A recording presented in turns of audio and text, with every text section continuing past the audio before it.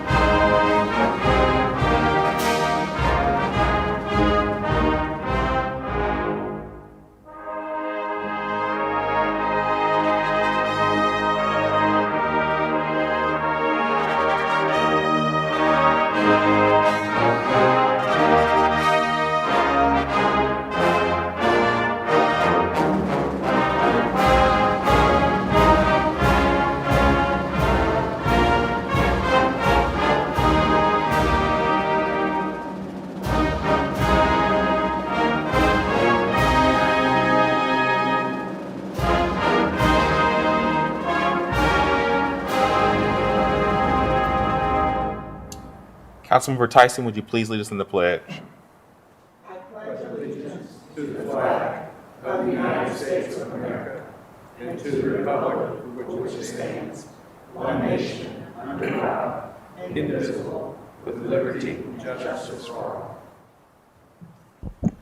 This evening is an important council meeting in the history of our city and certainly of this body.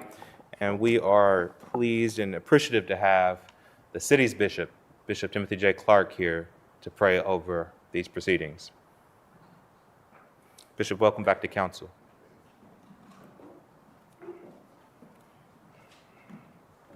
Mr. President, council members, let's bow our heads in prayer. I realize and recognize that there are many faiths represented, not only in this room, but in this city as well. And there might even be those who would say they are of no particular faith. So before I pray, you center yourself in the reality of your faith in this moment.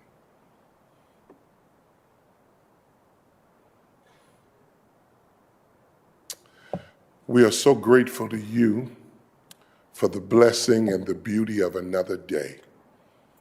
Today was a little hard to believe that we're in Advent, winter, the sun was so bright. But then there are days when it is frigid and cold, and we're reminded that seasons do change. We realize and recognize that even as we come tonight to celebrate one who has served this council and this city in so many ways for so long. She comes now to a change in her seasons. And our prayer is for her that you would make for her the best season in her life as she embarks upon it on tonight. We thank you for her family and for those who have stood and worked with her. We thank you for her colleagues on this council. We thank you for those like Mitch Brown, who as well now make their departure after almost a lifetime of service. We lift our city to you. And even as we pray for Columbus, we're reminded that in cities all over this nation, one of them neighboring us, there's so much devastation tonight. Loss of life and loss of homes and loss of possessions. We pray for our brothers and sisters who were in the path of those tornadoes. And we pray that thou who art the God who made us and loves us will be very, very real in their lives.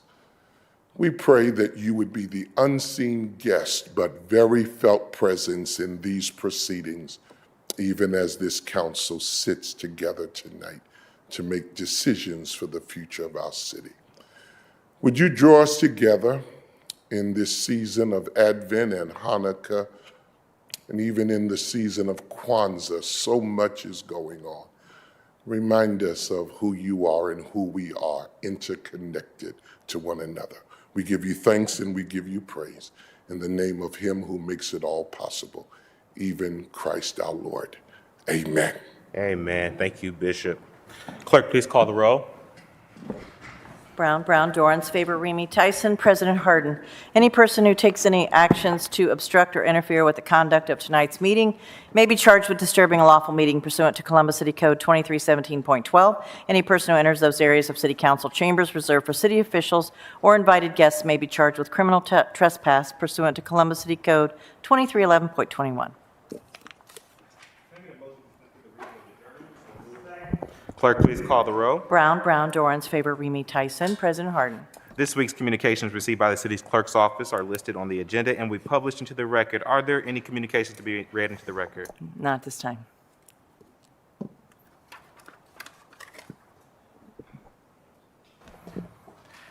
We have, at this last meeting of the year, several city leaders in the audience. I would like to recognize the bench that is here with us. My former colleagues, some of our former colleagues, Judge Paley is here, Judge Barrows, Judge Skinner, Judge Surratt, and Judge O'Grady. Welcome to council. And then I see friend of this council, Pastor Mike Young, here as well. Just want to recognize him before we get started. I am going to take some presidential privilege and move out of order in terms of how we would do announcements or resolutions from my colleagues.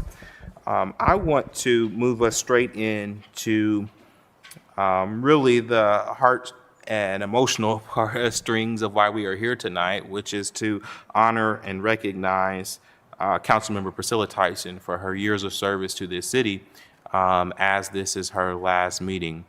Would you please join me in maybe one of many applauses for Councilmember Tyson and her years of service to Columbus.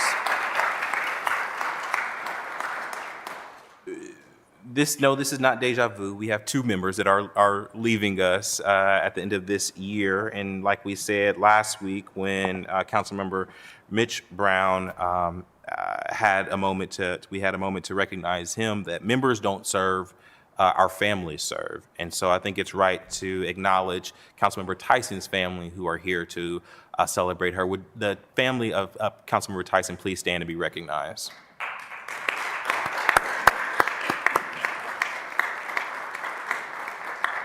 Thank you for your service and certainly for your sacrifice to your mother, your sister, your friend, and your wife to this city. We are appreciative. Councilmember Tyson became a member of Columbus City Council in January of 2007. Her abiding faith and devotion has enabled her to become the longest woman to serve on Columbus City Council and the second longest serving council person in this city's esteemed history. Again, that is worth recognition.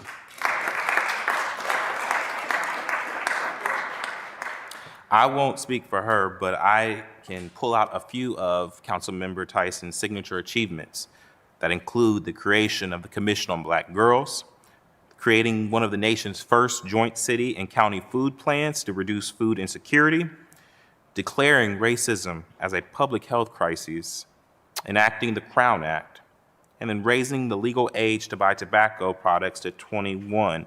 And I would just say that in each and every one of these endeavors, she has approached her legislative style and process in the way that she has lived her life, which is an inclusive model of engaging and taking the time to meet with people where they are and to find consensus.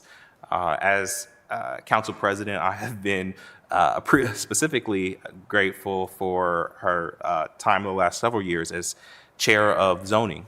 As our city grows, some of our most contentious and important conversations come around land use and land use policies. And Councilmember Tyson has graciously shepherded us through so many tough and important conversations, and I am very grateful for that. I asked the clerk to give me a couple numbers that would indicate Councilmember Tyson's tenure, and she shared with me that Councilmember Tyson has served with 20 members of Columbus City Council, that she has served with 2 mayors, 2 different auditors, 2 city attorneys, and participated in more than 500 council meetings. That's Councilmember Tyson by the numbers. To hear more about Councilmember Tyson's time on council, I'm going to turn it over to CTV to play a short video about Councilmember's time and her service.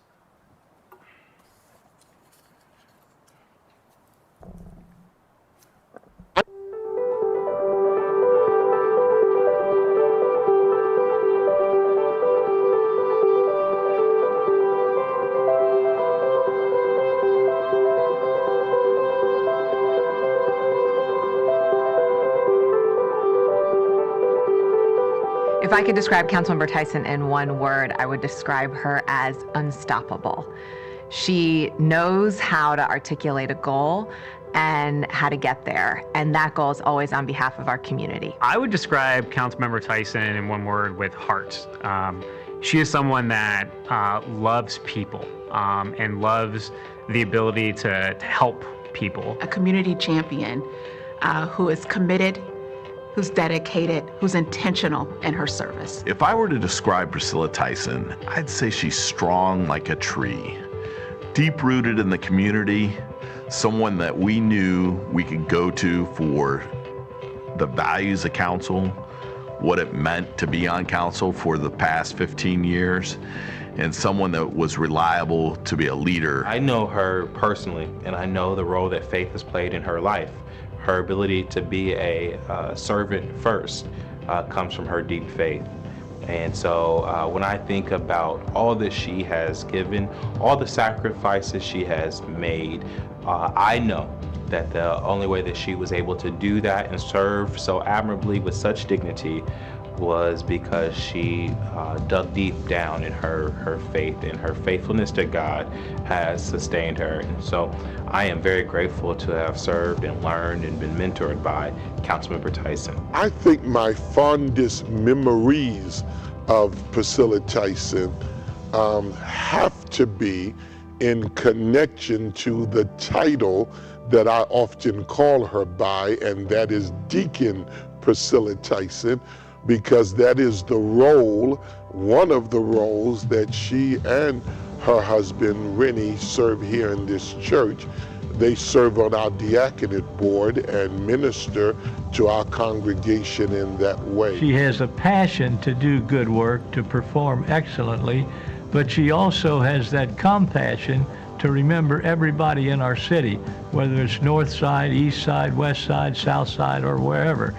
Priscilla Tyson has never forgotten the poor. She's never forgotten the needy. She knows the resources. She has a great, wonderful grasp of the finances of this city.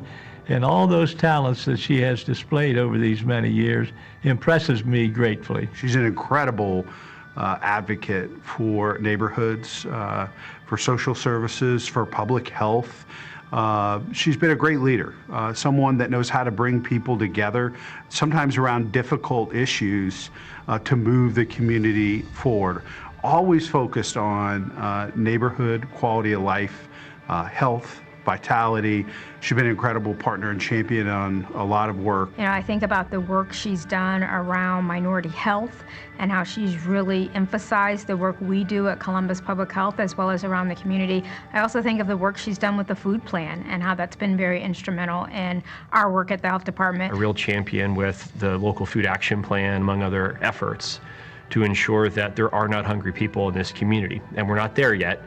Those are mountains we still have to move, but from a local level, Councilmember Tyson has done as much as anyone in elected office to champion those issues. Her investment wasn't just in Linden. Her investment really has been in the Food Council, in the larger work of food security in really central Ohio. It reminds communities that they are important, that they are worthy, not just of food, but fresh food, for good food.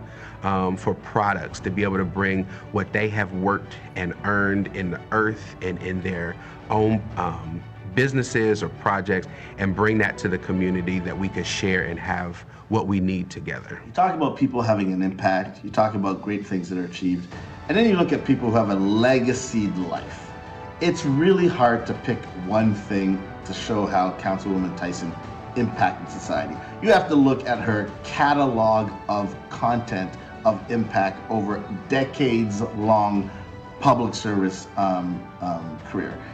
If you're forcing me to highlight one thing, well, I had the pleasure of working with her and the other distinguished commission members on the Commission on Black Girls. And that is a signature program that not only was based on research, evaluation, and then what could we do to solve and improve the lives of Black women in Columbus. It actually is a roadmap and a textbook case, a clinic in fact, of how other urban cities and any city across the U.S. could do that for marginalized kiddos and marginalized communities, and in this case, Black girls. The Commission on Black Girls, she thought of bringing together the powers that be in this city to look at every aspect of the life of Black women and girls, whether it's in healthcare or the judicial system or education, to bring those folks together for about 2 years to study those issues and come up with recommendations. Through being a driving force and always giving me words of encouragement in the Commission on Black Girls and Young Women, I have felt solidly integrated into my own community, as I felt like very separated from it before.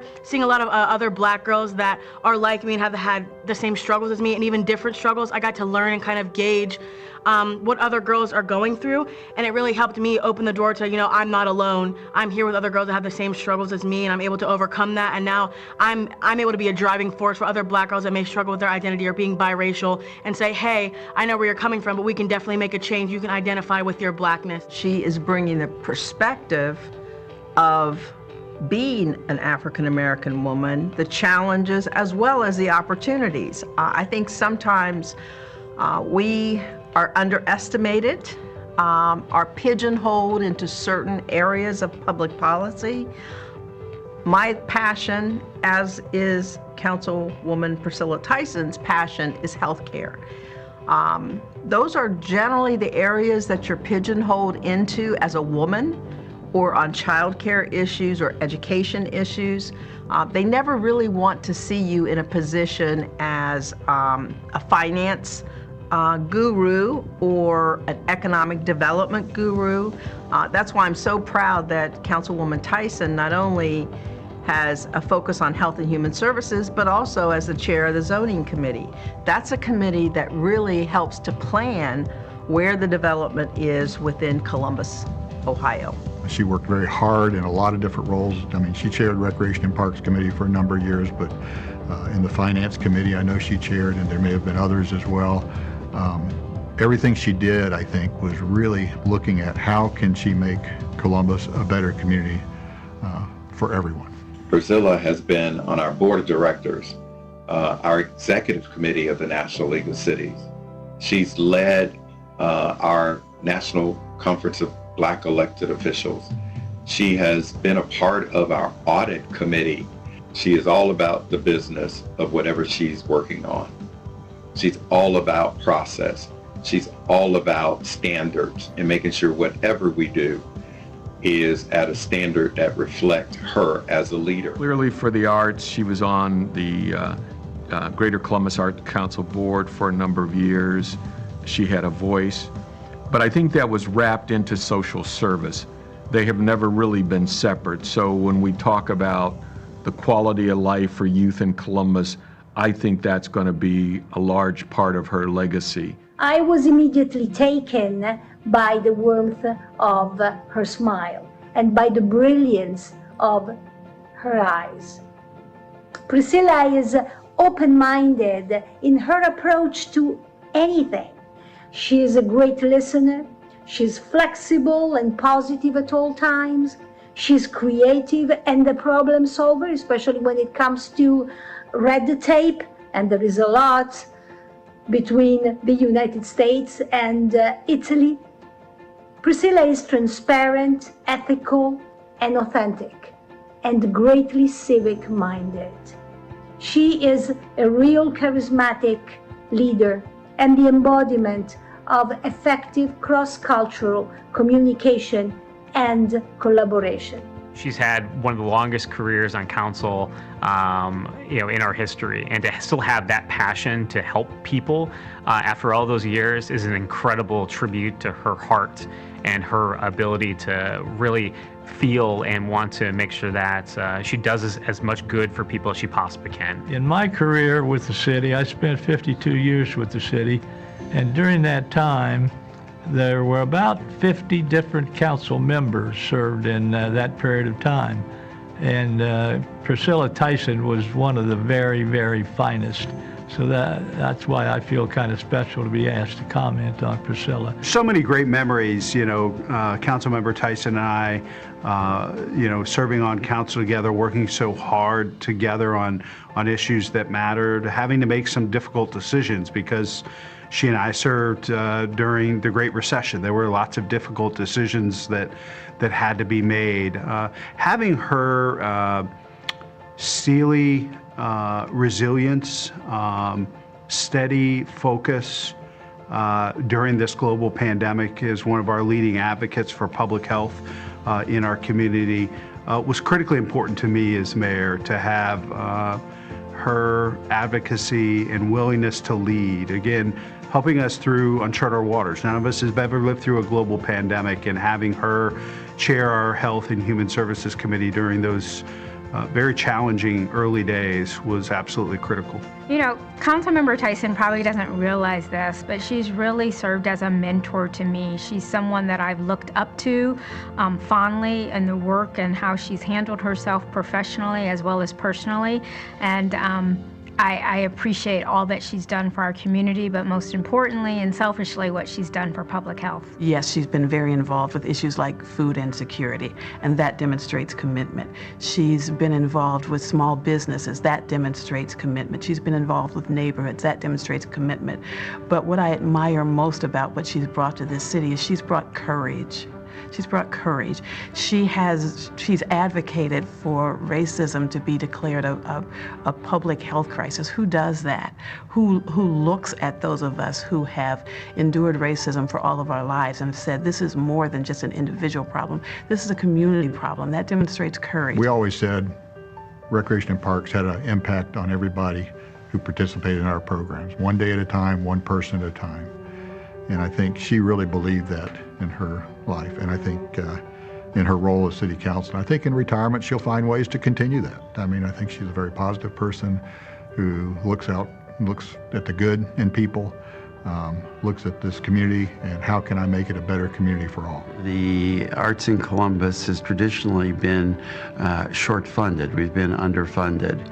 And she was very helpful in determining how we could access additional revenues for the arts, additional public funding, and she was supportive every step of the way. I would remember most the times that she gave me the hardest time about pending legislation, only because I think of her fairness and her consistency. If you were to ask yourself, is there one council person that I can recall in the history of council members that you could walk into City Hall not know the person and get the same treatment. That's Priscilla Tyson. She's dedicated, she's loyal, and she will always, always try to help you. I know that because that's what she's done for me. She's been in my life for over 40 plus years. You will leave, Priscilla, leave this role knowing that you have really had a significant impact on the people, the culture, the life, and the opportunities that you have brought about for the people who live in Columbus. Thank you, Councilmember Tyson, for all of your great work for children, for families, for seniors. You've made a huge difference in the quality of life of this city, and I'm grateful to you and your family for all that you've done. Thank you for being an incredible, unwavering supporter of the arts. Councilmember Tyson, thank you for being someone that we could always rely on. Thank you for being a friend, and thank you for being a stateswoman and a servant leader of the highest order. Councilmember Tyson, I'm going to miss our meetings, as I have. We haven't been able to sit together in person for 19 months and counting now. I'm not sure that we've ever had a meeting where we were on time, because we would just get going and we would talk, and the people behind my scheduled meeting with you would have to wait. And I always appreciated that, even though I felt bad for the folks behind me.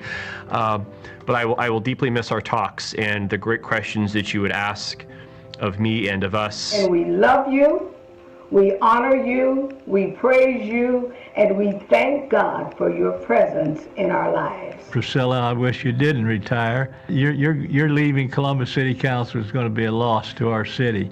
And I hope you will always preserve and continue with the serving virtues that you've displayed while you're here with the city. Just remember, because of those serving virtues and the way you've served our citizens of Columbus, that's why we love you. I hope in your retirement that you just don't feel like you have to quit, you have to stop and everything is over. But most of all, you get to sit and enjoy and look at the impact that you've made, the difference you have made, not again in these sort of global, like these percentages, this number of people, but the real lives of people's faces you have looked in, who have looked in yours. Thank you for all that you've done for this community, for all you've done as a council member, but most importantly, thank you for what you've done to advance the public health work in our community. I'll forever be grateful for that. Thank you. As you leave council, you're just entering another phase of your life, and you're going to be successful, and happy. And I'm just very proud of you. I appreciate the work you've done for the people of Columbus. I appreciate the things you've done for our family. And again, love you very much. She knows that she is on a divine mission. She believes and knows that everything that she is doing was ordained for her to do. And so I believe that what you, Priscilla, are looking for more than anything is well done. Well done, good and faithful servant. You have been faithful over small things, and so you are given big things. So come on in and enjoy retirement. You did this. Enjoy it. Well done.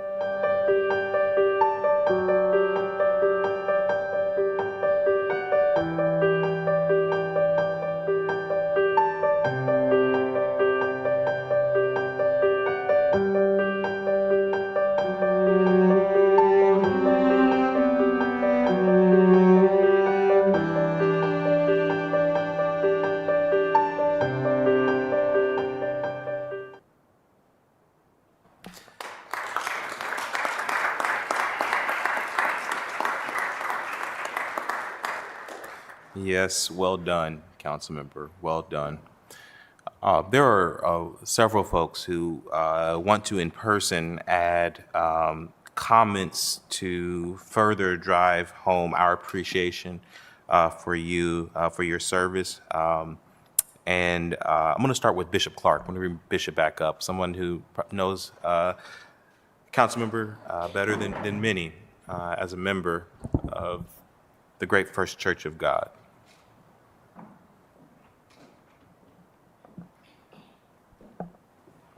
Mr. President and council members, I I could get used to this. This is my second time up here in the last 20 minutes. Let me say, Mr. President and members of the council, that the video that we just saw is indicative of the life and the labor and what is now the legacy of this wonderful lady, this woman. I was sitting there next to Pastor Mike thinking, what a marvelous eulogy this is. And I thought, well, should I say that, Mitch? We've had probably 40 funerals at our church this year. I've got 2 more next week.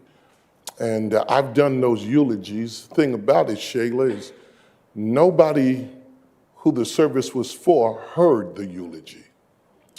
The word eulogy really means to speak well of someone. And the tragedy is we speak well of people when they can't hear it. I'm so glad that Priscilla gets to hear her eulogy, to hear us speak well of you, and to let you know how much you mean to all of us. When I think of you, there are 3 words that come to my mind. The first has been used so much it's redundant, but it's worth saying again. You are a servant. And in this day and time when so many people jockey for position and crave notoriety and popularity and want to be seen, you have done the spade work behind the scenes, not just in council, but in so many other places before you came to council. And you did it as a servant. You're also a sister. That's a word we bandy about a lot. Sororities use it. Church uses it. We call the women in our church sister so-and-so. Our Catholic brothers and sisters call their nuns sisters. But it's a beautiful word, and you have lived it out. You have been a sister to so many. We celebrate that. You're a servant.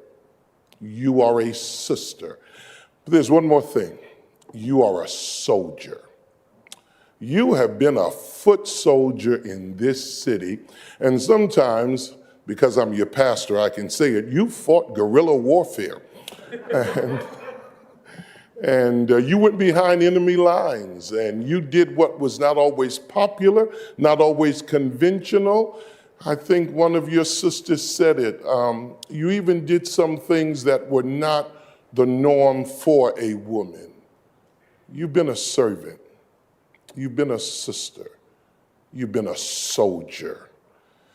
And for a soldier, when he or she has served, they wait for that moment when the commanding officer allows them to be at ease and says, company dismissed. Today, this city, grateful and thankful for all you've done, says to you, at ease, dismissed. You have served all of us well. We love you as a sister. You are for me a member and a friend, and I treasure that. But you've been a good soldier. And Douglas MacArthur said, soldiers never die, they just fade away. We trust it's a long time before you fade away. But thank you for all you've done. We love you. Thank you.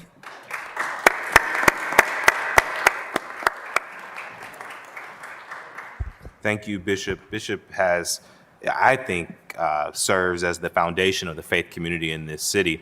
And one of those folks that stands on that firm foundation is Pastor Mike Young, who is with us as well, and I think wants to share a few words and reflections and say thanks to our own Councilmember Tyson. Pastor, welcome back to council. Thank you, Mr. President, council members, all those in their respective places and positions. And last but certainly not least, Councilwoman Tyson. Ironically, just a couple of days ago, I had the opportunity to watch her get honored by another group of individuals. And I think some words that are appropriate as it relates to who you are and how you've operated for 28 years is, number one, passion. You're an incredibly passionate woman about what it is that God has called you to do. You have moved with a big heart. You've been both tough and tender, and we're grateful for that. I think number two, not only is it passion, but I think you've moved with great purpose. I think as we all stand back and we reflect on 28 years of service, I think we can all agree this is what you were created to do. And as you moved in passion, as you moved with purpose, it took a tremendous amount of perseverance. Bishop spoke to some of the things that you had to overcome in your time here, and you did it with great grit and perseverance. You move with passion, you move with purpose, you move with perseverance, because it was never about you. It was always about the people. So we celebrate you. We're grateful for you. And because you are a woman of faith, I was sitting back there not knowing that Mr. President would call me up to speak on you, but it's very easy to talk about some people. And I was thinking about the book of Proverbs. It's written by what the Bible calls the wisest man to ever live, Solomon. He was a king. And what the book of Proverbs is a book of answers. From chapter number 1 through chapter number 30, he's giving answers about all elements and aspects of life. But the incredibly interesting thing, Mr. President, about this book of Proverbs, where Solomon is continually giving answers, he ends the book with a question. He says, who can find a virtuous woman? He said her price is far above rubies. He goes on to describe what a virtuous woman looks like. He said she stretches out her hand to the poor. Yea, she reaches forth her hands to the needy. He goes on to say, strength and honor are her clothing, and she shall rejoice in time to come. He says, so what we should do with a virtuous woman is give her the fruit of her hands and let her own works praise her in the gates. As Solomon, this wise man, answered so many other people's questions, tonight I would like to answer his. He posed the question, who can find a virtuous woman? I think the answer is we have here in the city of Columbus, and that virtuous woman is Councilwoman Priscilla Tyson. Mother Teresa said this, and I'll close. She said that her mission in life was to be a pencil in the hand of God, writing a love letter to the world. We thank you for the way that you've loved us. We thank you for the way that you've allowed God to use you to make not only our community, but our city at large a better city. We love you and appreciate you.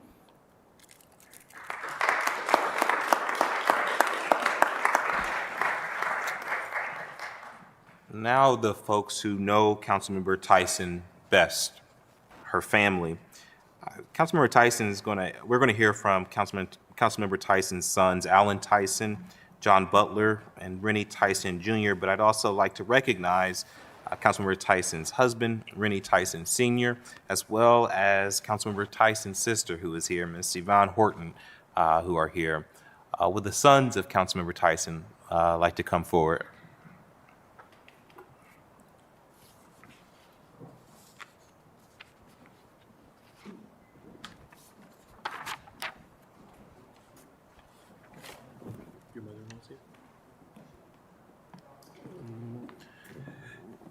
Actually, to support the sons, would the family like to come up, Councilmember Tyson's family, to stand with them?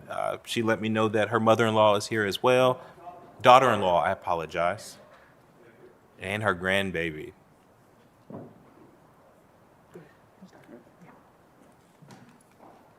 Welcome to council. And Councilmember Tyson also recognizes one of her dear friends, Florence Latham, who is here as well. Thank you, President Hardin and fellow council members. Really appreciate you allowing us to speak. Hello, Ms. Priscilla. First and foremost, thank you. I really want to take it back to when you asked me, because I remember we were in the kitchen, and you asked me, hey, I think I'm going to run for city council. Is that going to be okay? And I was like, I guess, sure, I don't know. But I did not realize the impact that choice and that decision would make. And I've seen it being back in Columbus. I've seen your impact on the city of Columbus, on the citizens of this place. Everyone, no matter where I turn, says, wow, you're Ms. Priscilla's, or they say Councilmember Tyson's son. And I'm like, yeah, that's my mom. And each and every time, everyone is just so astounded at your bravery, at your courage, at your advocacy, but at your love for this city. No one has ever said anything wrong about you. And that shows me as your son how much it is amazing to be in your footsteps, in your legacy, to know you and to have your wisdom imparted on us, even though I see you almost every day. It's just different coming from the family side for me, only because I see that love at home, and I see you giving it out to the city, because you can do the same thing for us, no matter what. And I thank you for that. I thank you for showing me the way to serve, and the way to be a leader, and the way to really inhabit God's work and to put it into purpose. So thank you for that. I also have another message from Corey in Missouri. He actually starts out with a poem. Look at him. Just kidding. To hope, to dream, to rest, to play. You'll find new ways to be inspired. Congratulations, you've retired. Mrs. Priscilla, the Lord has smiled on your work and your willingness to serve his purpose throughout your career. I am so impressed by your commitment to the city of Columbus and your ability to walk away at the right time. We have been blessed to have you as a leader in the city and as a leader in our family. I look forward to the free time you will share with me and the grandchildren. We love you so very much, and we are prouder today than we could have ever imagined. With love from your son, Corey William Howard Tyson, and the Tyson family in St. Louis. Can't wait to celebrate with you soon. Thank you. Love you.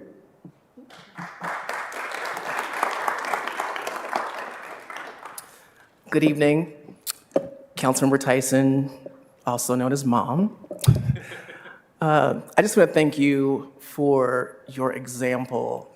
You are, for me, the example of how to do things with excellence, how to do things with bravery, how to do things with control, but also knowing how to do things that are right for you and letting other people handle what they need to handle and you handle what's for you and to stay in your lane. A lot of people have a hard time with just doing what they think they should do, and if someone else isn't doing it, maybe I need to go do that too, or go be somewhere else. But no, that's not who you are. You know exactly what you need to do, what you're here for, and so I just so much appreciate that example of just staying in your own lane. And the last thing I'll say is that I want to also thank you just for being a representation of what a leader, and especially a woman leader, can be for our community. There are so many people, especially young people in their 40s, 30s, 20s, and even younger, especially school children, who, if you ask them who do they have as a model or who do they look up to, some of them don't have an answer at all. But through the Commission on Black Girls, I now know that there are a lot of young people, especially Black girls, who can say, I want to be like Councilmember Tyson. And I think that is the biggest effect that you could possibly have on the community, because it's not just affecting those around you, but it's affecting the generations behind you. And so we love you, and we can't wait for you to come home and be able to sit down somewhere and get back to things that you want to do for you. So thank you.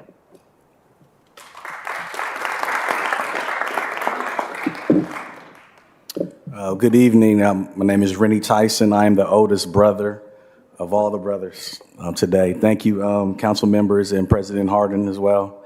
But today is your day. You know, we just want to say thank you and we love you. Okay. What I want to say is thank you for your dedication.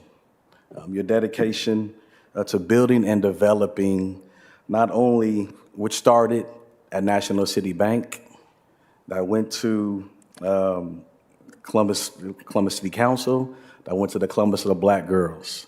You have truly been dedicated not only to those around you, but the people you see every single day.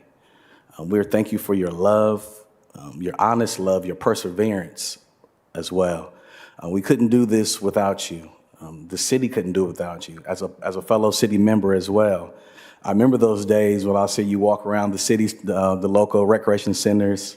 Well, that's my mom over there. She's over there talking and walking and meeting with all of our professionals. But I just want to say thank you for this day. Thank you for your 28 years of service.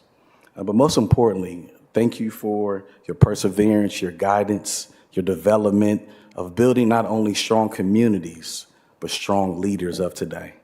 We thank you and we love you.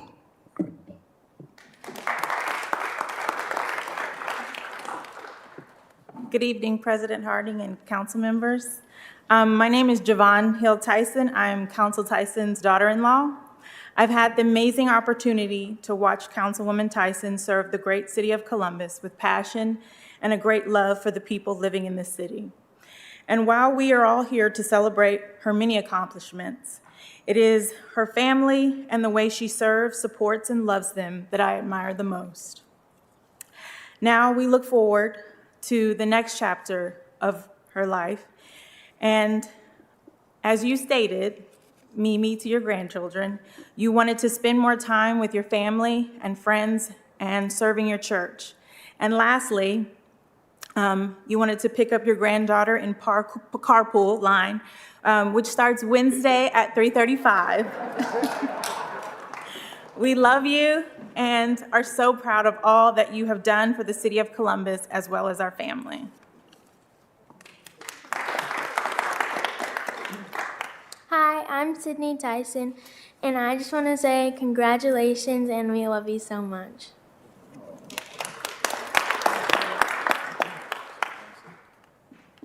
Well, Priscilla, finally, you have done so much, but no one in this room has known you as long as I have. From birth to today, we love you with all our hearts. We appreciate that you were born into our family. We understand. I said to you the other day, and I meant it, I came to this platform in the beginning, no matter what, I would be here in the end, happy to be here. No one in the room understands you, I don't think, better than I do, because I've had a lot of years that they didn't have. But understanding who you are is very important, and they seem to know that. You are who you are. You stand for everything that's right. You always lend a hand to those in need, family or otherwise. That's the strongest character anyone could have. And I'm standing here in our mother's light today because Mom would say it. I'm so proud of you, so.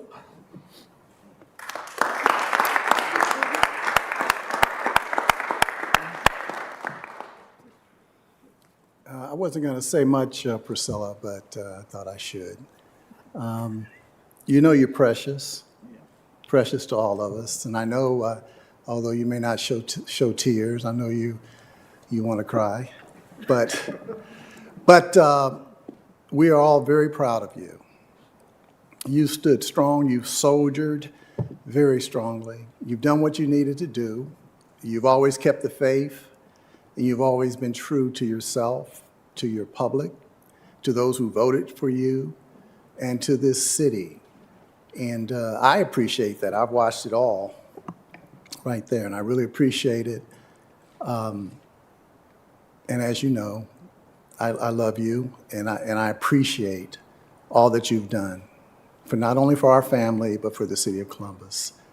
So thanks, babe. Thanks.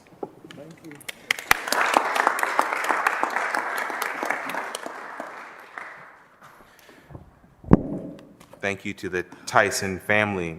And now we'll move to Councilmember Tyson's work family here at City Council. So as part of this honor, we have a resolution. It's Resolution 0250X-2021, and it's to thank Columbus City Councilmember Priscilla Tyson for the 28 years of dynamic leadership and service that she has given to the residents of Columbus and Central Ohio, and to congratulate her on her retirement. Before we pass the resolution, I want to go around the dais and see if any council members would like to say any words. We'll start with President Pro Tem. Thank you so much, President Hardin. Wow. Well, I mean, there is just not much that one can think of to say that is very entertaining or enlightening after the incredible testimony we've heard here tonight from, especially the video. Really, what I admire about you, as I said on that video, that you're unstoppable. And I think what we've seen here tonight is the ways in which every person in our community, council member, knows that. When I think about others who've had indelible marks on Columbus, they're all giving testimony to you and the way that you've impacted their ability to give back. There is, that beautiful quote about, it's either RFK or JFK, about ripples of hope. And I know you know that because it is a City Year founding story. And Robert Kennedy, thank you. From the day I met you, I knew that you would be a force to work with because of your past with City Year. And I really thank you for the ways in which I've been able to learn from you and from your unstoppable commitment to serving people, your unstoppable commitment to human services. It is true that there's really no lane of policy you can't take on. You've shown that in 28 years of service. And while that is the case, that there's no lane you can't take on, the specific lane of human services you have done so much for. And I think about truly the lives that are transformed by that. So thank you for my ability to serve with you. It has been a true pleasure and honor, and we all look up to you.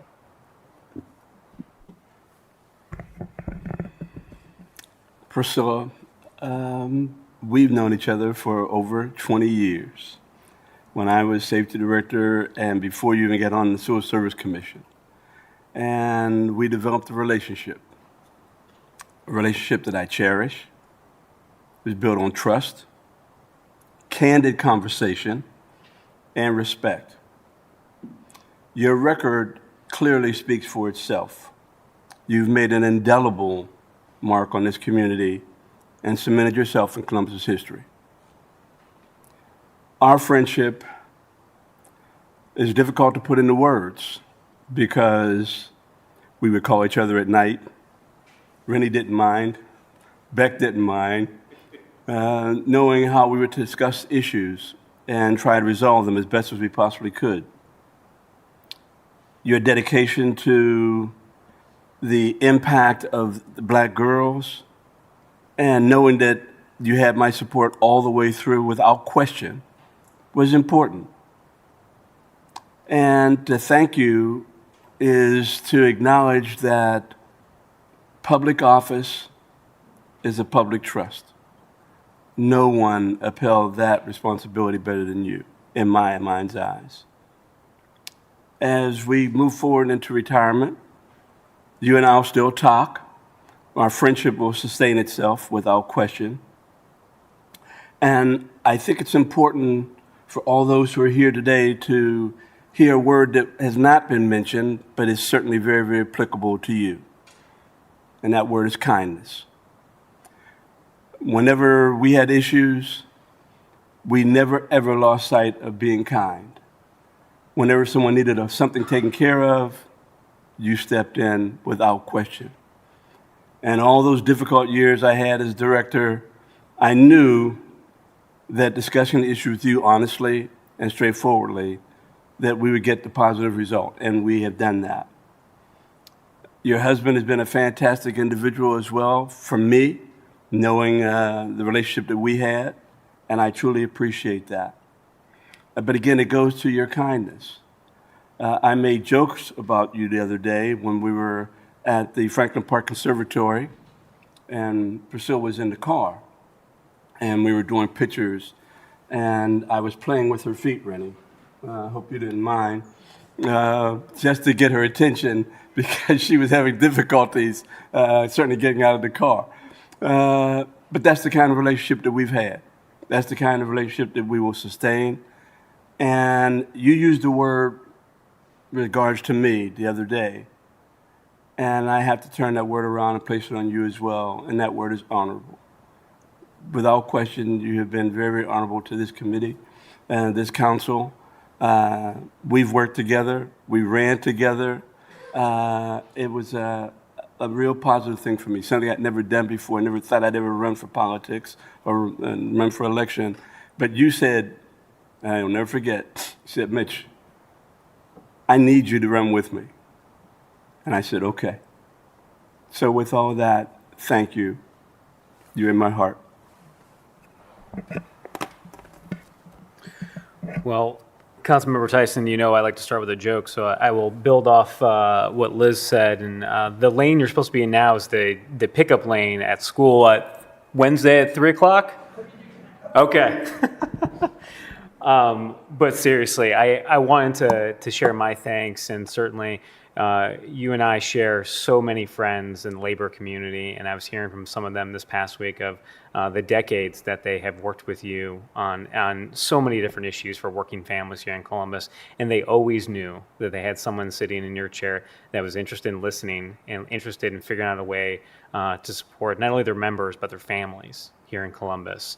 And I just want to say thank you for always doing that and always having your door open and creating those relationships. Because it's not always easy with some folks in labor to interact with people, and you always met them where they were and certainly always did your best to work with them. And so thank you for doing that.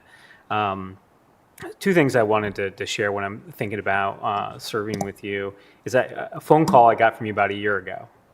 It was cold at night, I was walking the dog, and you were calling to talk to me about the Commission on Black Girls. It was going to be issuing its report and all the legislation that was going to be coming from it, walking me all through it. And you knew you had my support, you knew you had council's support, but you took the time to walk us through every detail and why it mattered to those young people in our community, and just the detailed nature. And I think we sort of ended the conversation with you mentioning to me is, Rob, this is how you do this. This is how you tackle big issues in our community, and not to assume you have people's support, but to show them why this is impactful for folks in our community. And that really hit me. Really hit me a lot. You were so passionate about that subject, but you knew you had the support of this body, but you didn't take it for granted. You went the extra step to make sure that we understood why this was important to you, and certainly here today, so we better understand what that work is and why it matters, so that when you do move on to the next phase of life, we understand what that work needs to continue to be. And I think that's one of the amazing things of your legacy is setting up so many things that will outlive all of our service on council, whether it's the Local Food Action Plan or the Commission on Black Girls. There are so many things that we can point to of your service that will outlast all of us. And that's something that I just appreciate to no end. And the last thing I'll say is it is very easy for people in public service to become jaded. Even my short time here, I've certainly seen folks that very, very quickly the heart can turn, and it's very, very difficult to be excited and passionate about the everyday and moving that ball forward. And something that I know every single day that you came to this body, you were passionate about the work that you're doing. And it is an amazing thing in local government of all places to continue to have that passion after decades. So thank you for that. And that's certainly something that as I sort of continue my career, I want to continue to think of whenever you think, get a little bit frustrated with this, think about the way that you approached your work for so long. And again, with the perspective of this work lasting for so long. So thank you for teaching me those lessons, and thank you for the opportunity to work with you. It really means a lot.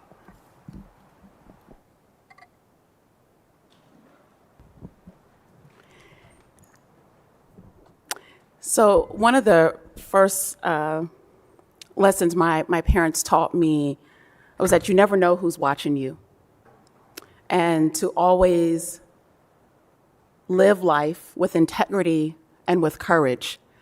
And long before I ever had the call for service, ever had the idea that I would sit on this dais, I knew Councilmember Tyson from church.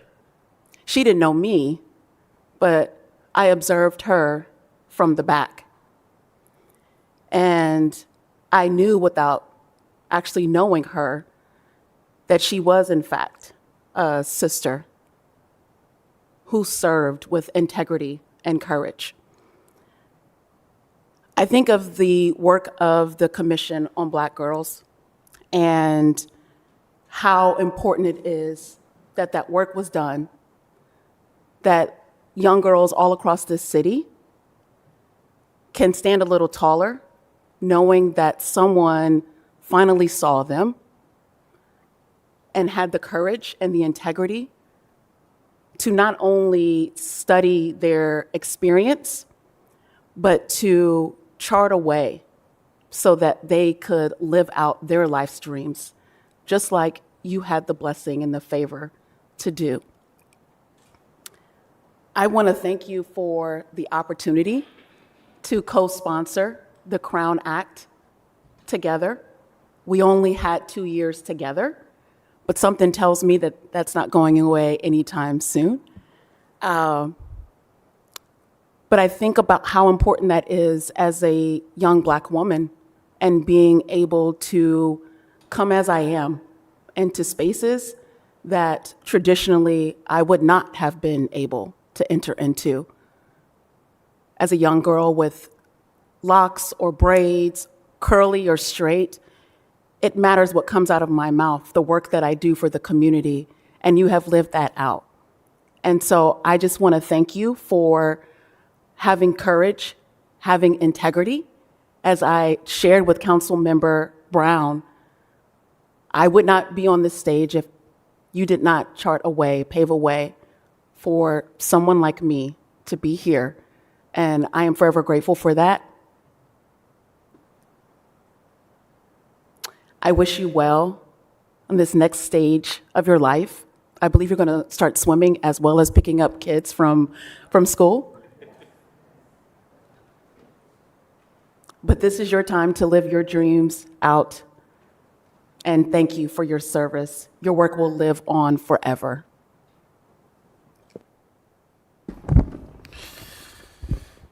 Councilmember Tyson, it's been a pleasure knowing you for as long as I've had the opportunity to know you, not quite Mitch length of time. However, as a community leader, I appreciated your guidance, you listening as we tried to solve problems together, and certainly your mentorship as I finally had the idea to try to get onto this council, and you were a great person to give solid advice and to help me in my pathway here. And so for that, I really owe you a debt of gratitude. The city owes you a debt of gratitude. When we look at the history that you've given to the city, whether it was through City Year or whether it was through the Civil Service Commission, and of course, the legacies that you've created here on council, we're all working hard to make this city a better place, but the tremendous amount of work and of course the legacy of the Commission on Black Girls is leaving behind. Of course, that work's just beginning, and we know, I know this isn't goodbye because you've been laying out some agenda items to be working on next year with us. So I appreciate your devotion to your family, your devotion to your faith, the devotion to this city. And so, I forgot it was a pleasure to serve on the GCAC board as well, and your commitment to the arts. That stuff's not going away. I know this isn't goodbye. And so thank you, and know that you are owed a debt of gratitude from everyone up on this stage, as well as the citizens of the city of Columbus. It has been truly an honor. You've been a great neighbor the last 2 years up here on stage. I'm sure everybody, we have a little, I'm going to miss the back and forth between us, but I'm sure it won't be the last time we have those opportunities to do that. So thank you so much, and wishing you well. When I think about Councilmember Tyson, I think about a song that folks used to sing in church. Somebody prayed for me, had me on their mind, took the time and prayed for me. I will tell you that Councilmember Tyson has prayed for me. I believe she's probably prayed for all council members and certainly for this city. I think that's important, especially in this day and age where folks really are questioning institutions. They're questioning the character and the type of service and the type of person that would serve a community, that folks know and folks have seen someone who is truly led by their faith in God, who has worn that on their sleeve as a symbol of how to serve and how to serve with dignity and honor. It is important to know that we have had a person of faith, of strong faith, leading our city. And I think that is just really, really important right now as we lean into what comes next for our city, that we have been focused and supported by a praying council member. I think that is really important. We've talked about her work and her contributions to the city. I do think back to the Commission on Black Girls. That's important because over the last 13, 14 months, it has become very popular and easier to talk about race and equity. But Councilmember Tyson started the work on Commission on Black Girls well before the uprising last summer, well before. And I can tell you, we wonder sometimes, or not we, but people have, posited, is this conversation about race still warranted? Is this conversation, is it necessary to take the time to acknowledge the specificity of the challenges of some of our residents of color? And I can tell you on the policy side, when Councilmember Tyson first brought up the Commission on Black Girls, I heard the conversations. Well, does it have to be Black girls or specifically Black girls? Can it just be girls? And again, this is before it was politically correct to advocate specifically for women and people of color. Councilmember Tyson did so and was a strong and steady voice. And so it was no easy feat to get that commission seated. That was a voted on commission that had the power vested in it by the city of Columbus to do the work that it has done. And that's just one small example of the huge impact that Councilmember Tyson has had. And so as she transitions to her next season, which will be filled with swimming pools and grandbabies, we do know that she's not far away. I know as council president, but as council member, we will rely on her, her service, her mentorship to this city for many years to come. We will do so respectfully. We won't put you back to work, but we certainly, if you will take our calls, certainly be calling and leaning on your service. So with that, I am going to move for the adoption of Resolution 250X 2021 and ask, is there a second? Clerk, please call the row. Brown, Dorans, favor, Remy, Tyson, President Harden. Presenting this resolution to you, Councilmember Tyson.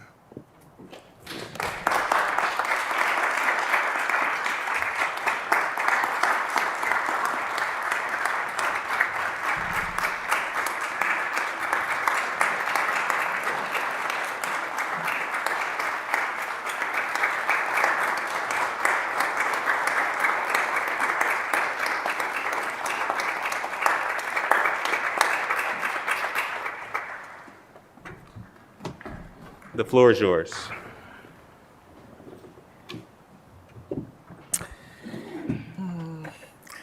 Well, first of all, I just want to say thank you.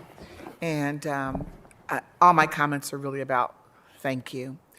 I first of all, had to thank God for allowing me this opportunity to serve. I think each individual is put on earth to serve. And I'm so very thankful that God has allowed me to serve in this capacity at this time of my life. So I thank God for this opportunity. I also, today is December the 13th, and 13 years ago, my mother passed on this day. And I want to thank my mother and my family. I never really talk about my father because my father died when I was 9 months old. But I certainly think my sister has talked a lot about my dad to me. And so I want to give honor to my father, but I want to give honor to my stepfather that certainly, and he's deceased, all my my parents are deceased, but certainly laid a foundation. My father was a union guy, Rob, and worked at Rockwell. And we had a family that was brought up with values. And sometimes as a young person, you don't necessarily want to follow those values. But I'm so thankful that I had the type of family that made sure that our name was important, that focused on us getting education, that focused on service, that's just who I am. But I also want to thank my grandmother, who also was a person that had a garden in her yard. She was a domestic worker, and that all throughout, was all about family. And so my family is important. It's important for people to know from which they come from, because that certainly helps them to be able to move forward in life. So I'm very honored and thankful for my family. I'm thankful for my siblings. My oldest sibling is here, and she spoke. And I have siblings that are out of town. You met my brother on Friday, and I thank God for my siblings. And then my family that is here in council chambers. My one son is away on a new job, but I thank God for my sons and my daughter who's out of who couldn't be here. But I thank we've a blended family. But I thank God for them. And as you heard my children, that we've never ever thought about a blended family, that there were separations. These are all of our children, and hopefully, as you heard from them, it really is all about love for each other. And we just have an amazing family. And I want to say thank you to our sons for coming and speaking so eloquently about just our lives, and my daughter-in-law and my granddaughter for coming and speaking tonight. And absolutely, one of the reasons while it was time to leave this space is to spend time with my family. My family has allowed me to do this work. There are many things that I want to do with them, and I know I have fewer years in front of me than I have behind me. And those years I want to spend spending valuable time with my family. I have to thank my council colleagues, and I'm going to just, as you heard the number of council members I have worked with, but I just want to mention the names of the people that I started with, and that was Mental, Ginther, Boyce, Tavares, Thomas, and O'Shaughnessy, and all the people in between. I know Judge Paley is in the court. She's sitting next to me. She's here. But also then to my current colleagues, Brown, Dorrance, Favor, Remy, and then Tyson. And it really has been just from thinking about, and Hardin, just the council members that I've had an opportunity to work with, I can tell you that each and every one of them truly did believe, and they do believe in moving our community forward. They absolutely do. And so it's interesting even to serve at this time, because of the challenges are different, very different. But this body is certainly standing up to those challenges to make a difference in our community. So this body is the right body for this time. And those new members that will come in will enhance this body to be able to do the hard work that this council will continue to face. This work is hard work. And anyone that says, when you're sitting out there, you think, oh, this is pretty easy, they have an easy job. It's not easy work. This is hard work. And you go from one problem to another problem to another problem, because the problems are so immense that it requires a lot of work to be able to try to help move our community forward. So I thank the colleagues that I had an opportunity to work with. Did I say I thank my husband? Did I mention my husband? I don't want to thank everybody else because, I said our children, but I have to say, listen, I have the best husband, and I'm so thankful for him for allowing me to do this work, to allow me to go to the National League of Cities and travel, and to go to Italy for the Greater Columbus sister cities to do all this work. But he's always, always standing next to me as we do this work together.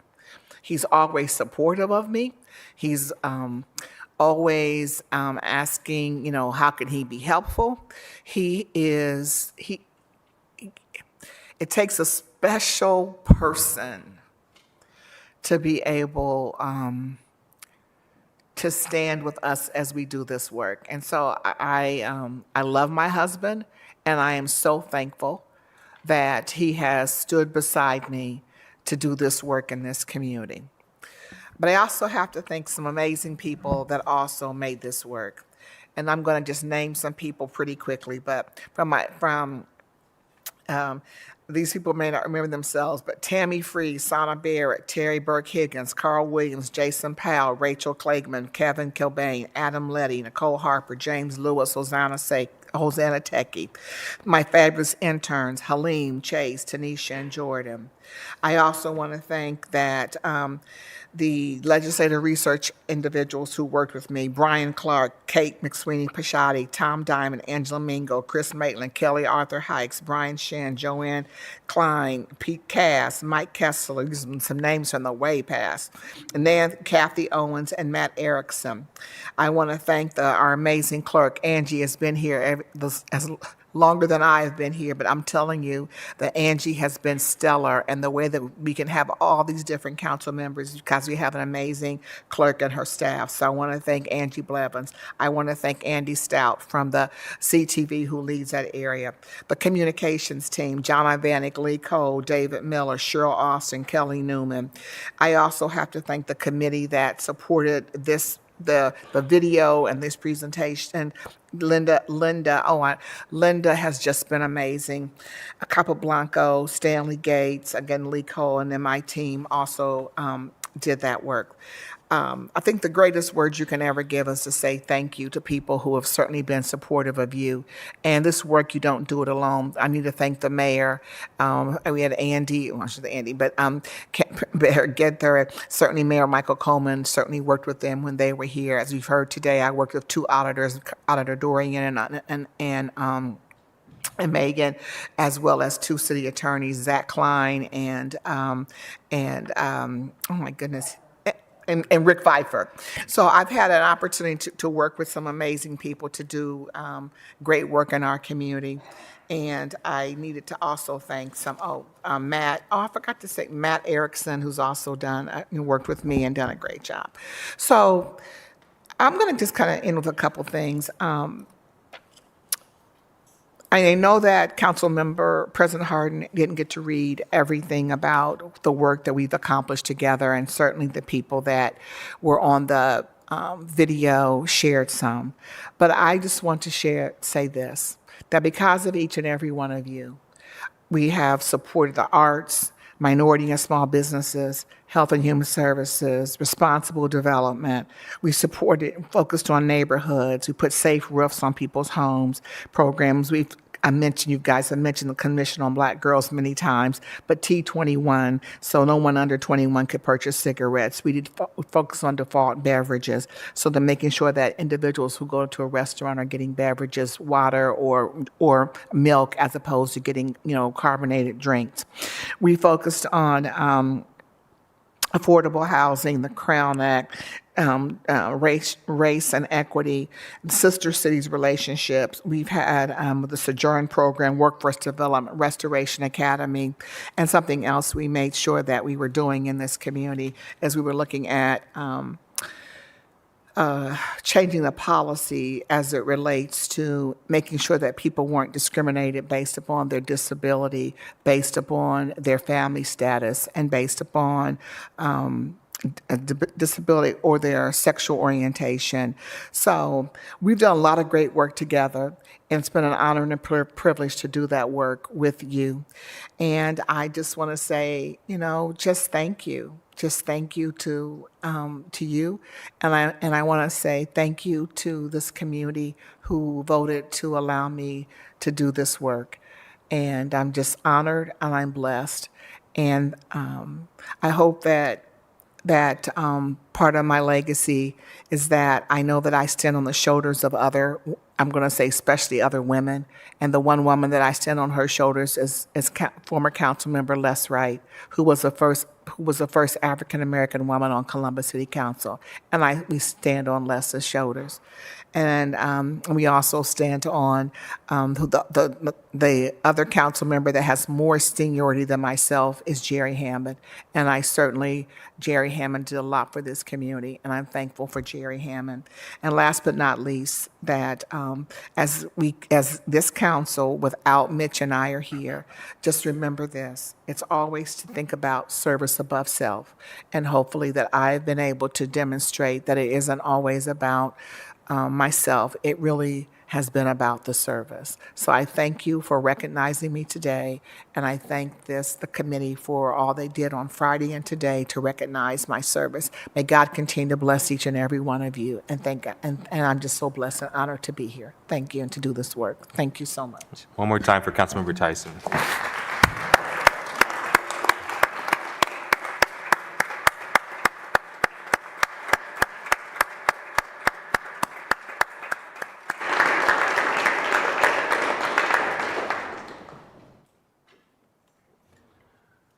You are a strong woman, Councilmember. I only saw like 1.5 tears. That was so good. You saw some?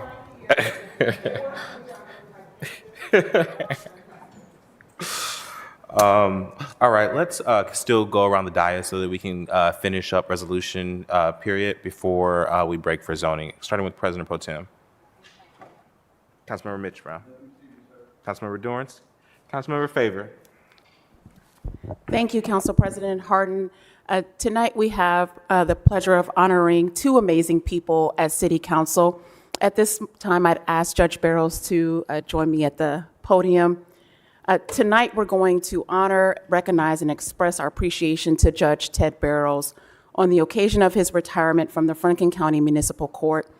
For more than 50 years, Judge Ted Barrows served his local community, his state, and his country as a soldier, an attorney, and an elected judge. Judge Barrows was elected in 2004 and has served the court for more than 17 years. Judge Barrows, a Vietnam War-era veteran, practices a continued commitment to others who have served in the military. His passion for veterans is especially evident in his determination to guide the rehabilitation for significantly at-risk, justice-involved veterans.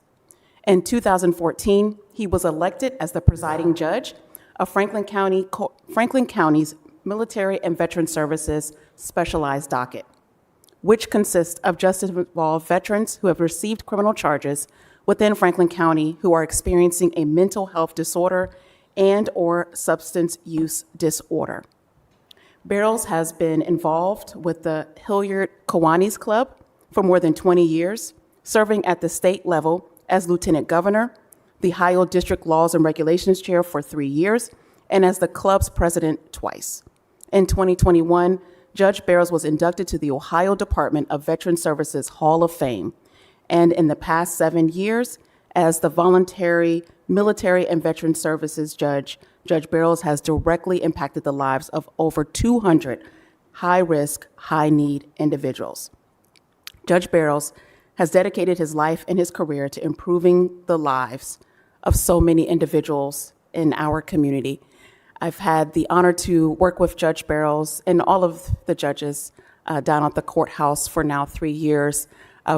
Judge Barrows and I have had spirited conversations over the years, and just had the opportunity to participate in his last public hearing, the Operation Public Hearing for the courts. And up until the moment, he continues to advocate on behalf of his colleagues, and the court itself. And so I appreciate your work as an attorney, as an advocate, as I know as a dear friend to your colleagues, and the work that you do on behalf of veterans across this county. Thank you very much for your service. Would my colleagues like to make any comments at this time? Councilmember Dorrance. Thank you, Councilmember Favor. Judge, congratulations. I just wanted to take an opportunity to remark, you and I have had the opportunity to work together with Councilmember Favor and myself on our criminal record sealing initiative, and you helped us really problem solve a lot of the areas that involved with the court. That was time that you took out while you had 1,000 other things happening, especially over these past 2 years, and I just want to say thank you, because I know you understood what we were trying to do and trying to help folks, and I know that is at the core of who you are. So just wanted to say thank you for taking the time to work with me and this council on that initiative. And I know that speaks to who you are and how you've approached your job, especially as the administrative judge over municipal court. So just wanted to say thank you and congratulations. Thank you, sir. Yes, Councilmember Tyson. Thank you. Judge Barrows, congratulations. Thank you for your longstanding service. Councilmember Tyson, you are a tough act to follow. Well, listen, no. Oh, listen, thank you for your, first of all, for your military service, but also just thank you for showing up. You would show up in council chambers where, so we saw you, we understood issues that were going on within the courts to make sure that we were moving legislation forward that would be certainly advantageous, not only for the judges, but for the people that would come into the courthouse. And so thank you for your advocacy. And just, you look too young to be, retiring, but again, I am very excited. I'm just, I just appreciate your service, and I just appreciate you. And so congratulations on the next stage of your life. Thank you so much. Well, thank you. With that, I'm going to move for adoption. Clerk, please call the roll. Brown, Dorrance, Favor, Remy Tyson. President Harden. Adopted. Judge Barrows, the floor is yours. Council President Harden, Chair Favor, members of council, this is the last time I'll address you. I obviously learned how to do all that in watching for years as people come up here. And I wanted to say again what a tough act to follow, Councilmember Tyson. And you referenced the kind of things that I would come and talk to. And it was almost always things that the court could do to make life better for some of the people in our community. And you're always right there on my side and back me up. And I'm very proud for that association. Council President Harden taught me something about grace. There was a time when I was maybe a little, not quite so reticent in my comments or remarks as I should have been, and felt affronted on behalf of the court. And Council President Harden responded gracefully and suggested that a little grace goes a long way. A very solid lesson. Thank you very much for that. I've had interactions with all of you over the course of years, maybe less with Councilmember Elizabeth Brown than others, but I'm impressed with the quality of this council and its responsiveness to the needs of a growing court. There are probably more citizens of this community every day who come to our court than come to any of the other portions of the city government, and maybe to all of them put together. And it's taken a while for not just this council, but predecessor councils to understand and appreciate the importance that the court takes in this community. And I'm proud to have been a part of bringing that to you. I know there was a time before I attended council when the only time the city saw judges was when they came down to bang on the gavel to get more money for the court once a year. And I decided that we needed to change that. We are part of this city. We're part of the city government. You need to know what we're doing, and we need to understand how difficult your job is. So it's been my pleasure to fill that role on your behalf. And I'm at a loss for words. I'm here as a representative of 15 judges. I'm fortunate enough the last couple of years to be the administrative and presiding judge, almost from seniority and longevity more than anything else.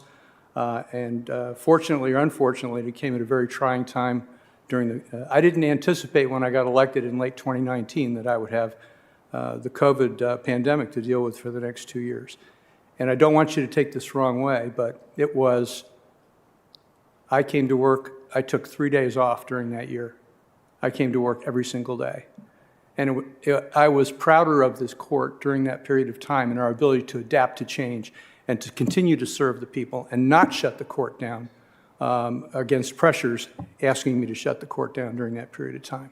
And I had the support of my fellow judges and the support of our stellar administration to go with me cheek and jowl all the way to bring this court through what was a very trying time that isn't over yet, and plenty of support from counsel. And I have disagreed with members of council at times and perhaps spoken out more strenuously than would have been politique.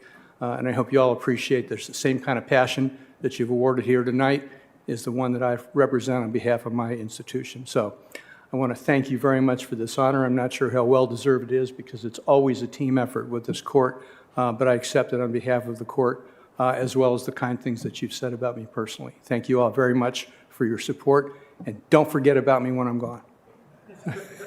Well, Judge, as you know, we're working on that new courthouse, so I know you're not going away anytime soon. Absolutely. Thank you for your years of service, and you have been the administrative judge. Do you want to introduce your colleagues before Yes, you? thank you very much. With me tonight, I have Judge Skinner, Judge Paley, Judge O'Grady, Judge Hummer was here before, and my court administrators are with me. Emily Shaw is our court administrator. Excuse me.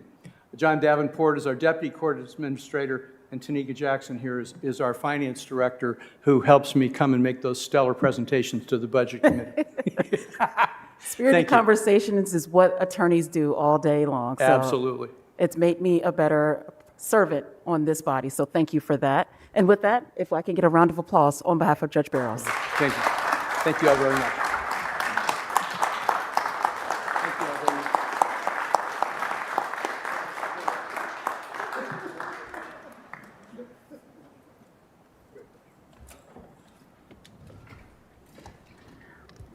And last but certainly not least, we want to recognize December as National Impaired Driving Prevention Month in the city of Columbus.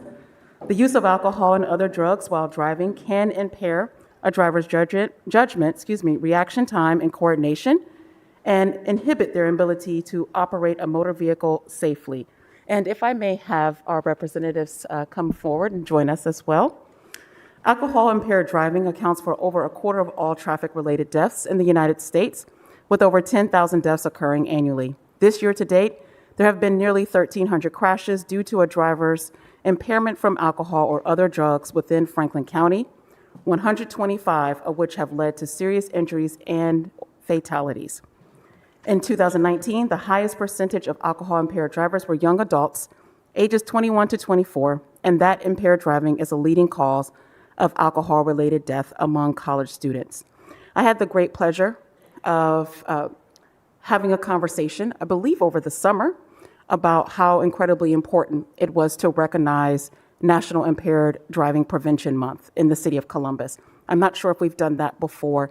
And as I think about as we head into the holidays, how incredibly important it is to raise awareness to this issue and encourage individuals to please be safe this holiday season.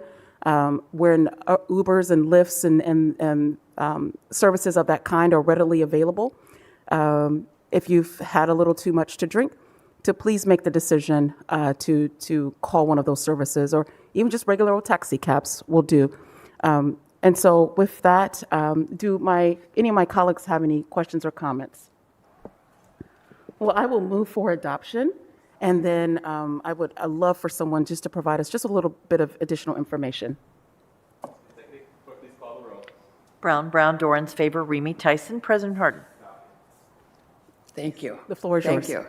President, council members, I got up at 4 a.m. this morning in Orange County, California, to thank you for what you're doing here. Thank you for this honor. And one thing that Councilwoman Tyson missed in talking about this group's achievements was becoming a vision zero, city. And I looked on your dashboard, goals are achieved like 120%, 250%. As you know, that is not normal in government in a project like that. I mean, Councilwoman Favor, you're a doer. And this is incredible, and I thank you for that. And as you know, we're going through this terrible epidemic right now. 38,650 people were killed in traffic crashes in the last year. This is reversing 3 decades of work that we were doing, and we were winning. It's a combination. There's a fabulous article that the LA Times wrote that you can look up for all the history. But here today, thank you so much. And the happiest time of the year is sadly the worst time of the year for crashes. So talk to people. If you're gonna, crashes aren't accidents. They're preventable and they're predictable. Slow down, be sober, keep your tires inflated, don't break down on the freeway, on and on and on. It's all preventable. So thank you all. Thank you so much, and I thank you for flying here from Orange County, to accept this resolution. Mr. Williams, if somebody has some additional information about the organization, where can they find you? Yes, thank you. You can visit our website, which is radohio.org, and we are encouraging young adults to make a plan. Make a plan. You deserve to get home safely. If you're not, feeling the same as you did maybe before you left, there are ways to get home safely, and you can find out more information by visiting that website and signing up to receive additional information and taking part of some of our activities. Thank you. Thank you so much for your advocacy, and round of applause, please.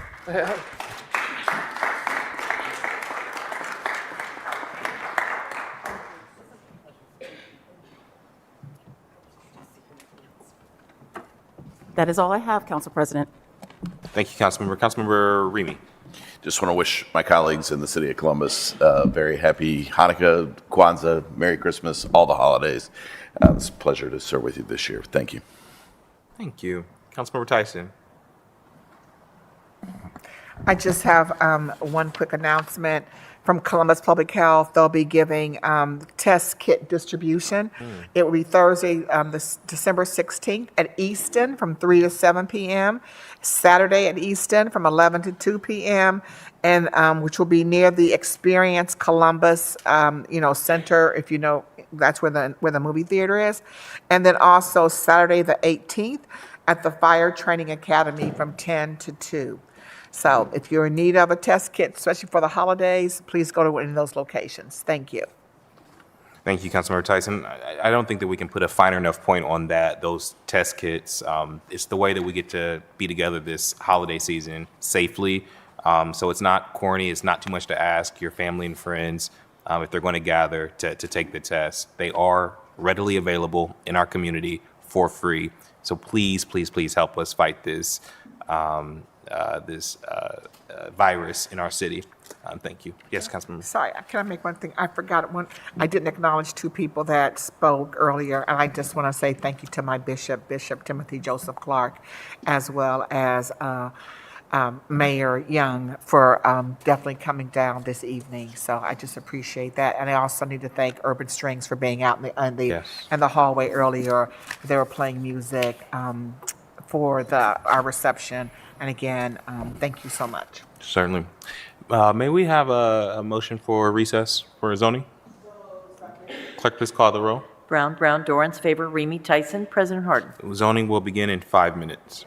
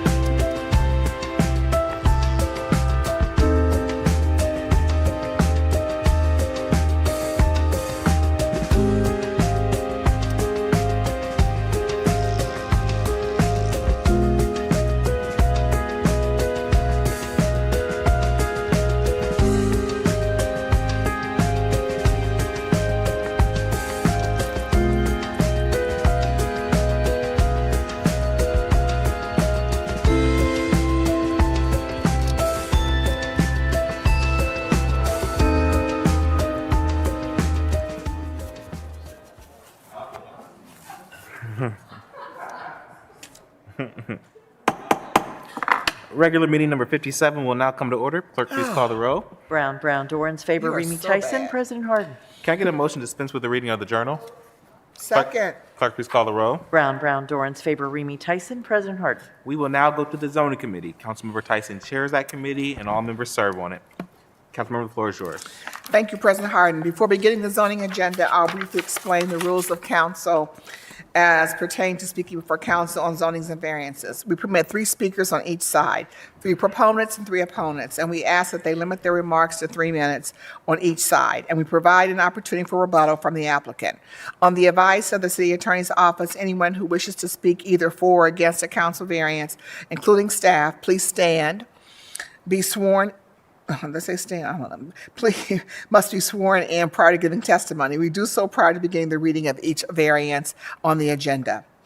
So the first ordinance is 3183-2021 to rezone 50 East 7th Avenue, being .83 acres located on the north side of East 7th Avenue, 85 feet east of North Pearl Street from the R4 residential district to the AR3 apartment residential district. The applicant is Peerless Development LLC, care of Mike Shannon, attorney. The proposed use is a multi-unit residential development. The City Department's recommendation is approval, and the University Area Commission's recommendation is approval 9-1. If there are no questions or comments from my colleagues, I move for passage. Okay. Clerk. There it is. Clerk, please call the roll on ordinance 3138-2021. Brown, Dorans, favor, Remy Tyson. President Harden. Okay. Thank you. The next ordinance is a variance, and this variance is 3139. So anyone here this evening who wishes to speak either for or against this council variance, including staff, please stand, raise your right hand, and be sworn in. I wish to tell the truth and nothing but the truth. Please answer, I will. Thank you. It's variance number 3139-2021 to grant a variance, an ordinance for this variance from the provisions of sections 3325.901A density, 3325.905 maximum lot coverage, 3332.907B, parking, 3325.909A, building lines, and 3325.911C, building separation size, 3325.913A1B, maximum floor area ratio, 3325.915 height, and 3333.24 rear yard of the Columbus City Codes for property located at 50 East 7th, to permit a reduced development standards for a 140-unit apartment building of the AR3 apartment residential district. The applicant is Peerless Development LLC, care of Michael Shannon, attorney. The proposed use is a multi-unit residential development. The City Department's recommendation is approval, and the University Area Commission's recommendation is approval 9-0. I now would like to ask for a staff presentation.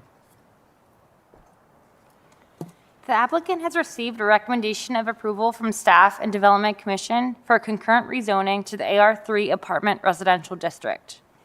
The applicant proposes a multi-story, 140-unit apartment building. Staff defers to the University Impact District Review Board's recommendation on the overall design as appropriately responding to the lower intensity residential uses to the north and east of the site. The proposal will permit a multi-unit residential development that is consistent with the infill development in urban neighborhoods and does not introduce incompatible uses to the area. Therefore, City Department's recommendation is for approval, and I'd be happy to answer any questions. Thank you. If there are no questions or comments from my colleagues, I accept the entire report into evidence as an exhibit. And now I move to adopt the findings of staff as the findings of council. Clerk, please call the roll. Brown, Dorans, favor, Remy Tyson. President Harden. Adopted. Thank you, and now I move for passage. Clerk, please call the roll. Brown, Dorans, favor, Remy Tyson. President Harden. Passed. Thank you. Thank you. The next ordinance is a variance, and it's variance number 3155. Anyone here this evening who wishes to speak either for or against this council variance, including staff, please stand, raise your right hand, and be sworn in. I wish to tell the truth and nothing but the truth. Please answer, I will. Thank you. This ordinance is to grant a variance from the provisions of Section 3332.029 Suburban Residential District and 3312.49 minimum numbers of parking spaces required of the Columbus City Codes for the property located at 1518 Lillian Lane to permit a Type A home daycare facility with reduced parking in the SR Suburban Residential District. The applicant is Cheryl Odom. The proposed use is a Type A daycare facility within a single-unit dwelling. The City Department's recommendation is approval, and the Mid-East Area Commission's recommendation is approval, and it was unanimous. I would now like to ask for a staff presentation. The site consists of a single-unit dwelling zoned in the SR Suburban Residential District. The applicant proposes a Type A daycare facility within her home. Since the primary use of the property will still be a single-unit dwelling, staff has no objection to the requested Type A home daycare facility, which must comply with Ohio Revised Code requirements and be inspected by the Ohio Department of Job and Family Services. A variance to reduce the required number of parking spaces from 5 spaces to 2 spaces is included in this request. City Department's recommendation is for approval, and I'd be happy to answer any questions. Thank you. Are there any questions? I accept the entire report into evidence as an exhibit. And now I would like to move to adopt the findings of staff as the findings of council. Clerk, please call the row. Brown, Dorans, favor, Remy Tyson, President Harden. Adopted. Thank you, and now I move for passage. Clerk, please call the row. Brown, Dorans, favor, Remy Tyson, President Harden. Passed. Thank you. The next ordinance is 3159-2021 to rezone 7132 North Hamilton Road, being 23.64 acres located on the east side of North Hamilton Road near the terminus of Seffner Drive from the PUD4 Planned Unit Development District to PUD6 Planned Unit Development District.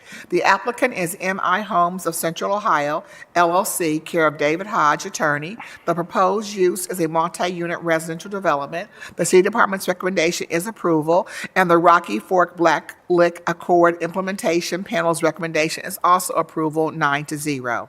If there are no questions or comments from my colleagues, I move for passage. Clerk, please call the row. Brown, Dorans, favor, Remy Tyson, President Harden. Passed. Thank you. The next ordinance is 3165-2021 to rezone 1408 North Grant Avenue, being 20.74 acres located generally on the east and west sides of North Grant Avenue between East 5th Avenue and East 11th Avenue from the M Manufacturing District, C4 Commercial District, C2 Commercial District, and CPD Commercial Plan Development District to the R3 Residential District, ARLD Apartment Residential District, AR2 Apartment Residential District, AR3 Apartment Residential District, and P1 Private Parking District. The applicant is Thrive Companies, care of Dave Perry, agent. The proposed use is a multi-unit residential development. The City Department's recommendation is approval, and the University Area Commission's recommendation is approval, 18-0. If there are no questions or comments, I move for passage. Clerk, please call the row. Brown, Dorans, favor, Remy Tyson, President Harden. Passed. Thank you. The next ordinance is a variance, and it's variance number 3166. Anyone here this evening who wishes to speak either for or against this council variance, including staff, please stand and raise your right hand and be sworn in. I wish to tell the truth and nothing but the truth. Please answer, I will. Thank you. And so is Miss Dixon in the, is Miss Dixon in chambers?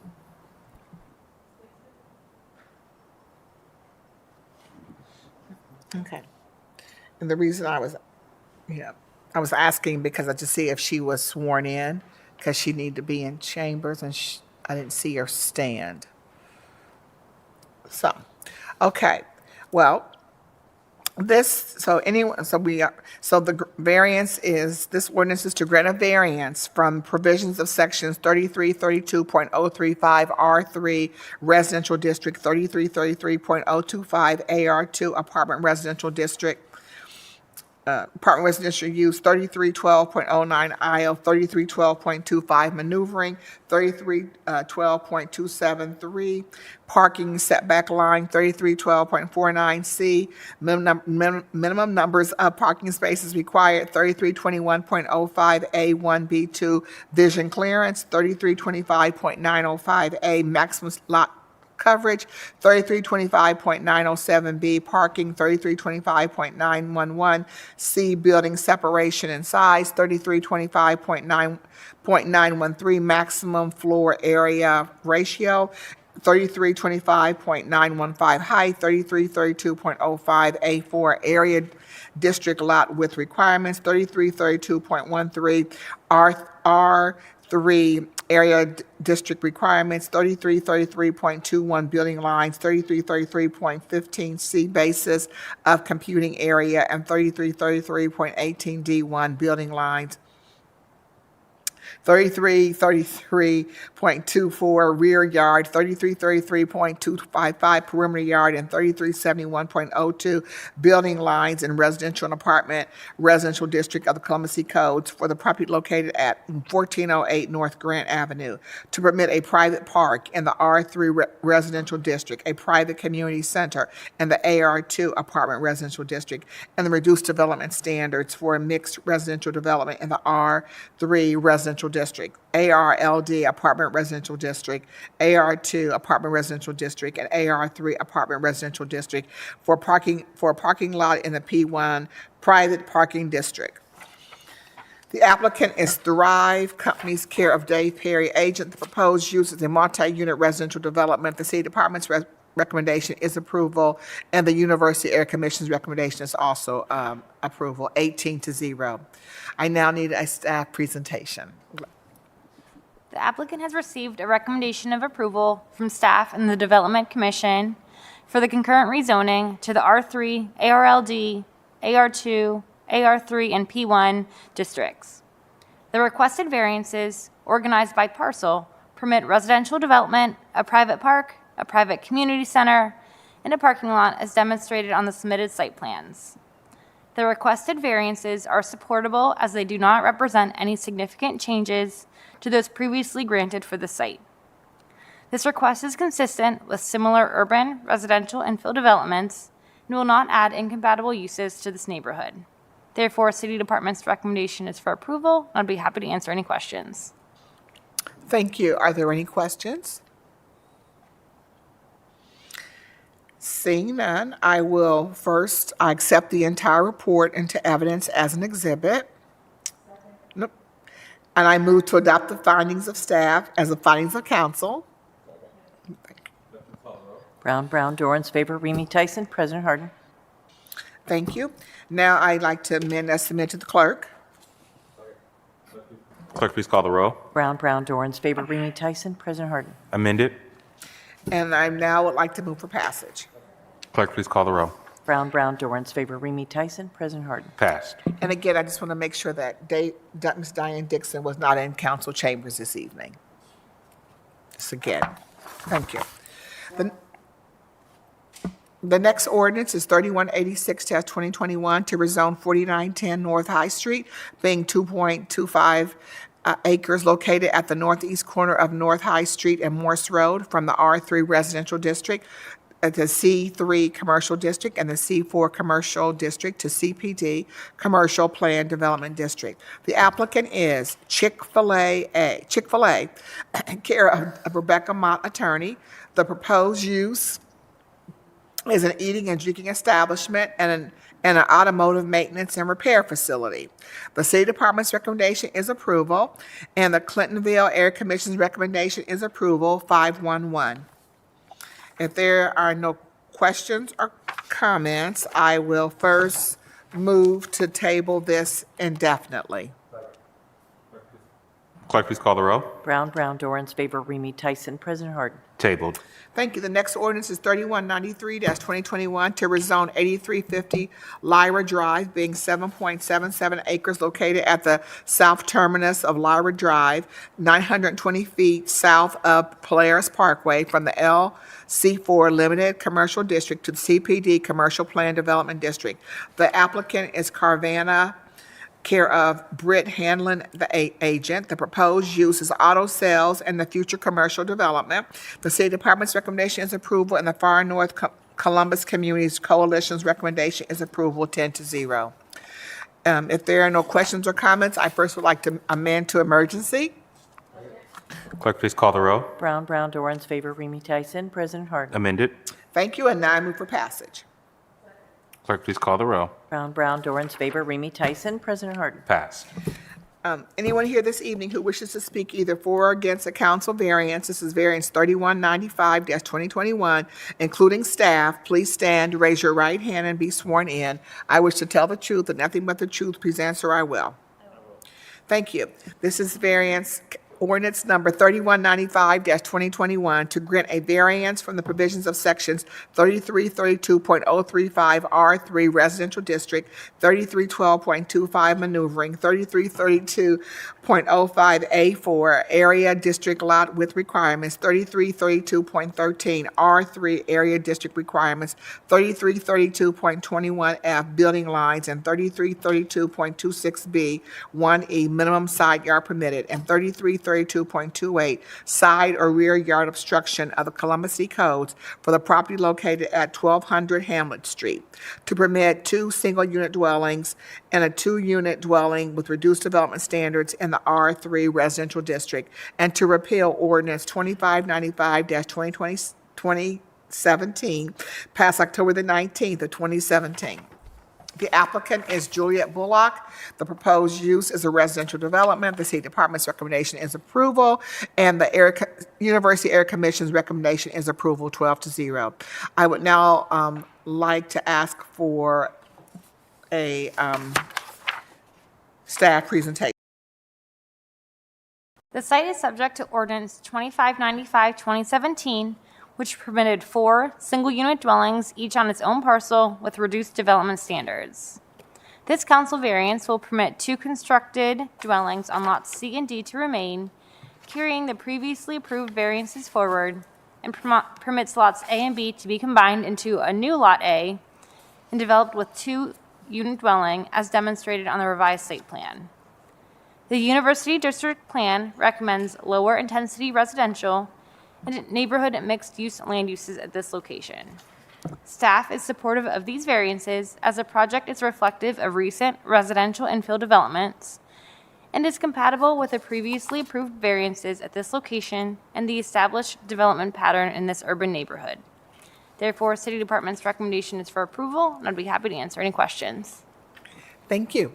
Are there any questions? Thank you. Seeing none, I accept the entire report into evidence as an exhibit. And I now would like to move to adopt the findings of staff as the findings of council. Thank you. Clerk, please call the row. Brown, Dorans, favor, Remy Tyson. President Harden. Adopted. Thank you, and now I move for passage. Clerk, please call the row. Brown, Dorans, favor, Remy Tyson. President Harden. Passed. Thank you. The next ordinance is 3225-2021 to rezone 805 East Long Street, being .86 acres located at the southeast corner of East Long Street and North Garfield Avenue, from the R2F Residential District to CPD Commercial Plan Development District. The applicant is Metropolitan Holdings, care of Joseph McCabe, agent. The proposed use is a mixed-use development. The City Department's recommendation is approval, and the Near East Area Commission's recommendation is disapproval, 6-5. I would now like to ask for a staff presentation. The site consists of 9 undeveloped parcels in the R2F Residential District. The requested CPD, Commercial Plan Development District, will permit a mixed-use development consisting of 72 dwelling units, 2,650 square feet of commercial space, and 599 square feet of commercial patio space. The site is located within the boundaries of the East Longstreet Urban Commercial Overlay and is within the planning area of the Near East Area Plan, which recommends higher density residential and mixed-use development at this location. The text permits C4 district uses and includes supplemental development standards addressing density, site access, and graphics provisions, and includes a commitment to develop the site in accordance with the submitted site plan and elevations. A parking study was required and has been approved by the Division of Parking Services, and the parking reduction is supportable due to the area's availability of on-street parking and the site's location along a walkable, bikeable transit corridor. The request is consistent with the plan's recommendation for the development of pedestrian and transit-oriented environments and the use of urban commercial overlay design standards with street-level commercial uses. It is also compatible with adjacent development. Therefore, City Department's recommendation is for approval. I'd be happy to answer any questions. Thank you. Are there any questions? Thank you. Seeing none, I would now like to have a presentation from the applicant. Please state your name and who you represent. I think it's Mr. McCabe. Good evening. Good evening, members of council. Good evening, Council President. The project proposed before you is for a 72-unit mixed-use building with ground floor retail. It currently replaces what is a block-long greenfield site next to the Lincoln Theater, and it's across from some new recent developments by other developers, including Borer, and we couldn't really think of anything more fitting to put on this location than what we've proposed. It represents an over $14 million investment, very similar to our Yardley development that's over on Parsons Avenue. It's very similar both in lot size and configuration, and that development's been very successful in the neighborhood, just a few blocks away. We're helping to bring back to life a mix of uses along this major corridor. Also within this, though, however, is a mix of incomes accommodated in our apartment structure here. Not just the 20% we've committed to set aside for affordable housing, but in looking at today's statistics and demographics, you may have seen some things, I think even today in the news and the media, talking about affordability yet again in our housing demands. When we look at what we've proposed for the rents, 100% of all the units to be developed here fall between 60% and 100% AMI rent ranges, yet we don't use a single tax credit. So that's very important here. In this, that we're not trying to rob our other complementary developers who are out there trying to provide exclusively affordable housing, but we're trying to address the middle market housing that's missing here in our city as well. We submitted this project in April and had many community meetings. Most notably, we had 2 meetings that were conducted in conjunction with the Bronzeville Neighborhood Association. In fact, we ended up with an executed good neighbor agreement with over a dozen various design changes and or requests made by that civic association, and we agreed to every single thing they asked. We incorporated all those features in the project. It was very helpful to have that group's input, especially what was happening directly around that site, and to make the design better. When we went to Development Commission, in conjunction with alternating meetings with NEAC, in Development Commission, it's very notable that we had several speakers who showed up for the project, but we did not even have one person show up against the project.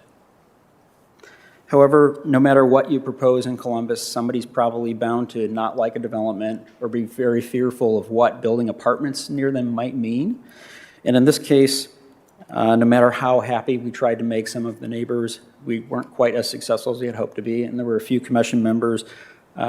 We got kind of stuck in the change of commission that was going on the Near East Side. In fact, several meetings were either delayed, we were tabled, or they didn't even have enough people to conduct business and meet quorum at times. So although we started this project back in April with that commission, we finally got a vote just a couple weeks back here.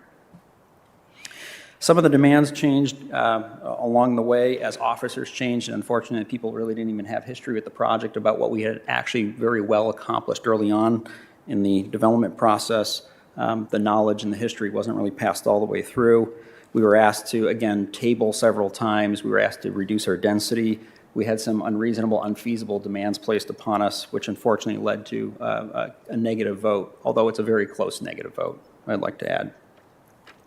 Some of the neighbors, most notably on Monroe Avenue, spoke to concerns about perceptions of traffic issues, parking issues.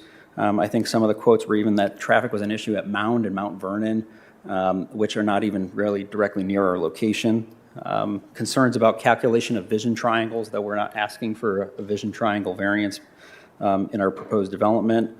Wanting reduction in density, asking us to pull back the corners of the building or make architecture that really wasn't compatible with the city zoning process. In the overlay, there's a really good overlay that's been put on the neighborhood and specifically along the Long Street corridor about putting quality infill back in the neighborhood that brings the building out to the very farthest corners, to bringing it out to the street when possible, and organizing in the buildings in a way that really make aesthetically good sense and make them compatible with the Long Street Theater and a few other historic buildings right around there. But once again, what I'd really like to remind you about really here, and we hope we can look forward to your support today, is a lot of what's around this project is, again, where our goal is to provide housing for the city here and to address some of the needs that we have here in the city. And we think this project does a really good job at offering an option to both mid-market workforce housing options, to additional affordable units in our city, to market rate units as well. And it creates at least a really rich, dynamic, mixed income community, which is very important to complement a number of CMHA and other developers' interests going on in that neighborhood. And we really do need something that is an alternative to $300,000, $400,000, $500,000 single-family homes in that neighborhood. With that, I'd like to close, and I'm available for any questions. I think we do additionally have speakers here. If you need a copy of the Good Neighbor Agreement that was signed, et cetera, we have that available. Thank you, Mr. McCabe. Are there any questions? Well, you'll have, we have some speakers that are for and some speakers in opposition. And once they've had their opportunity to speak, then you will certainly come back and share any comments based upon those comments. So thank you. Thank you. All right, we do have some speakers. We have, let's see, we have 3 speakers that are for this project and 2 that are not. So the first speaker, and we will hear from, and I'll give the order, and you remember you state your name, and you have 3 minutes to make your comments. So the first speaker will be Mr. Willis Brown, and then Mr. Dana Masner, and then Kathleen Bailey.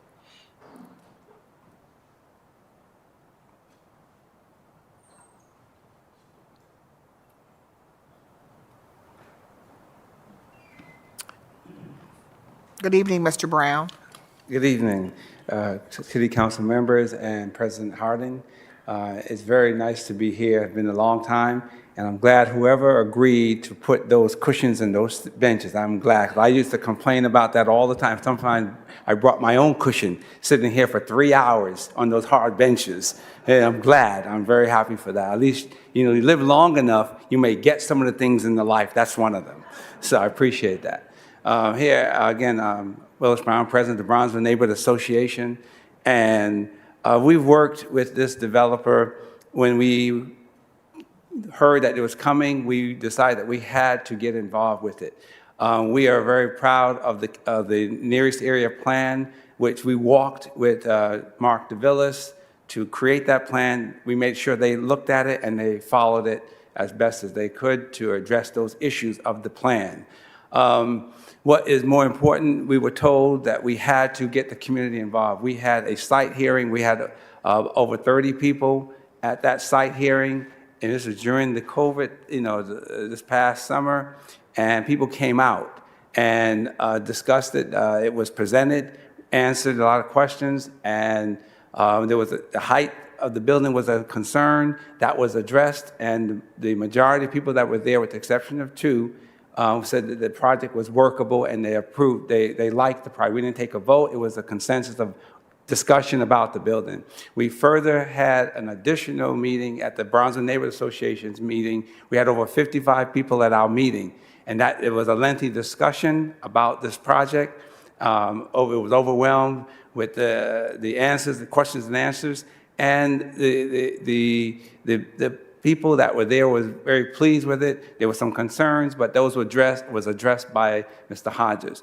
And we agreed that this makes sense to the neighborhood. It's the balance that we want and that we need.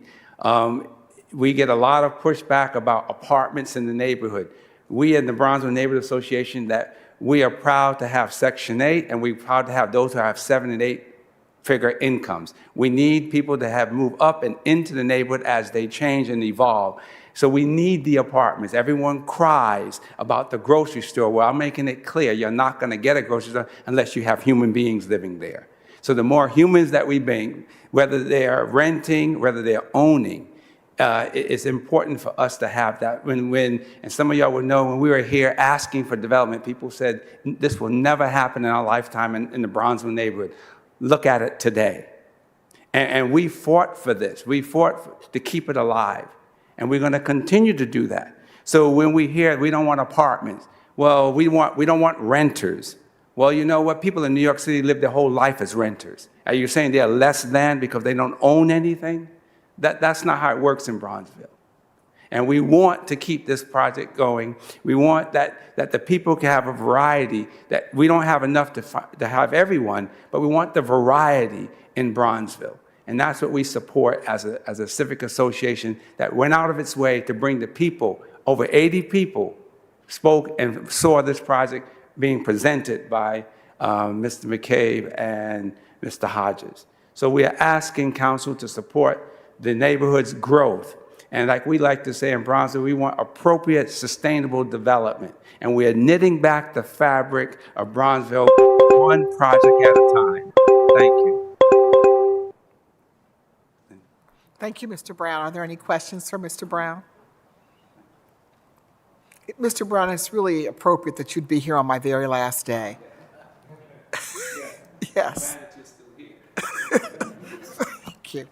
All right, Dana Meissner. Mr. Meissner, please state your name and who you represent. You have 3 minutes. Good evening, Council. It's nice to be back again, like Willis Brown said.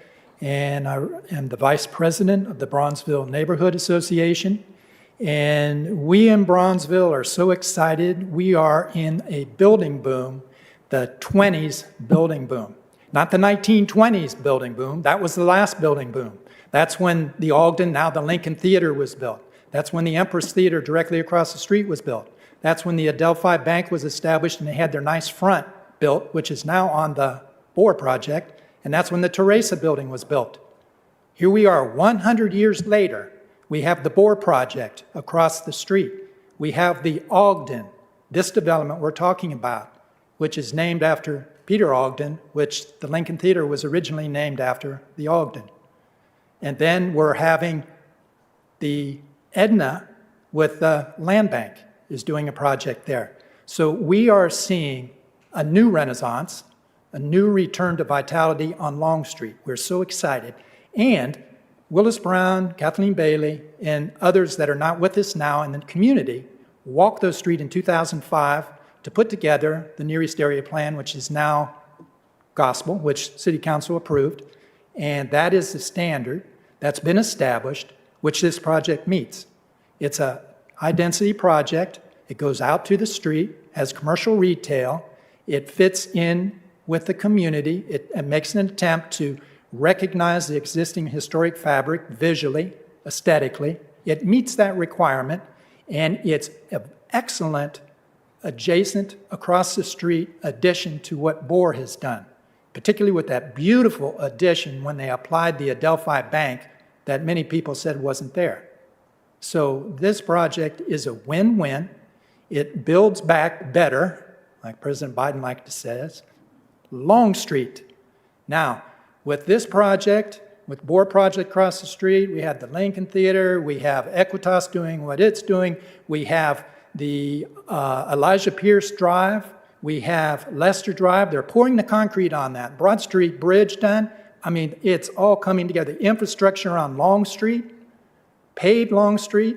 We're getting new lights, new electric. Everything's coming in, and we're having more people in the neighborhood. And like we've said, the Bohr meets a particular kind of economic needs for residential. This project does also. And with new projects coming in, we want to try to dovetail. We want to have, like Willis Brown said, all kinds of economic criteria and needs met for residential. Now, The other exciting thing about this is it establishes parking as a major concern, which is what we've been saying. And that's why we're saying we have some locations in the neighborhood, like across from the Lincoln Theater, that are possibilities for parking development. So we all know parking has to be addressed. We said this back in 2005. We said parking is a major concern in this community, and let's address it. Now, we're addressing it. We've identified it. We have solutions. We're almost there. We're not going to be caught like Short North was. We know what we need to do, and we're doing it. This is a beautiful project. We hope we have your support. Bronzeville is excited about its possibilities. Thank you very much. Thank you, Mr. Mason. Any questions? Seeing none. All right, then we have Ms. Kathleen Bailey.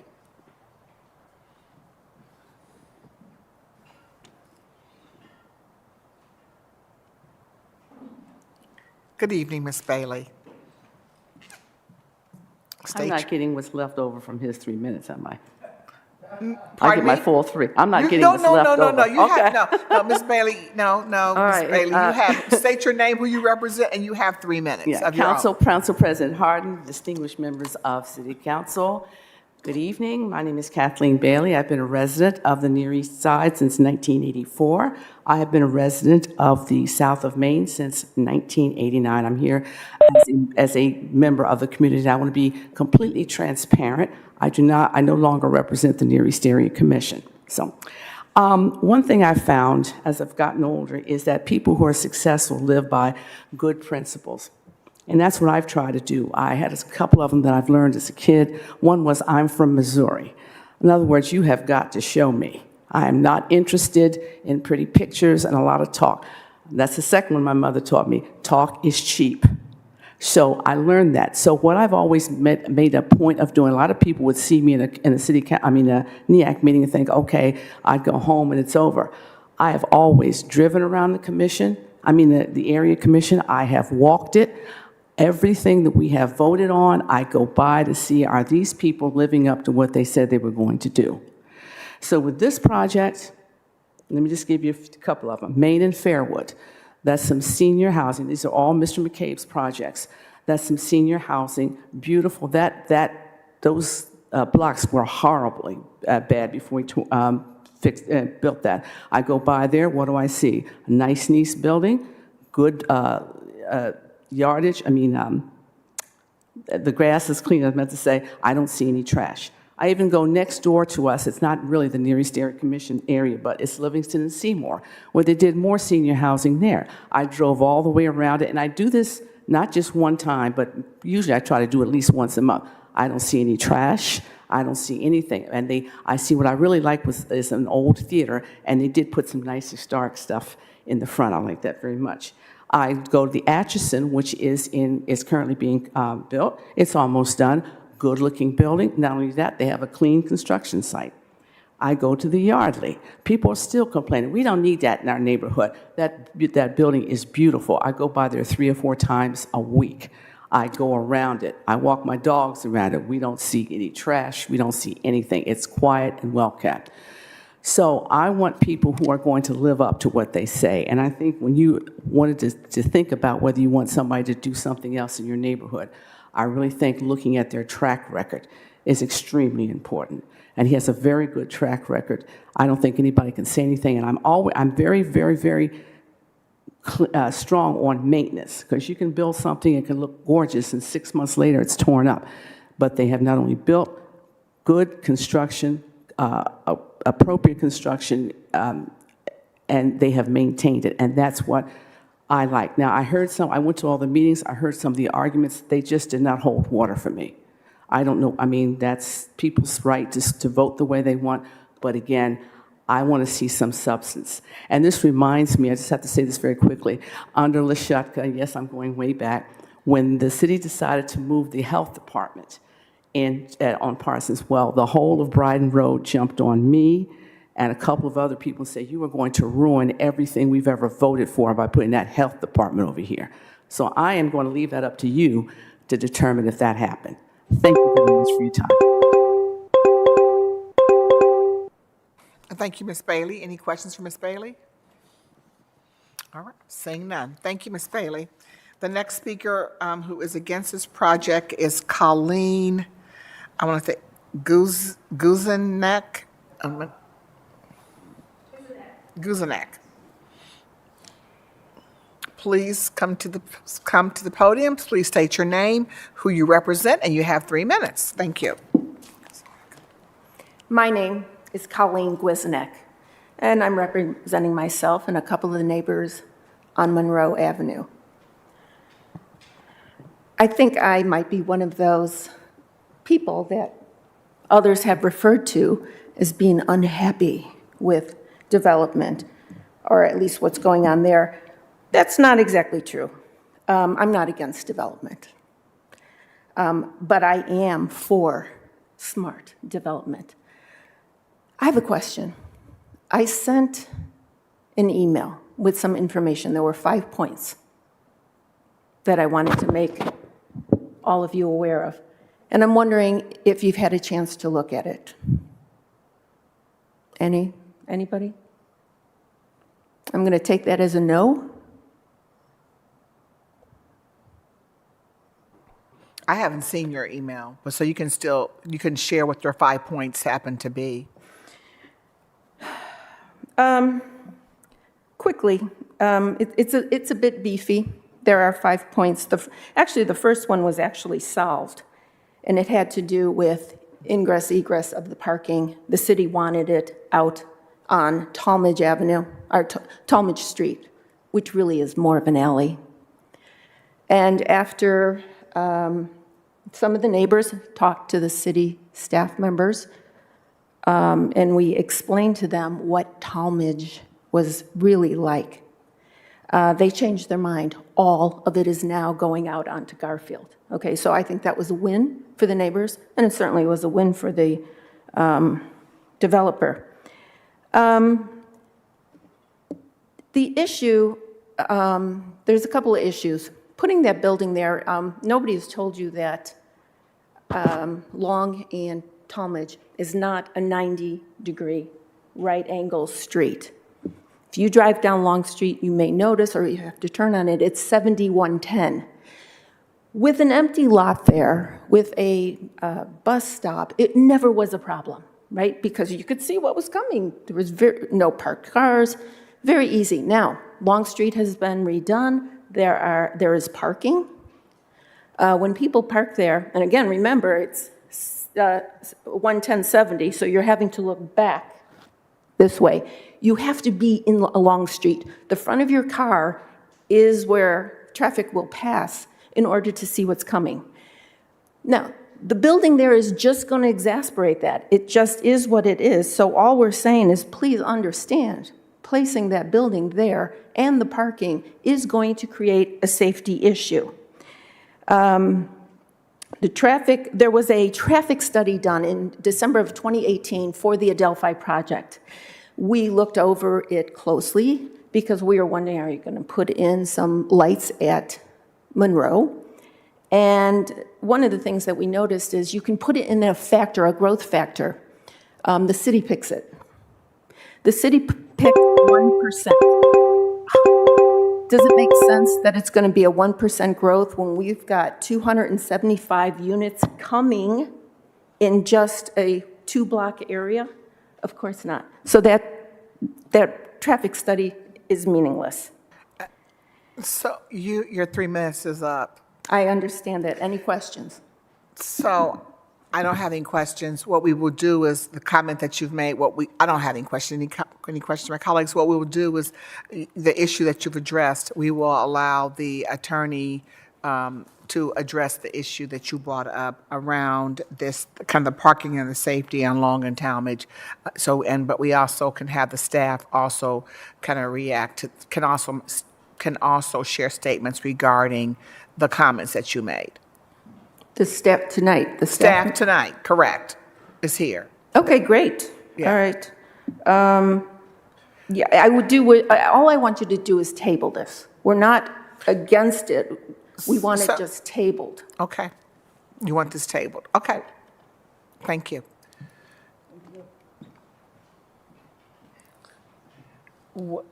The next speaker before we address it is Philip Swinehart.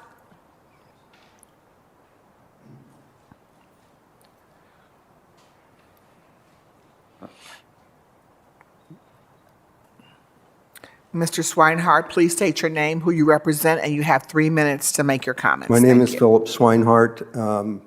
I am representing myself and some of the other neighbors. We've lived for 45 years at 79 North Monroe, which backs onto Talmadge Alley, where 95% of our ingress and egress is off of Talmadge because our garage is there. And that's true of most of the neighbors all the way down Talmadge. They almost all have garages on the alley. I'm not adamantly opposed to this building. And in fact, I think that my main worry is that we're going to do some very good for the neighborhood, but at the same time, we're going to do some damage. And why do damage when you don't have to? And part of this is lack of access to the city and getting the developer and the neighbors, as Colleen said, got together and stopped the potential catastrophic egress and ingress off this small alley. So let me just describe a little bit more about what's going on with traffic in the neighborhood, because, as I said, we are pretty much boxed in. Broad Street Presbyterian Church has blocked off access to Broad Street. There's now only one place we can get to reasonably, and that's to go over 17th through the small alley to a very congested two-lane area with no right turn with a stoplight. But the church functions frequently block off the alley to get over to 17th. The school has something that's totally surprised us, that has a very heavy load of pickup and drop-off from parents. So there are cars all the way down Monroe to what used to be Gay Street. It's really an alley, down right past the house and down in front of the school going south back to Avon Alley, which is our only access to 17th Street if we want to get on to Broad Street.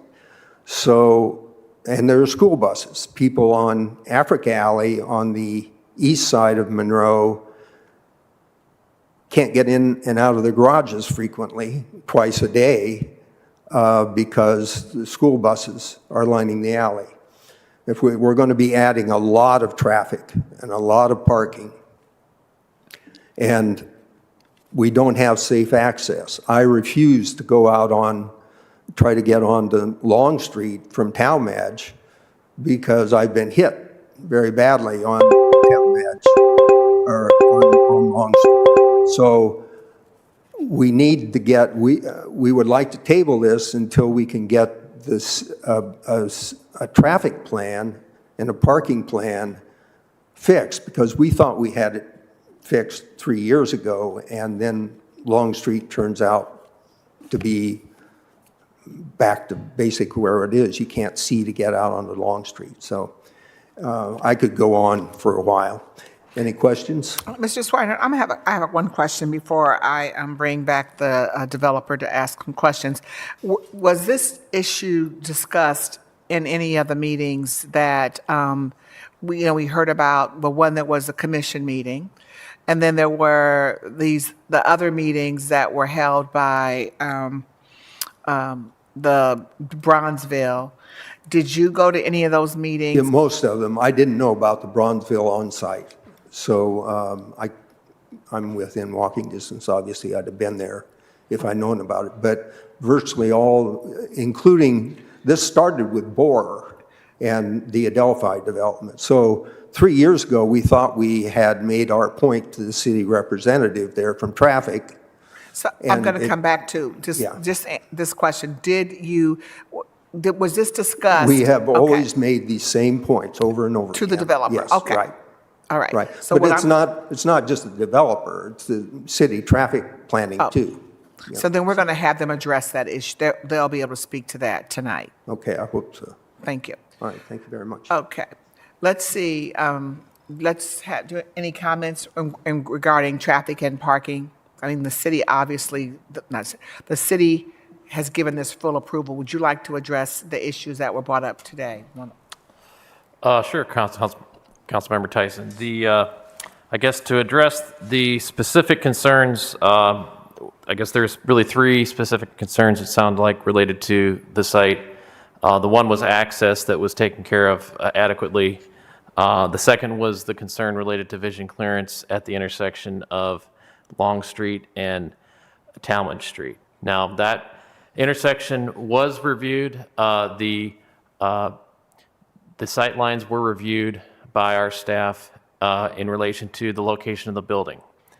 The location of the building that is proposed will not be affecting sight lines for traffic turning from Talmadge Street onto Long Street. However, there may need to be investigation of where the permitted parking areas are in the existing configuration along Long Street. That is something that is outside of the developer's control, so there may need to be further discussion within the Department of Public Service where there would need to be potential adjustments, if necessary, to provide additional sight lines there at along Long Street. I believe that I think there was some concern related to the traffic study, but that seems like that was related to the adjacent development across the street. So be happy to answer any further questions.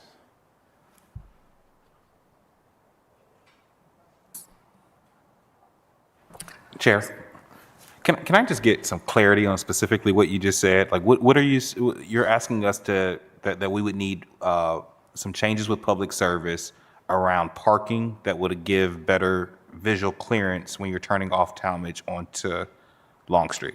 Is that correct? Correct. So I'm basically saying the existing condition, there may be something in the existing condition. I understand there was there's an existing construction project that's underway or is being completed in conjunction with the Adelphi project that was the 3P project out there that was making improvements out there. So there may need to be some further discussion on if there needs to be adjustments to where those permitted parking areas are to perhaps increase the sight lines. That there's a chance of that.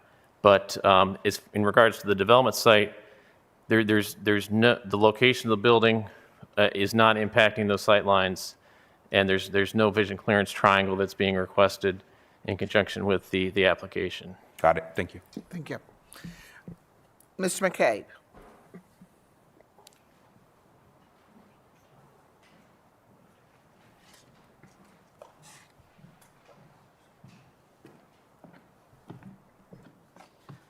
I'll keep my responses here sort of brief.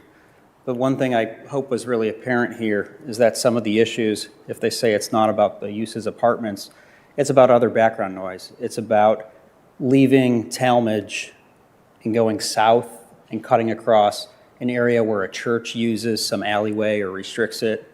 It's about exiting from Talmadge or Monroe and being impacted by a school that's not our development. The one important thing is that even Ms. Wisnick, I think, pointed out, there was one point that they did raise early on, and we did actually meet with the city and work with traffic, and it was actually one of the changes we did say, this is a very feasible alternative. We moved our entire garage entrance for 100% of our parking to Garfield. So we took 100% of the traffic generated by our project for parking off of any ability to impact the neighbors and put it to the other side of the development. So that was actually something that was successfully done. So we weren't able to accommodate things where they were reasonable and practical. The remaining issues raised here tonight, though, are really background issues as it relates to the neighborhood, as of their concerns for traffic. Unfortunately, one of the things we do know is that kind of the sleepy areas of when particularly two of these neighbors indicated they've been in the neighborhood kind of a long time, 20, 30, 40 years. It was a sleepy area that's now seeing some activity, but nowhere near the levels of High Street and nowhere near the other impacts. So our, what is sort of small 72-unit project is really not going to add any impact. There may be some background issues. It sounds like, I had some chance to speak with some of those neighbors, and I said to them, if you're having a traffic issue on Monroe Avenue, which we are not on Monroe Avenue, that's really something we encourage you to talk to the city about if you're talking about a stoplight, or continue your dialogue with traffic. Additionally, when there starts to be concern, though, about Talmadge itself and where Talmadge connects to Long, and if you look at an alley or you look at a site plan, our original site plan from when the site plan process started did tweak and change, and actually we ended up pulling the eastern corner of the building further west. So we actually left a larger vision triangle and clearance. We actually initially did have a vision variance request. We actually took that off the table. We pushed the building further west. Interestingly enough, what the neighbors don't actually bring up is that they all purchased their home many years before. And when you look at a Google image map, the one thing you see is this is Talmadge Alley looking out towards Long Street. Is what you see is that up until 2009, there was a building that actually sat on our same site and came directly up into the corner. Yet they don't bring up the fact that that building existed up until 2009, which was a historic structure, and consumed that corner and sat even closer, but yet they didn't raise that historically ever impacted their vision or traffic at that point. So here we are building or proposing a building that doesn't even sit as close as something that did for 100 years on that site. And yet now we're the problem and reason for their issue. So with that, I'd like to conclude. If you want to see these pictures, I'm glad to do that. But I thought it was at least worthwhile looking at historic uses and seeing how buildings sat historically within the last 10 years on that site. Thank you. Mr. McCabe, may you want to come back? We may have some questions from our council colleagues. Councilmember Brown. I'm sorry, I want to clarify something that you said. You mentioned any issues with Talmadge just being kind of like background noise. And I do want to make sure we're remembering that at least one of the residents who's here tonight says that 95% of the times he goes in and out of his house, it's on Talmadge. So it's not background noise to him. It is every single day.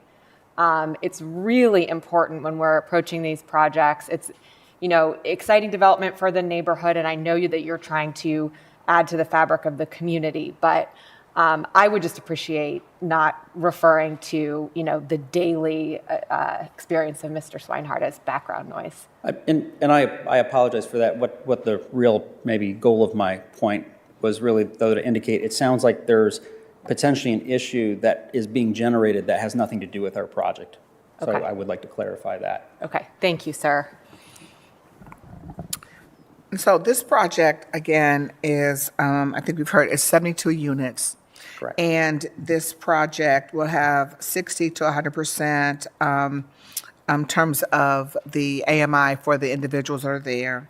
Yep. It's asking for no tax credits, but it also, in regards to, I did hear about all the meetings that were certainly held with the area commission and the civic association. There was certainly significant support for the project. And we also heard from staff that in terms of the vision clearance for this project, in terms of that there was not an issue with this vision clearance. Is that correct? I'm just looking at, I'm sorry. From parking, from the parking, from parking, there was not an issue for the clearance. Is that making sure we're stating that again for this particular project?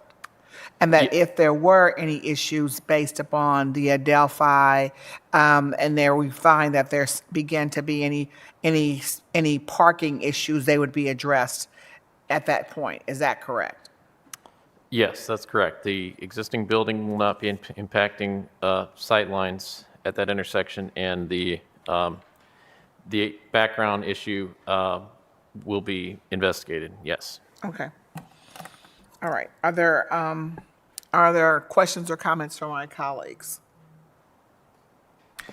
The other point I'll just make is that it is exciting to begin to have development on Long Street, that I'm excited about that Delphi building, and certainly we worked hard, Mr. Masner, Mr. Willis, Mr. Brown, in terms of making sure that the frontage from the bank building was put into the new Bora development. And there are significant changes going on Long Street, and that's something that the community has been fighting for. So for me, I want to move this forward for a passage, and I will ask my colleagues for a voice vote on this project. So first, I move for passage. Clerk, please call the roll by voice. Ms. Brown? Yes, I would definitely be interested in how public service is Yes. handling the intersection issues. Yes. Mr. Brown? Yes. Mr. Dorrance? Yes. Ms. Faber? Abstain. Mr. Remy? Ms. Tyson? Yes. President Hart? Yes. Ordinance is passed. Thank you. The next ordinance is variance 3226-2021. So anyone here this evening who wishes to speak either for or against this council variance, including staff, please stand, raise your right hand, and be sworn in. I wish to tell the truth and nothing but the truth. Please answer, I will. Thank you. It is Ordinance 3226 to grant a variance from the provisions of sections 3356.03 C4 permitted uses, 3361.02 CPD permitted uses of the Columbus E Code for property located at 805 East Long Street, to permit a ground floor residential uses in the mixed-use development in CPD Commercial Plan Development District. The applicant is Metropolitan Holdings, care of Joseph McCabe, agent. The proposed use is a mixed-use development. The City Department's recommendation is approval, and the Near East Area Commission's recommendation was disapproval 6-5. And so, will the staff presentation be the exact same one? But I still need you to make it because we have to take the report, so go ahead. The applicant has received a recommendation of approval from staff and the Development Commission for a concurrent rezoning to the CPD Commercial Plan Development District to allow a mixed-use development with up to 72 residential units, 2,650 square feet of commercial space, and seasonal dining space. The CPD text for Z21-029 proposes C4 commercial district uses, and the requested variance will allow first-floor residential uses. While the commercial district permits apartment units above ground floor commercial uses, a council variance is necessary to permit residential uses on the first floor. The request is consistent with recent mixed-use development projects in urban neighborhoods, and City Department's recommendation is for approval. Thank you, and I'd be happy to answer any questions. Thank you. I accept the entire report into evidence as an exhibit. Now, we had 3 speakers for this project and 1 speaker that was against the project, and the 1 speaker that was against the project just left council. So,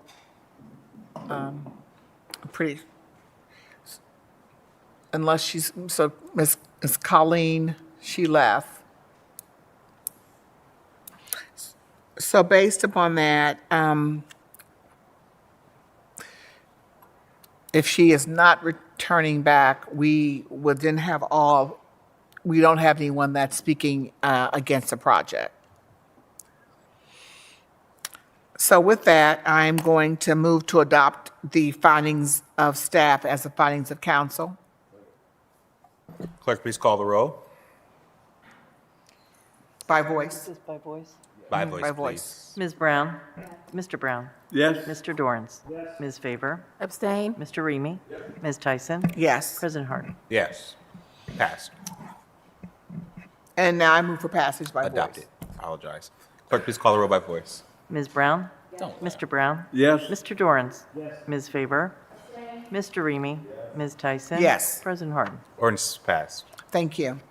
The next ordinance is 3236-2021 to rezone 1117 Oak Street being 0.65 acres located at the northeast and northwest corners of Elliott Street and Oak Street from the ARLD Apartment Residential District to CPD Commercial Plan Development District and the R2F Residential District. The applicant is Oak Street 2 LLC, care of Dave Perry Agent. The proposed use is a mixed-use development. The city department's recommendation is approval, and the Near East Area Commission's recommendation is approval 9-0. If there are no questions or comments, I move for passage.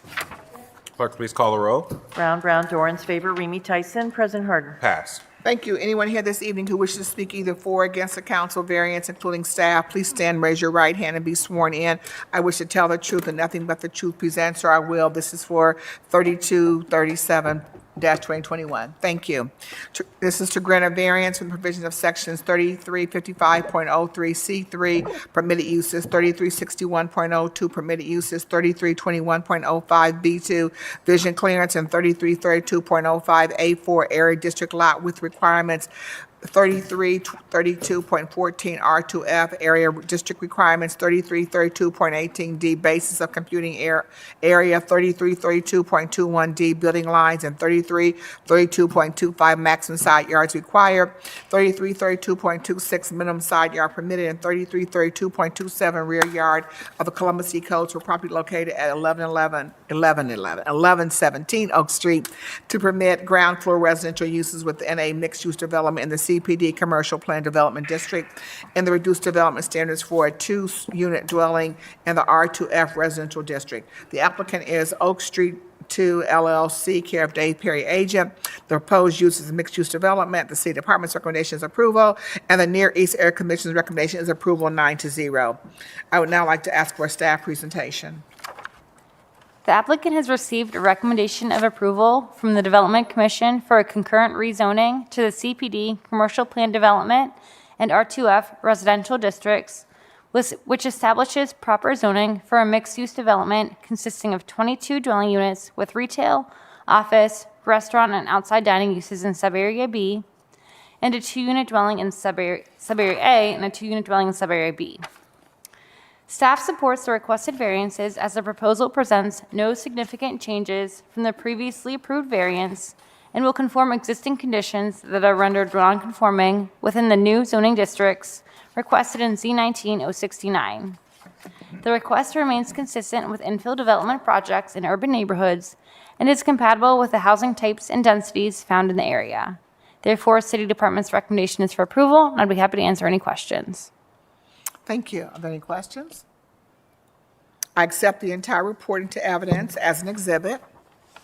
And now I move to adopt the findings of staff as the findings of council.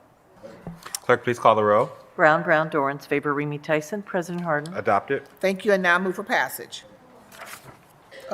Clerk, please call the row. Wait one Well, second. We excuse need to, me. let's see here. I'm sorry. You may have to go back. Let's wait 1 second.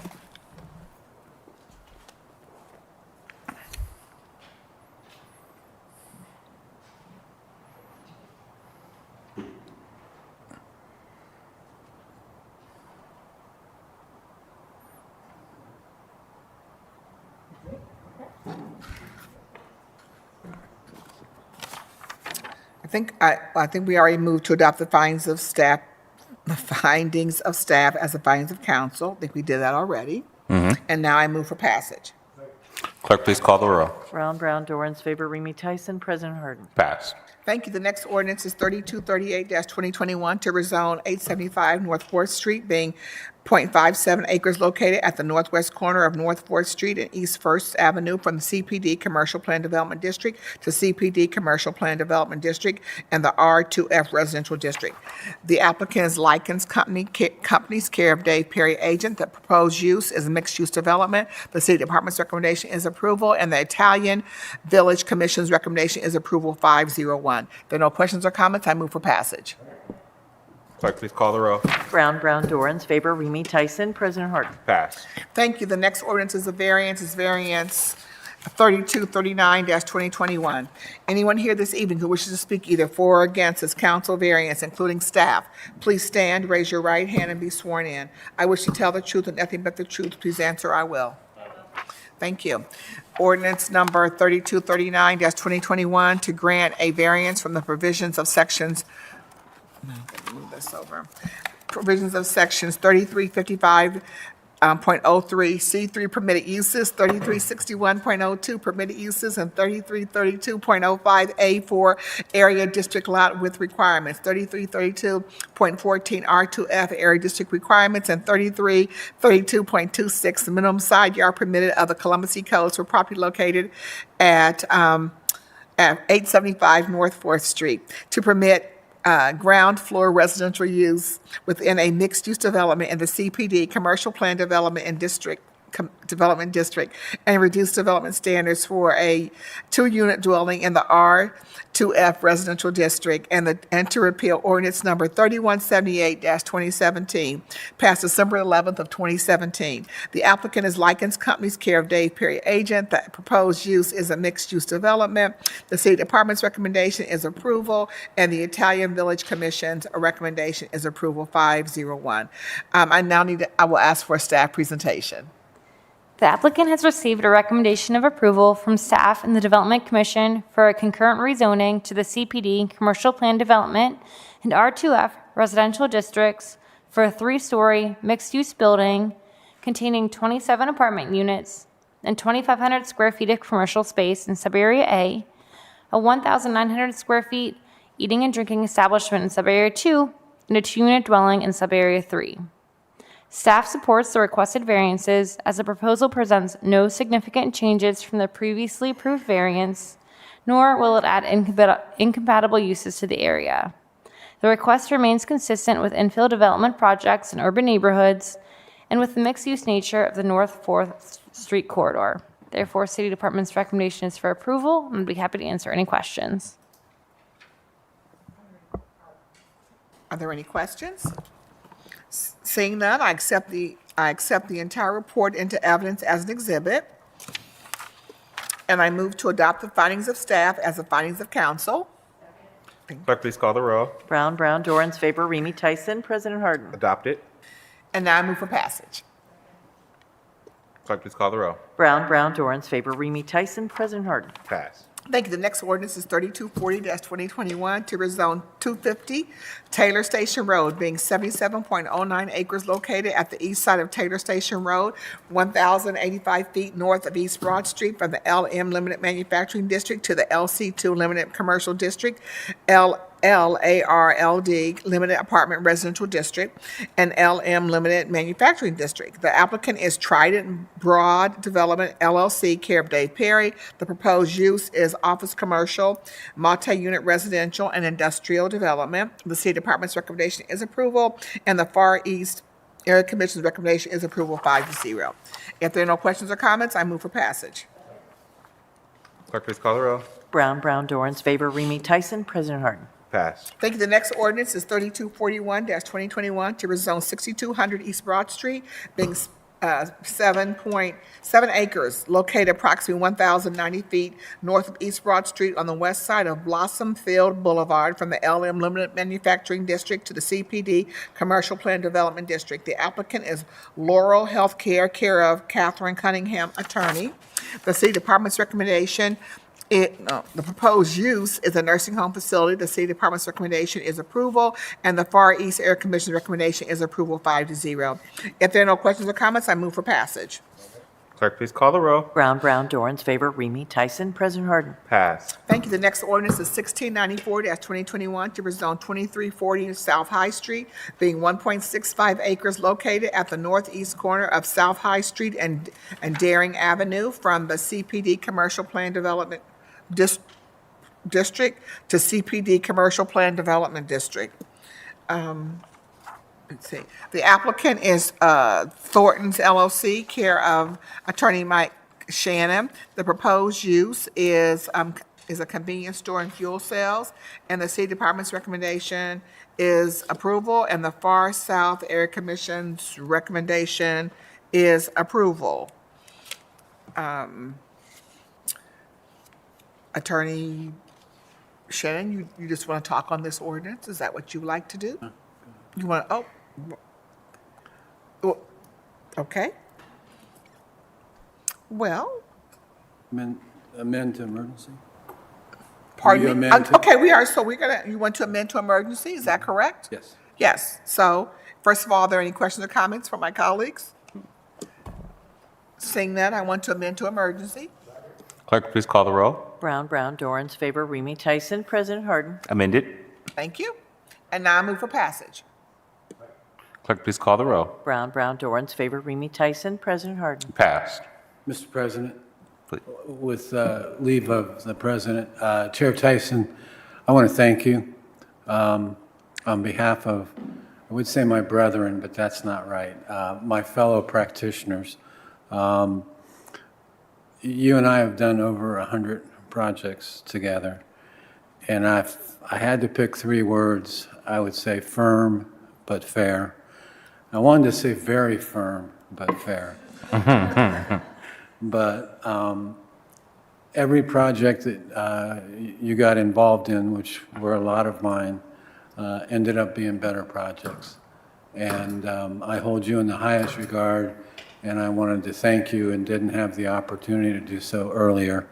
And on this case, I get paid by the word, so I figure I had to say something. I'm just kidding. But seriously, Chair Tyson, thanks for all you've done for the city. Thank you, Mr. President, for the opportunity. Thank you.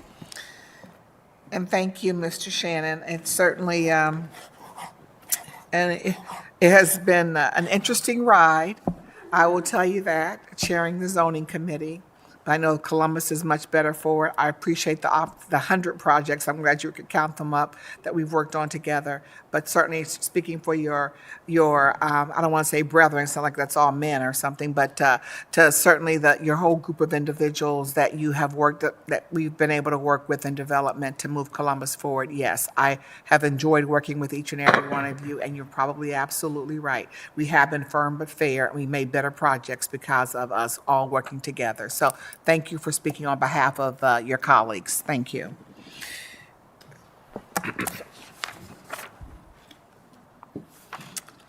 All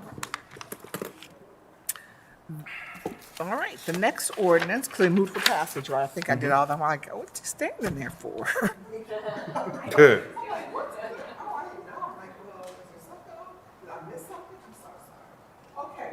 This up. All right, the next ordinance is 3115-2021, and this is to rezone 1205 Chesapeake Avenue, being 1.47 acres, located on the south side of Chesapeake Avenue, 330 feet east of Northwest Boulevard, from the M2 Manufacturing and R Rural District to the AR3 Apartment Residential District. The applicant is Preferred Living Care of David Hodge, attorney. The proposed use is a multi-unit residential development. The city department's recommendation is approval, and the 5th by Northwest Air Commission's recommendation is approval, 3-2. If there are no questions or comments, Mr. Hodge, we move for passage.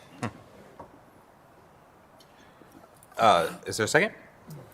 Clerk, please call the roll on ordinance 3015-2021. Brown, Brown, Dorans, favor, Remy Tyson, President Harden. Passed. Thank you.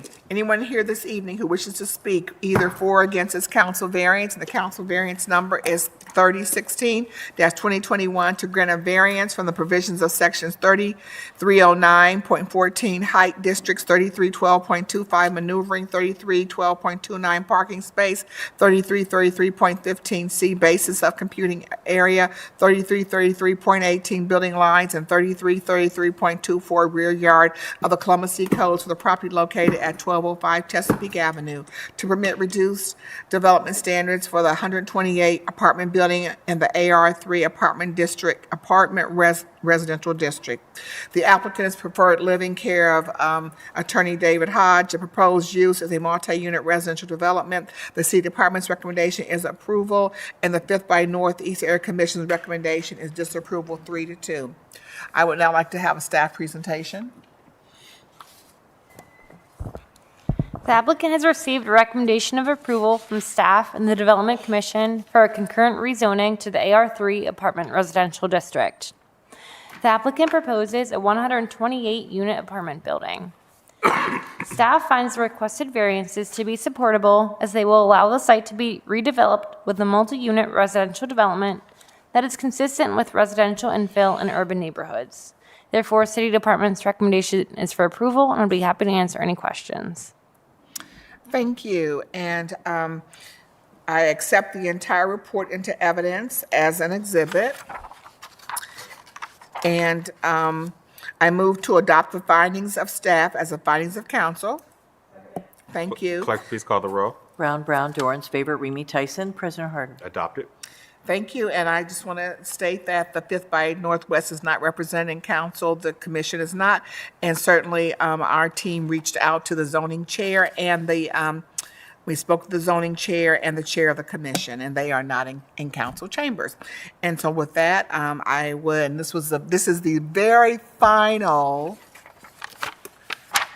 ordinance in zoning, and this is one that Mr. Hodge really wanted on, and we got it on to get this deal done. And again, I want to say before I'm moving for passage on this ordinance, and I didn't thank one person earlier and today who has certainly been a tremendous asset in moving the zoning agenda forward, and that was Andrew Dyer. And I wanted to say a special thank you to Andrew for working with Nicole and I and Carl on getting these zonings forward. So with that concludes the zoning agenda for this evening. And I was smiling all the way through. Thank you. Is there a second?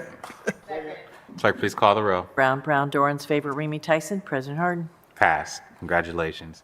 See no further business to come before the zoning committee. Is there a motion to adjourn? Clerk, please call the roll. Brown, Dorans, favor, Remy Tyson. President Harden. Adjourned. We will reconvene council meeting at 8:30. Thank you.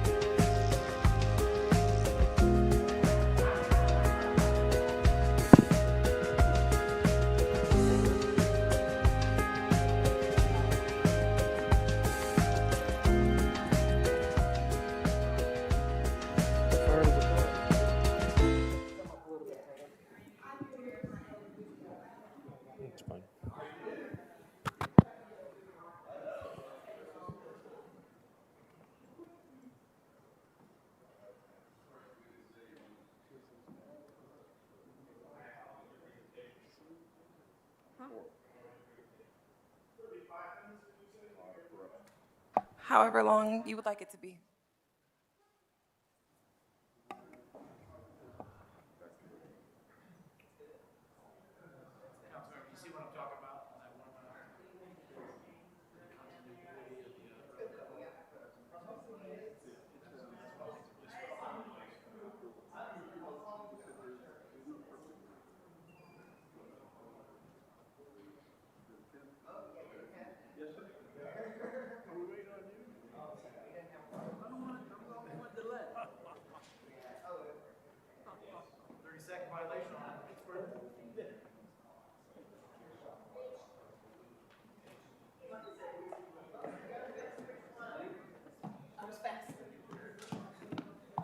No, I'm out of breath.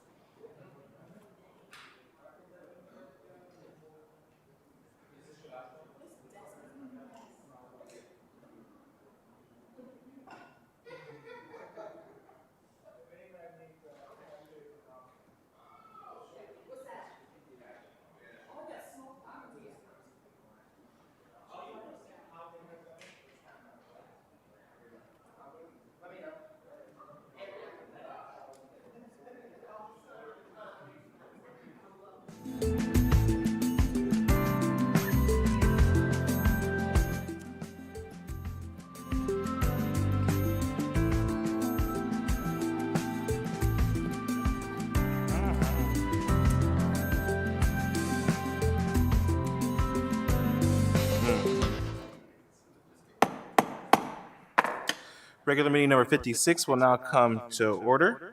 May I have a motion to reconvene? Clerk, please call the roll. Brown, Dorans, favor, Remy Tyson, President Harden. At this time, I request that the following ordinances be removed from the consent action portion of the agenda. The Health and Human Services Ordinance 3311-2021. Are there any other requests by members of council for the removal of an ordinance or resolution from the consent portion of the agenda? Seeing none, may we now have a motion to waive reading of titles of third-day legislation? Clerk, please call the roll. Brown, Dorans, favor, Remy Tyson, President Harden. Thank you. Will the clerk now read into the record ordinance numbers of 30-day legislation on tonight's agenda?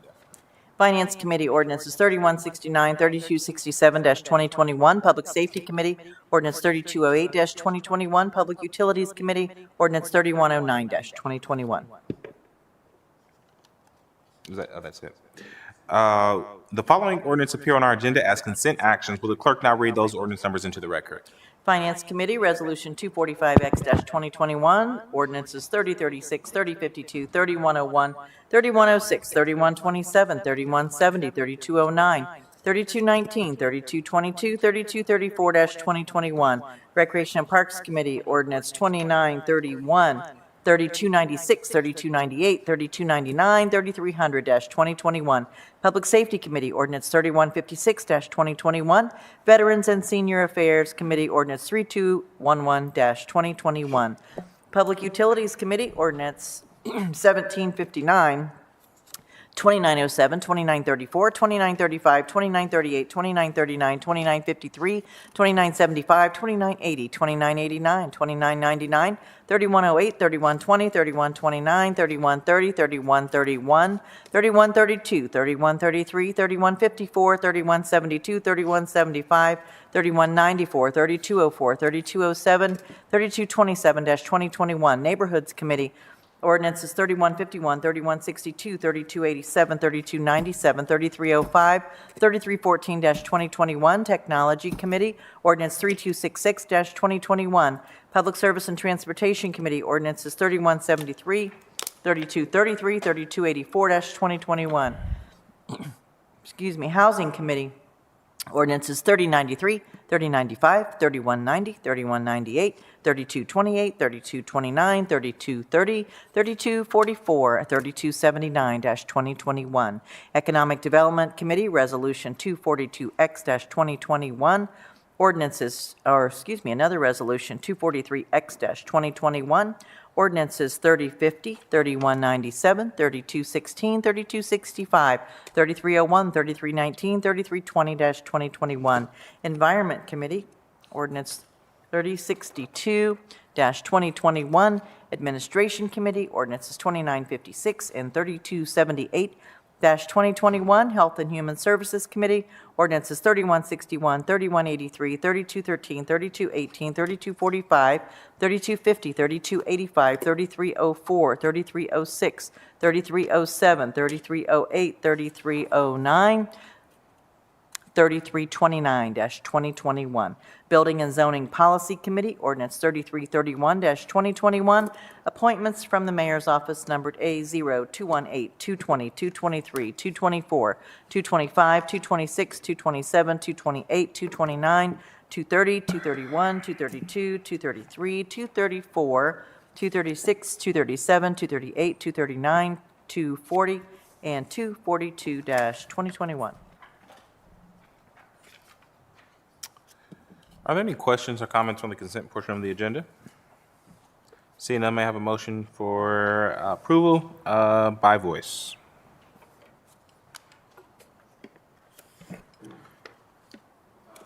Second.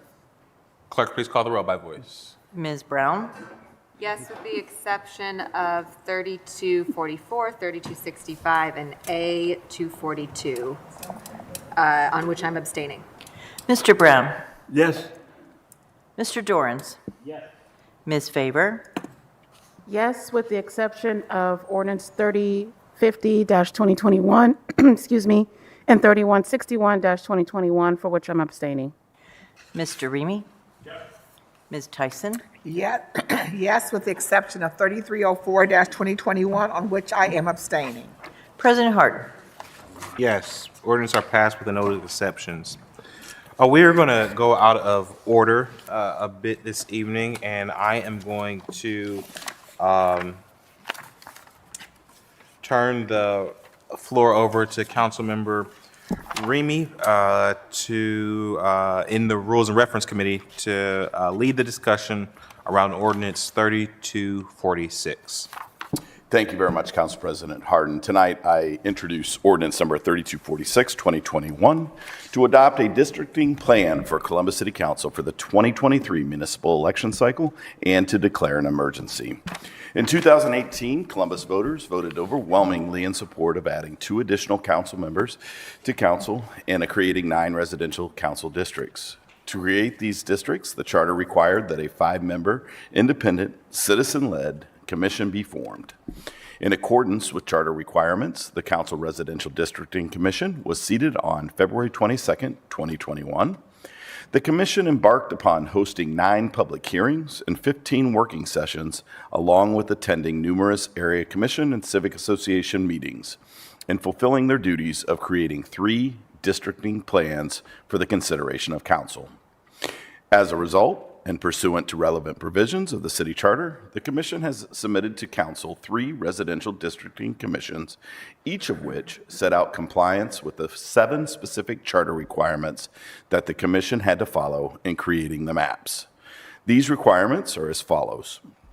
Number 1, the proposed maps must comply with applicable state and federal law, including the Voting Rights Act. Number 2, the districts cannot vary significantly in population. The largest district by population cannot exceed the smallest district by population by more than 1%. Number 3, the districts have to be geographically contiguous. For example, every district has to share at least one border with another district. Number 4, the district boundaries should encourage geographic compactness, meaning that the district should not attempt to connect disparate but denser population centers by using corridors of low density. Number 5, to the extent practicable, district boundaries shall be drawn to maintain the geographic integrity of a neighborhood or community of interest. Number 6, the commission should try to draw district boundaries using the boundaries of existing election precincts and geographically identifiable boundaries such as roads and waterways. And number 7, districts shall not be drawn for the overt purpose of favoring or disfavoring any political group.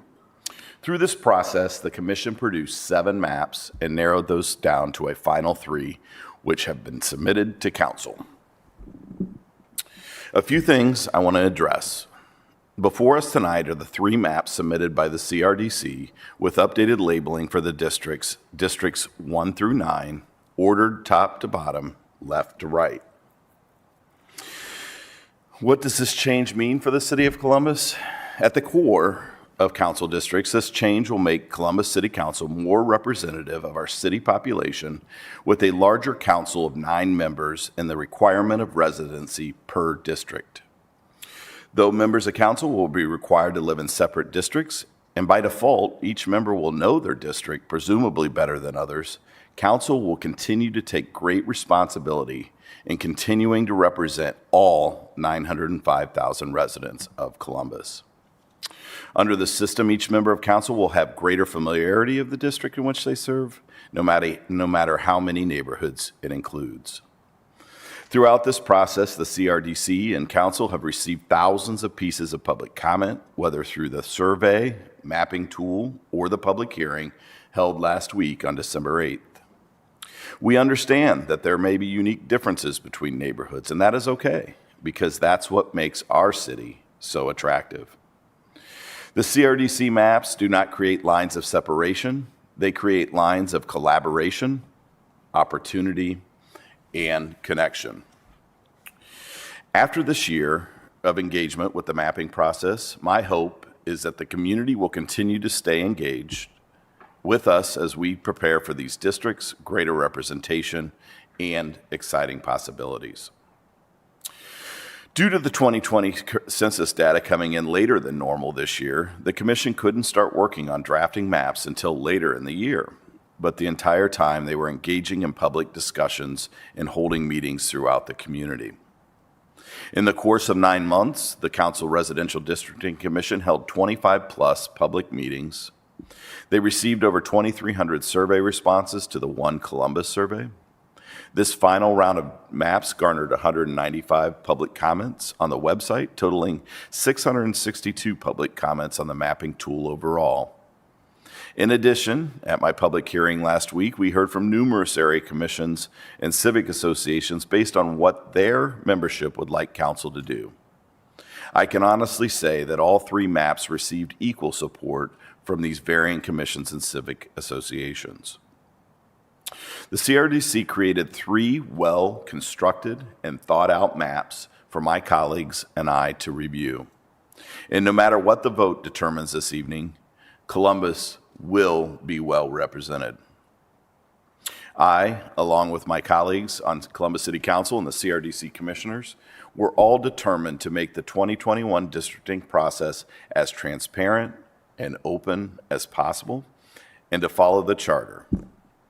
I believe we accomplished our goals. So thank you to our commissioners, Malik Moore, Monica Sarazuela, Avery Frost, Jeff Cabot, and David Paul. Tonight, we have the chair of the CRDC, Malik Moore, joining us via WebEx. Malik, could you share a few words?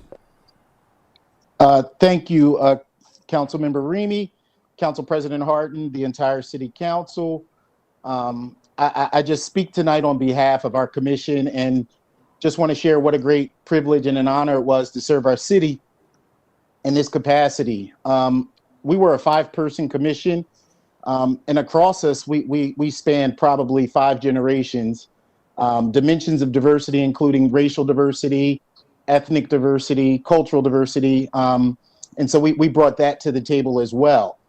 I want to say that the work and the quality of work that was expected, it was made clear from the beginning by 2 folks we couldn't do any of the work without, Lucy Frank and Nia Walters, how important it was for our work to be transparent.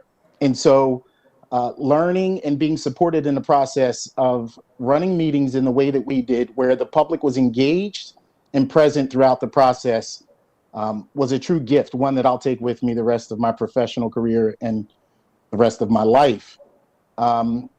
It was satisfying work. It was tiring work. And what we feel that we've been able to do now, as we worked in that spirit of stewardship that was given to us as a charge by Lucy Frank and Nia Walters, we've left our city with a product that, or 3 products, 3 maps that I don't think there's a single one of them that isn't a map that was inclusive. We traveled across our city to hear the voices of our neighbors. These maps reflect the things that we heard. We opened our maps up for public comment. These maps all reflect the things we heard in their public comment.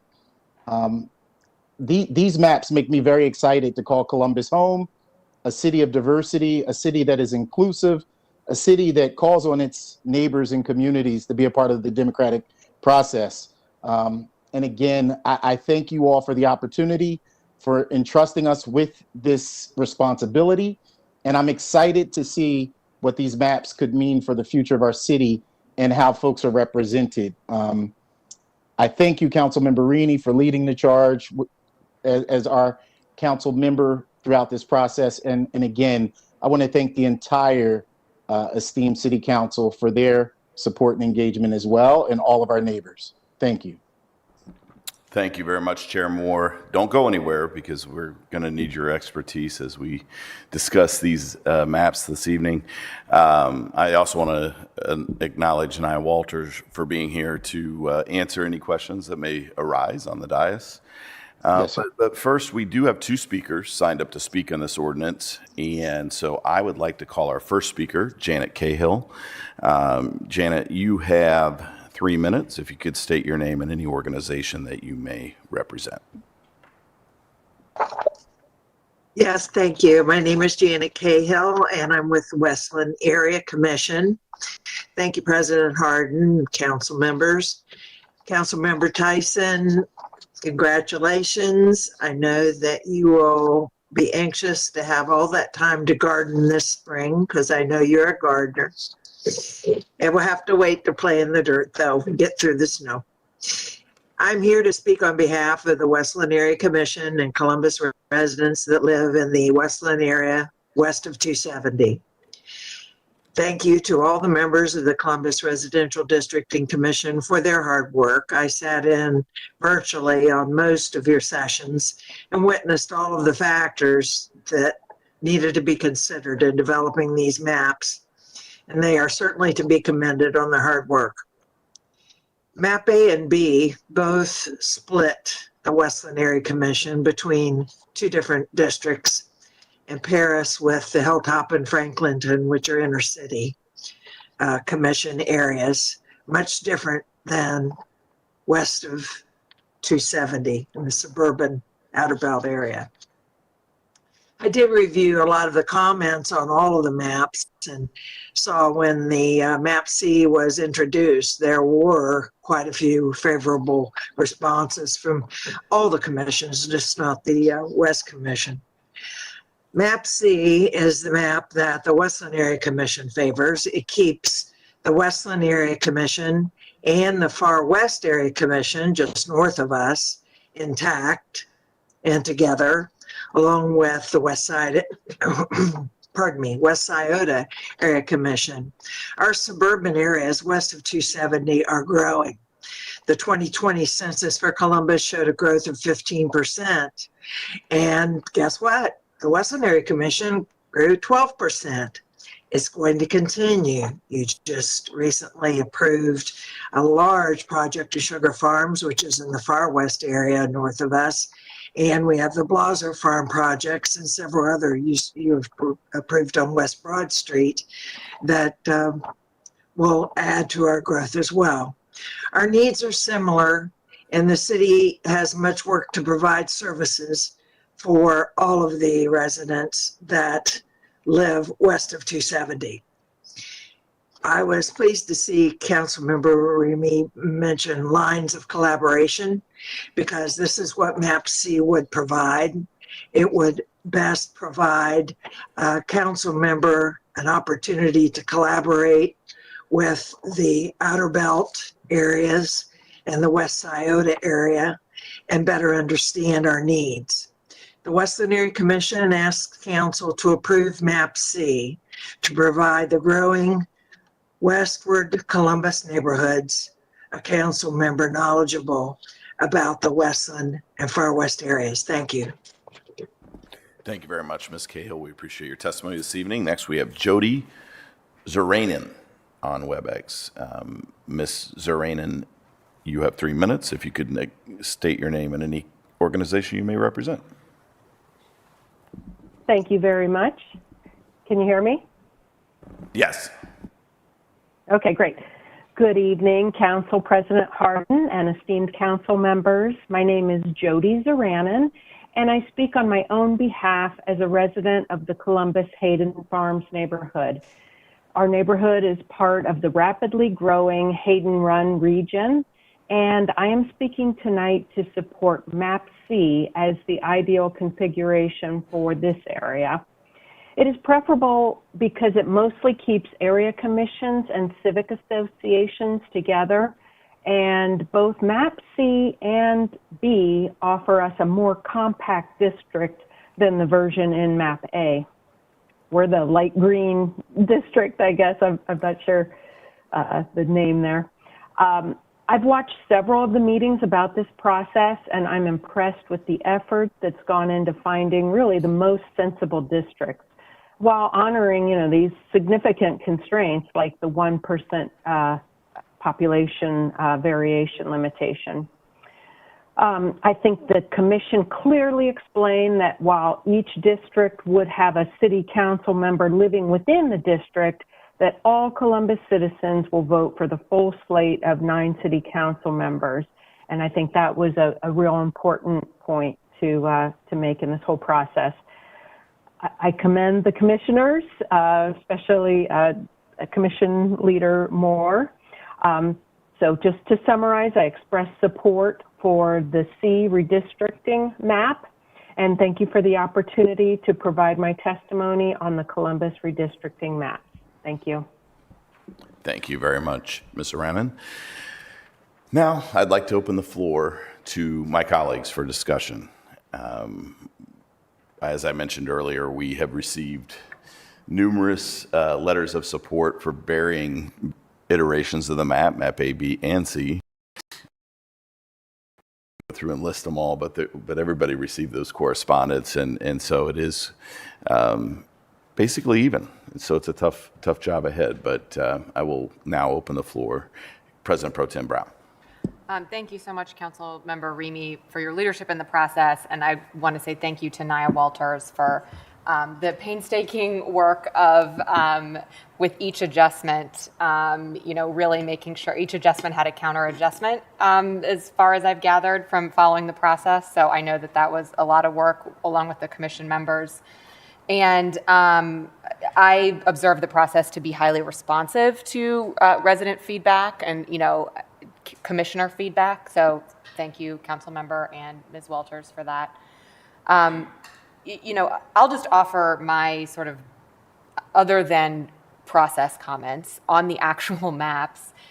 I think it is a tough decision we have to analyze here tonight because the nature of districting, especially with population variety being as small as it, variance being as small as it was, no map can be perfect for every neighborhood or for every area commission. So I do think that we have a lot to consider here in trying to keep like areas together, but also not make districts homogenous. I will say I appreciate the neighborhood feedback that they want their area to be intact. But as I view it, I also don't think that it's in the city's interest to have only, as homogenous as possible districts. And that's what I'm balancing as I'm looking here today.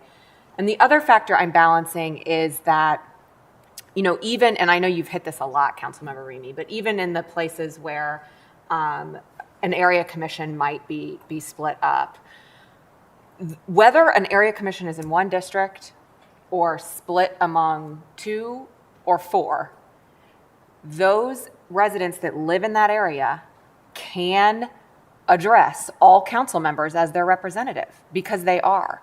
They are still voting whether your whole area is in one district or your whole area is in 4. You are still walking into that ballot booth and voting for 9 representatives for yourself.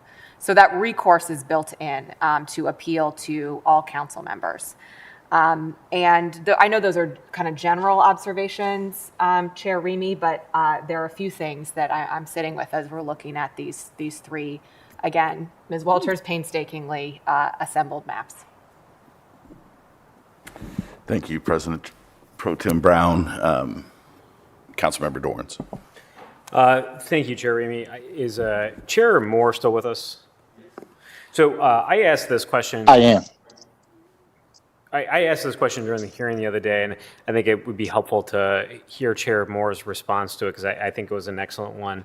So one of the things that we talked about that was very difficult for the commission to address was, basically balancing everything that the charter calls out that should be considered with regard to drawing these maps, while also keeping that 1% population difference. So the 1% population difference was the hard requirement that obviously numbers are numbers. We can't change math as much as people might want to change. But there was other things within the charter for the commission to balance. And I think this gets also to what President Pro Tem is talking about. There's not going to be a perfect map when you think about all the different things that need to be balanced as we come to a conclusion here. So Chair Moore, I wanted to give you an opportunity, as I did in the hearing the other night, to talk about how the commission approached balancing those other things that are called out within the charter. Thank you, Councilmember Dorans. Again, I want to share that before we started the work, what we did was we went and we learned history of Columbus, how the neighborhoods that we see today were formed and how they came to be. We learned the good and the bad. I learned some history on the west side related to Columbus and Springfield, Ohio, that I didn't know prior to doing the work. And at the same time as we were creating maps, we learned of I think nationally, the discussions began to open up about the impact of highways and redlining on so many communities. And so as much as it wasn't a deciding factor in the work we did consider and reflect on the impact that highways played in destroying our communities and how we did not want our work to be an additional barrage on those folks who have been disempowered by things like the highway being implanted in their or through their community. And so again, it wasn't the driving force in our work, but it was definitely something we considered. And we didn't want to add any additional trauma to the historical traumas that we already know exist. I feel grateful that as a commission, we were able to discuss these things, reflect on them, and move forward doing our work in the spirit of community and neighbor. And again, I spoke earlier to the dimensions of diversity represented in our commission, and I think that diversity helped us to be wise and intentional and deliberate in our decisions, and that's all baked into the 3 maps that we present today. Thank you, Chair Moore. And I think it's important to underscore that diversity of the folks that looked at this from a historical perspective as well. You're talking about, folks from, different backgrounds, different ages, folks who have, grown up in the city, moved to the city. I know as someone who, didn't grow up in Columbus, but has spent most of my adult life here, I talked to somebody, who's been here their entire lives. My view of sort of where neighborhoods start and finish is very, very different compared to theirs. And I think that's something as we look at how do we come to a conclusion with this map adoption, I think that's, I think as President Pro Tem again mentioned, trying to please everyone is impossible when we look at these lines. But also it's difficult when you think about the different generations of people that look at this map, whether or not they view these lines as favorable or not. So I just appreciate the commission taking that into consideration and thinking about the other aspects of the charter calls out for how to approach the situation. Councilmember Faber. Thank you, Councilmember Remy. I took the time to read through all of the public comments that were provided on each of the maps, and there's one that was noted that just kind of stuck with me because Pro Tem Brown asked a question, I believe during the last hearing, around whether or not the public understood what the purpose of the districts were. So the comment says, I have no idea what purpose the districts are intended to facilitate. If it is to represent communities, it divides them into multiple districts. If it is to facilitate development, redevelopment in geographic areas or transportation routes, it fails.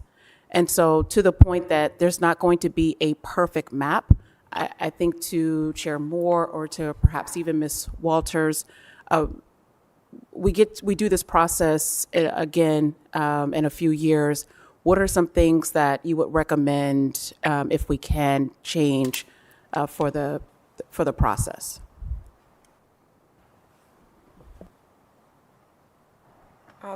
I can start. I think one of the most difficult things was the 1% variance. At the state level, for state redistricting, they have a 5% variance. So I think even if we were falling somewhere in the middle, that 3% would give us a little bit more flexibility. Secondarily, I think that just considering this year and last year we went through a pandemic and we're still kind of going through that, I think some sort of flexibility within the charter to move the process or to lengthen the process if something like that does happen, because we were getting the census data in late August, early September, when it normally comes in the springtime. And so that kind of crunched our work in a way that it would not have been crunched had the census data arrived on time. And so we were forced to kind of do things in a vacuum because we don't have any flexibility in charter. The charter is not a document that we can say, oh, we'll amend this by ordinance and get extra time. The charter is the charter until it's approved by the voters. So I think those two things would probably be the biggest things that I would like to see potentially change in the future. Chair Moore, is there anything you'd offer? I think in true fashion of Nia Walters, she's covered everything that I would have said. The only other thing I would add is just if there were a possibility of commissioners getting access to the software and possibly a tutorial and training earlier in the process, that might help. And again, that's splitting a hair, just having gone through the process. If there were an efficiency to be gained, that's one of them. But I echo every single thing that we heard from our legal counsel, Nia Walters, just now. And my last question, which is really, Ms. Walters did an amazing job at the hearing, kind of breaking down gerrymandering. It's a conversation that's happening statewide right now. And there have been some comments, as we've read through them, that have had some thoughts that perhaps these maps are gerrymandered. And so I'm wondering if you could just address that thought. Thank you, Councilmember Faber. Sure. So gerrymandering is the concept that districts are created to bolster or diminish a certain voice or group. So it's typically talked about in terms of cracking and packing. And so in this particular case, because Columbus's districting process is going to still result in an at-large election at both the primary and at the general election, it's still one person, one vote, meaning that nobody's vote is per se diminished or bolstered by these districts, because these districts are primarily a residential requirement for council members to live within their district. It doesn't impact the vote of a voter because it's one person, one vote. And for those of you that don't really know what general election means, that means that everyone in the city will vote on all of the maps. So that means even if you live in District 1, you will still vote for all 9 districts. And so all council members are still responsive to you as a whole, as an electorate. So that is why gerrymandering wasn't exactly something that was possible here, because you only have your one vote, but you vote for all the districts throughout the city. Last question. What happens if nobody puts their name in the hat from a district? So I believe that process will be the same as the appointment process now. If someone is represented, someone will be appointed. They still have to live within that district because that's required by charter. They live within the district, but it will go through an appointment process. Thank you very much. Councilmember Tyson. Thank you, Chair Remy, and I think Councilmember Faber asked a lot of the questions I was going to ask or the comments I was going to make. But first and foremost, I want to thank you for your leadership. This certainly was a process that was done in a condensed amount of time, but certainly the amount of outreach into the community, the amount of meetings that you held, certainly got us to this place. And whenever you try something new, it's like a pilot. You try something new, we get the best result we possibly can based upon this. and we learned from that. And I think that Councilman Favors from the questions she asked, but certainly limited to the 1% limitation kind of was a challenge in that in the future, as we move this work along, even a 3 to 5% is stated would be maybe would be a lot better. But, and also the software, we certainly heard that in the hearing about getting more time or more practicing with the software, extending the timeout because of based upon when we get the census information. There was some discussion about Dave's redistricting. That's what the state was using, and but all in all, though, just listening to the professionalism of the commissioners, as well as to the staff that supported the work, to get us to a place where we have these 3 maps. And I know that the first map, Map A, was the one that initially had the fewest changes based upon all the extensive work that was done. I think Map C came out of basically all the other, this was a brand new map. So just all the work that really has gone into this process to get us to this place, I just want to say it was a Herculean task. And I think that the commission, under the leadership of Commissioner Moore and the other commissioners, that we do have 3 maps that are certainly worthy of us, voting on and moving this process forward. For me, I also will say that what's important is the maps that were I listened to the presentation that were favored by the community, which one was more favorable, and also has the ability to promote inclusivity, diversity, and representation for all the neighborhoods. Representation certainly does matter, and it is essential for our communities, and it's essential for equity. While a part of the intent of creating these districts is to make sure we have a council member representing each of our various neighborhoods, we've said it already, but really be clear about this, that you live in that district, but you represent everyone. So when we're talking about these maps and saying, maybe I don't necessarily, my area is similar to this other area and I want to be just like that area, we have the same needs. Well, that really isn't what this is about. This is really about the person living there, but will be sitting on this dais and would be representing zoning, recreation and parks, housing. It will not be, I'm only going to represent housing in the district in which I live. So I think that if our community, as we take a vote on this, just understands that we're still looking at the whole and not a part of the whole in this work, I think that may help as we're moving through this process. It isn't about likeness. It's about, again, the various neighborhoods that we have, and we, as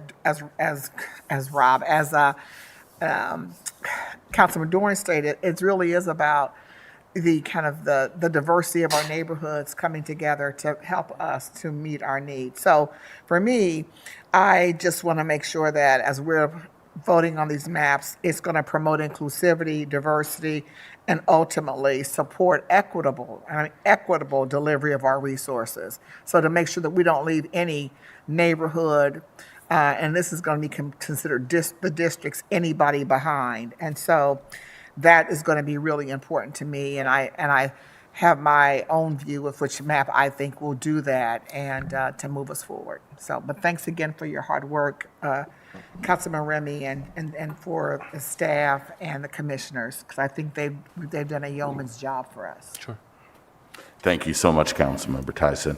Council President Harden. Sure. Let me start by giving my appreciations to you, Councilman Remy, and to the team, Naya, and to Lucy, and to Jeff, and to Stanley, and to David Miller, and to many other folks who staffed and made sure that what I'm most proud about was accomplished, which is a strong and fair and open process.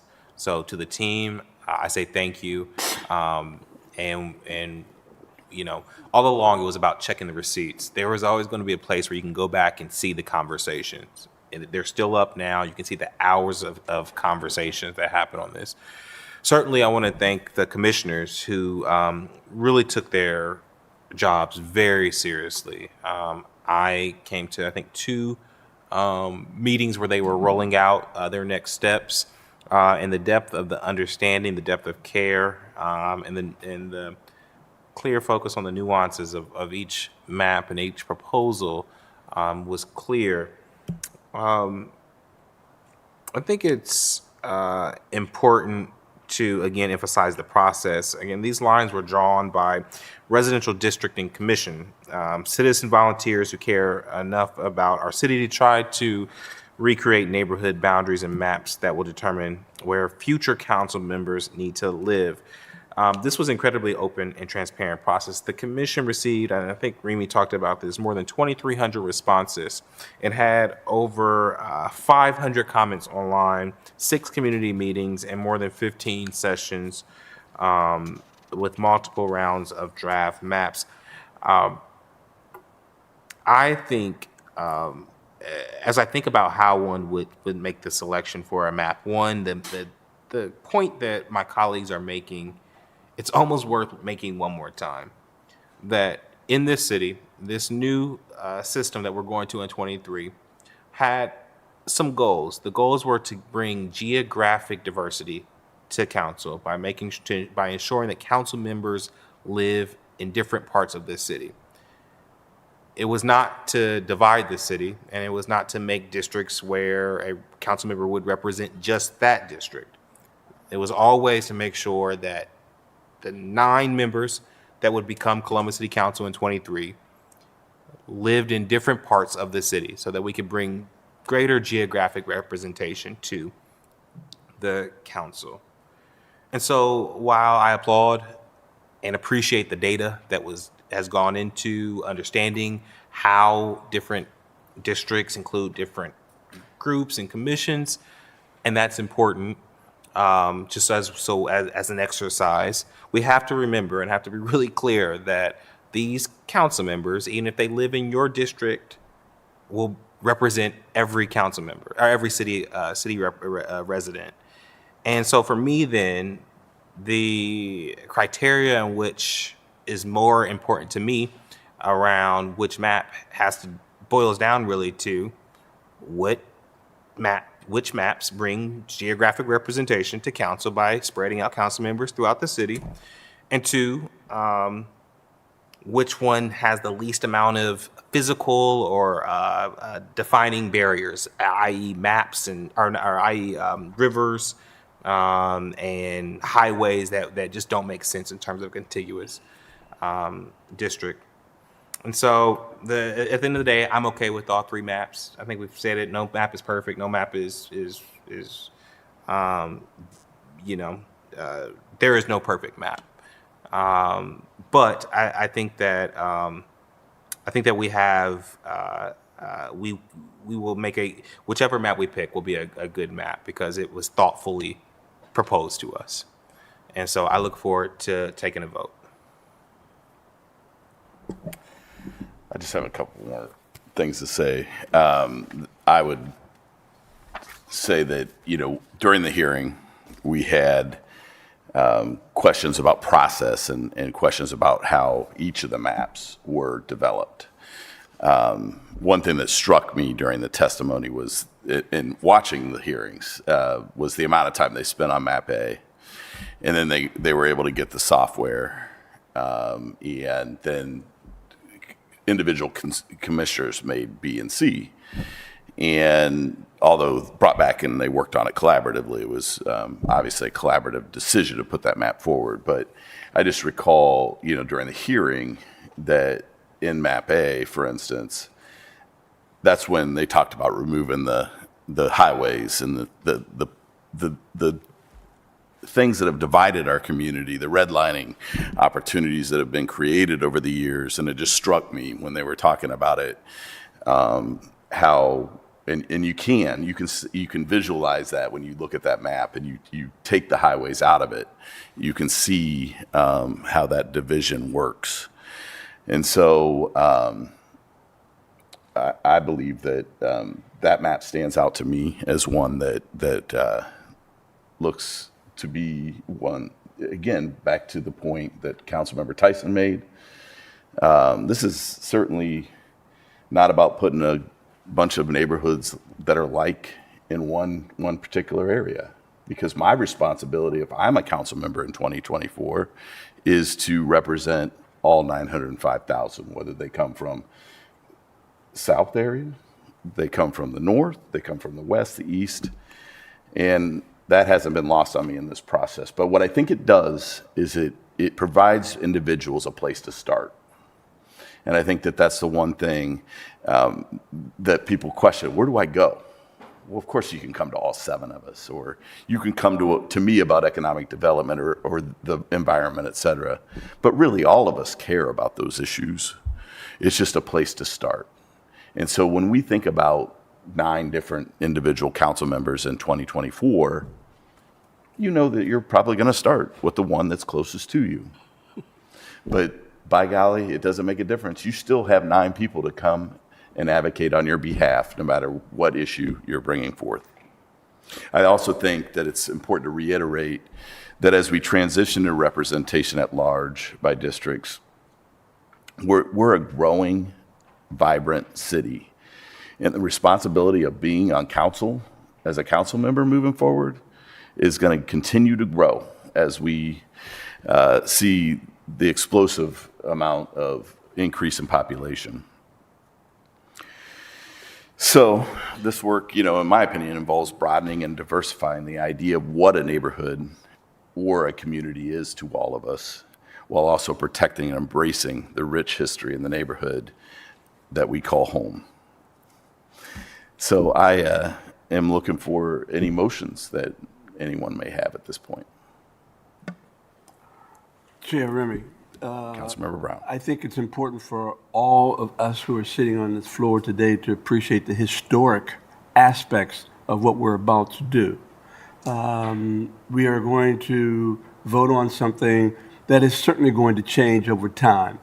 I want to take a moment to applaud you and certainly Chair Malik Moore and all of the commissioners for the complicated work that was done. This is not an easy task by any stretch of the imagination, and yet we have something to work with. It is not going to be permanent. Our city is going to continue to change. It is going to continue to grow, and another group of council members are going to have an opportunity to take a look at these maps and make adjustments. It won't be me, but there'll be others who will have a chance to do that. With that being said, I'm going to request to make a motion to amend ordinance 3246-2021 from the floor by inserting map A as the official map for 2023 City Council municipal elections. Map A was developed collaboratively by all of the council residential district and commissioners. Map A went through 2 rounds of public comment. Map A attempted to maintain existing neighborhood and area commission boundaries. And Map A received more positive public comments than negative comments during the map development process. With that, I call for a voice vote on the amendment to the ordinance. Second. Clerk, please. Oh, my bad. No, you. No, I think you're right. You're right. You go. I guess I'm still look. No, you're good.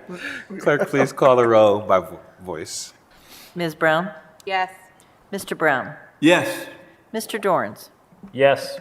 Ms. Favor? Yes. Mr. Remy? Yes. Ms. Tyson? Yes. President Harden? Yes. Amended. Is there any further discussion on the amended ordinance? Seeing none, I move for passage by voice. Second. Clerk, please call the roll by voice. Ms. Brown? Yes. Mr. Brown? Yes. Mr. Dorns? Yes. Ms. Favor? Yes. Mr. Remy? Yes. Ms. Tyson? Yes. President Harden? Yes, ordinance is passed. Thank you, Council President. I turn the floor back over to you. Thank you, sir. The first committee to come before council is the Finance Committee. It's chaired by President Pro Tem. President Pro Tem, the floor is yours.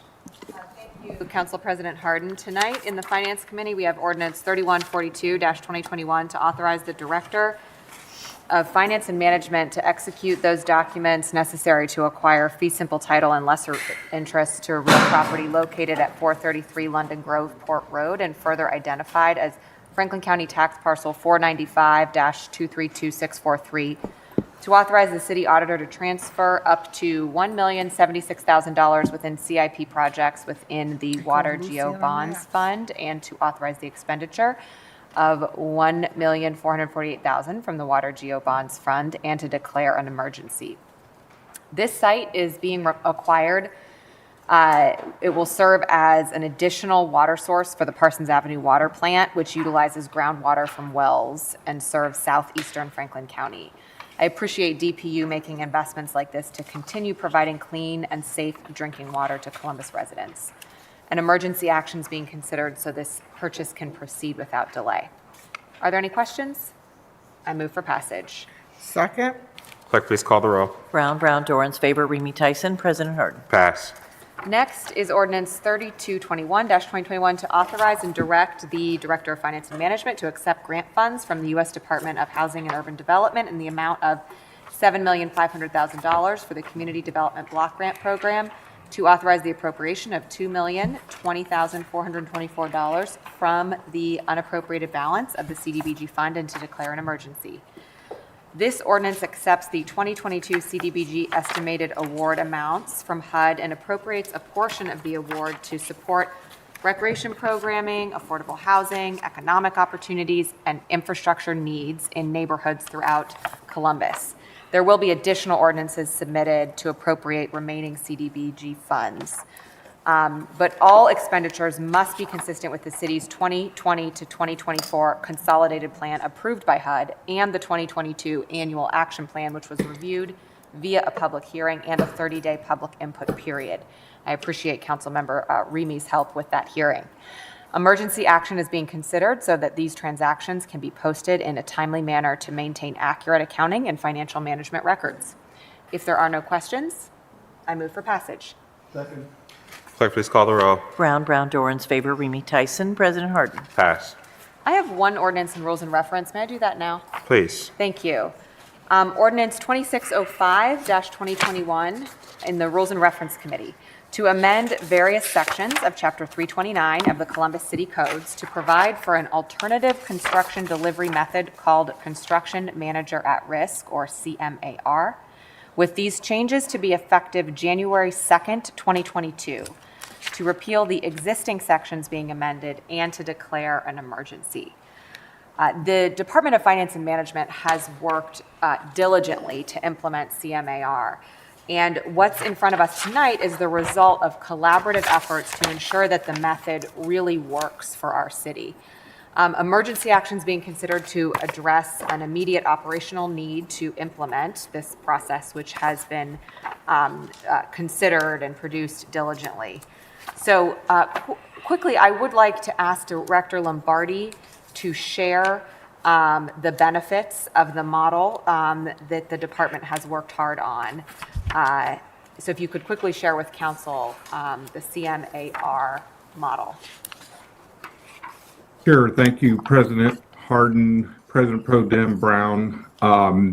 This evening, council is taking under consideration ordinance 2605-2021, which will allow the city an additional construction delivery method within the city code. CMAR has a variety of benefits. Cost, budget control, and open book pricing are probably the two biggest ones that will be beneficial to us, as we'll be able to view costs for subcontractors and for the entire construction project in an open book setting. It also is in line with the disparity study recommendations. The construction manager is actually hired during design. This way, there's a collaborative relationship between the design or architect firm and the construction team. There's better project coordination with design and constructability and schedule. And this can be used for any project, not just vertical construction. This evening, as you take up ordinance 2605-2021 for consideration, This is merely the process that will be in the code that tells us how to get from point A to point B. Currently, my team is working with the city attorney's office to create what we'll call them front-end documents. And these will be used in the bid specifications and will spell out the terms and conditions of this contracting method. I do want to thank a few folks quickly. I want to thank Deputy Director Jim Bond from my team, Procurement Manager Sean Fouts, City Attorney Laura Baker Morrish for all of her help and guidance through this whole process. Council members and their staffs for all the feedback and the meetings that we've had over the last 18 months about this process, and any outside stakeholders who have had input and helped us develop this. Councilmember Brown, that is all my brief comments, unless there's questions from council members. Thank you, Director. That's helpful. I'd like to thank your team for the work, and I'd like to thank Council President Hardin and Councilmember Rob Dorans for their collaborative effort on this one. Are there any questions or comments? Councilmember Dorans.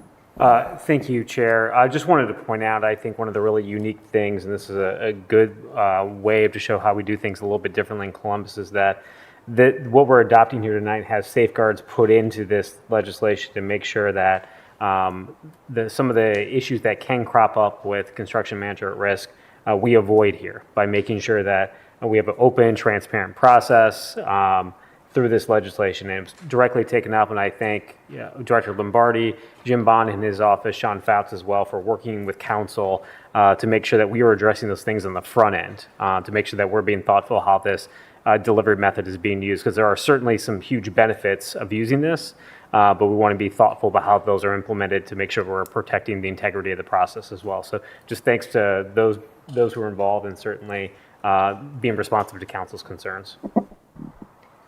Thank you, Councilmember. If Council President Hardin. Just very quickly, I want to say thank you to the administration for running a pretty open process in terms of engaging constituency groups and stakeholders. I think as our job as oversight to the administration, when you make that first and second and third phone call just to check in with your stakeholders, and they all said, oh yeah, we've been engaged and we've helped to give feedback, that's proof of a job well done. And so look forward to supporting this. Thank you. Thank you very much. This is an important thing to get right. The residents of Columbus spend a great deal of money on construction through the city, and so we want to spend those dollars responsibly. Seeing no further questions, I move for passage. Second. Clerk, please call the row. Brown, Dorans, favor, Remy Tyson. President Hardin. Passed. Thank you, Council President. That's all I have. Thank you, Madam Chair. The next committee to come before council is Public Safety Committee. Councilmember Mitch Brown chairs that committee. Councilmember, the floor is yours. Thank you, Council President. This evening, I have ordinance 3012-2021 to authorize the Director of Finance and Management on behalf of the Department of Public Safety to enter into a contract with Leica Geosystems, Inc. to purchase a Leica scanning system to waive competitive bidding provisions of the Columbus City Codes, Chapter 329, to authorize the expenditure of $130,404.04 from the Law Enforcement Seizure Fund. We have also present and in council chambers, Director Clark and Mr. Dan Giancardello. Director Clark, the floor is yours, sir. Would you speak to the issue involving waiver of competitive bidding? Good evening, President Hardin, members of City Council. Thank you for the opportunity to appear before you again this evening and share with you the significance of the technology that we have for the Division of Police on crime scene investigation and collection. The equipment that we're asking for upgrades to, we already have. We already have the training, the equipment. We just need upgrades to it. And this sole source provider will allow us to enhance our abilities to conduct crime scene investigations as well as crime scene collection. And that is basically the reason for the no bid, so that we can continue with the work that we do. Our personnel are already trained, and it'll be important for our women and men to have the best technology that the industry can provide. If there are no questions, I move for passage. Second. Clerk, please call the row. Brown, Dorans, favor, Remy Tyson. President Hardin. Passed. Also this evening, I have ordinance 3071-2021 to authorize and direct the city auditor to appropriate $125,500 from the unappropriated balance of the drug seizure funds and to establish an auditor's certificate in the amount of $1,806,39.23 from the purchase of equipment and supplies and services for the Division of Police, to authorize and direct the Director of Finance and Management and the Director of Public Safety to enter various contracts for the purchase of equipment, supplies, and services on behalf of the Division of Police, and to authorize the City of Columbus expenditure, again, of $1,806,39.23 from the Law Enforcement Drug Seizure Fund.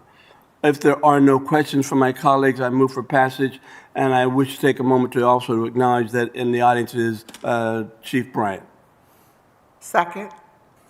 Clerk, please call the row. Brown, Dorans, favor, Remy Tyson, President Harden. Passed.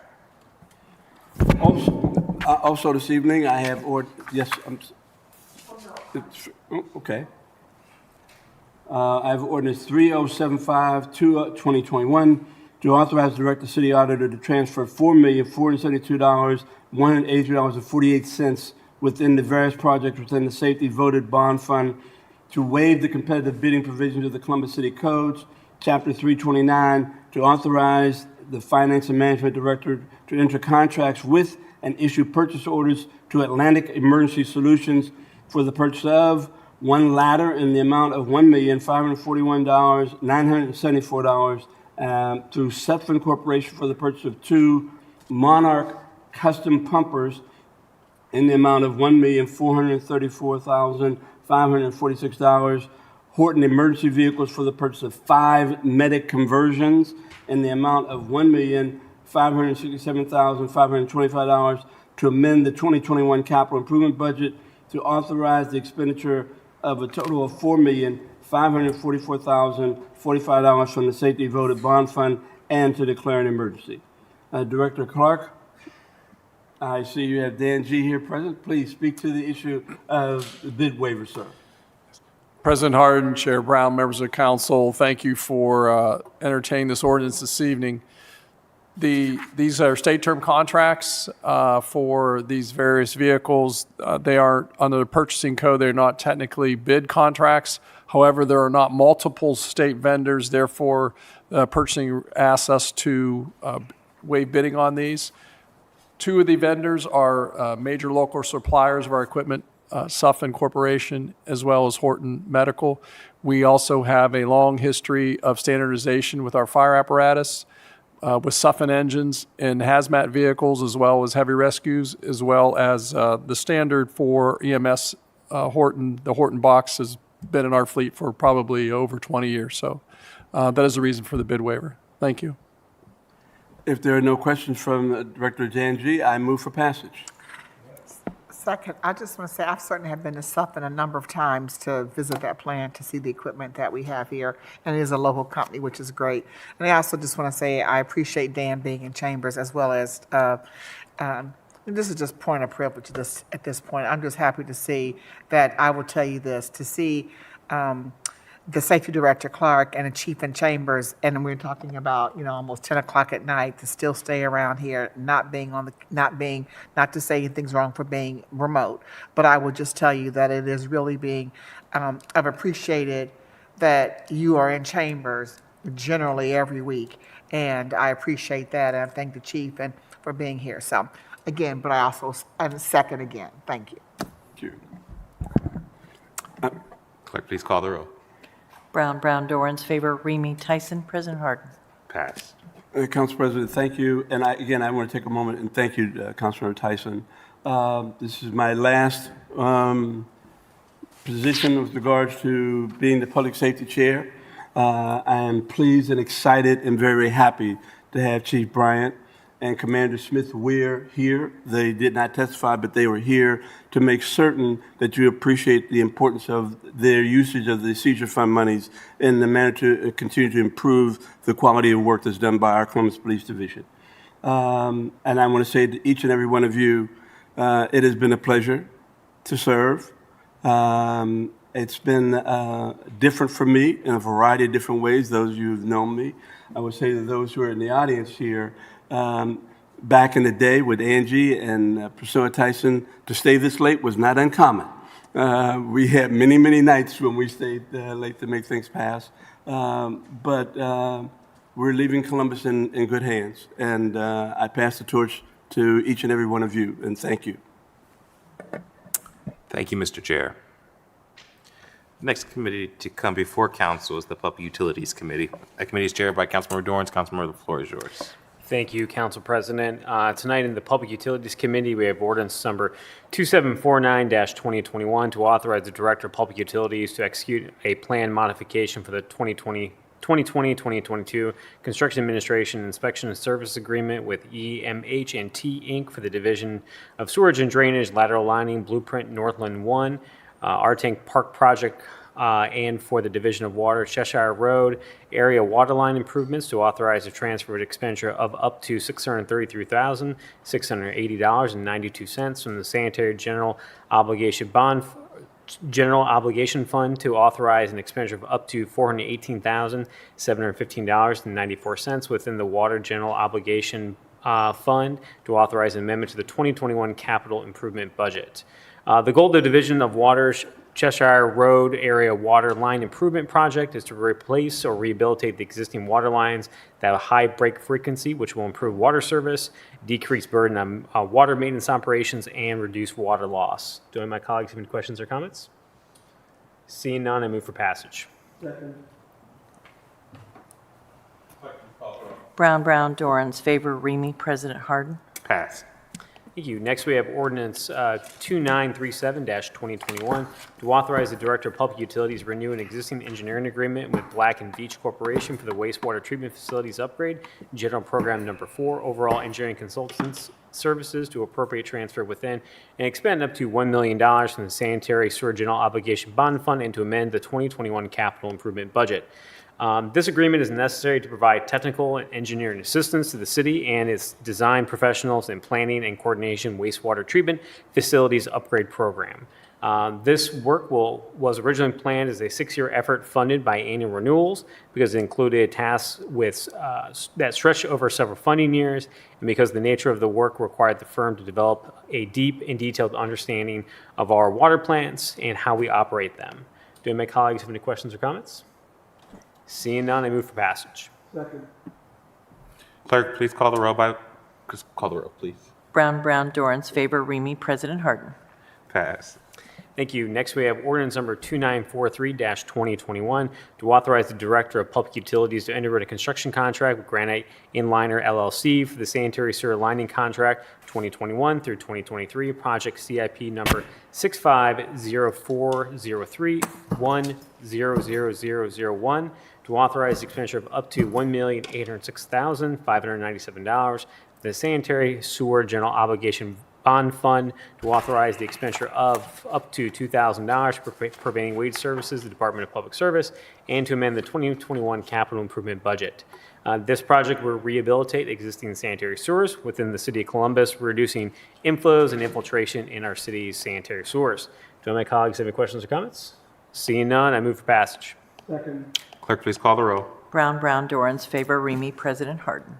Passed. Thank you. Next, I have ordinance number 2947-2021 to authorize the Director of Public Utilities to enter in a construction contract with Connie Construction Co. for the 2021 fire hydrant replacement project to authorize the transfer and expenditure of up to $1,224,815 within the Water General Obligation Voted Bond Fund to provide for a payment of prevailing wage services to the Department of Public Service for the Division of Water and to authorize an amendment to the 2021 capital improvement budget. This project provides for a general rehabilitation of water distribution systems and includes the repair or replacement of existing fire hydrants. The replacement hydrants will provide adequate fire flow and improve water quality throughout the system. In addition to providing firefighting capabilities, these hydrants may also be used for flushing water mains, releasing trapped air, and as a resource to determine if a successful main shut has occurred. Do any of my colleagues have any questions or comments? Seeing none, I move for passage. Clerk, please call the roll. Brown, Dorans, favor, Remy, President Harden. Passed.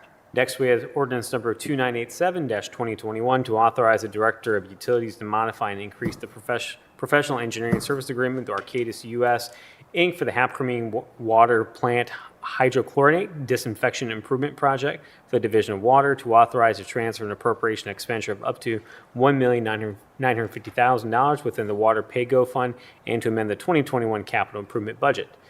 This agreement will result in the converting of the Hapcremene water plant disinfection process from the current gas-based chlorine system to a liquid sodium hydrochlorinate disinfecting system.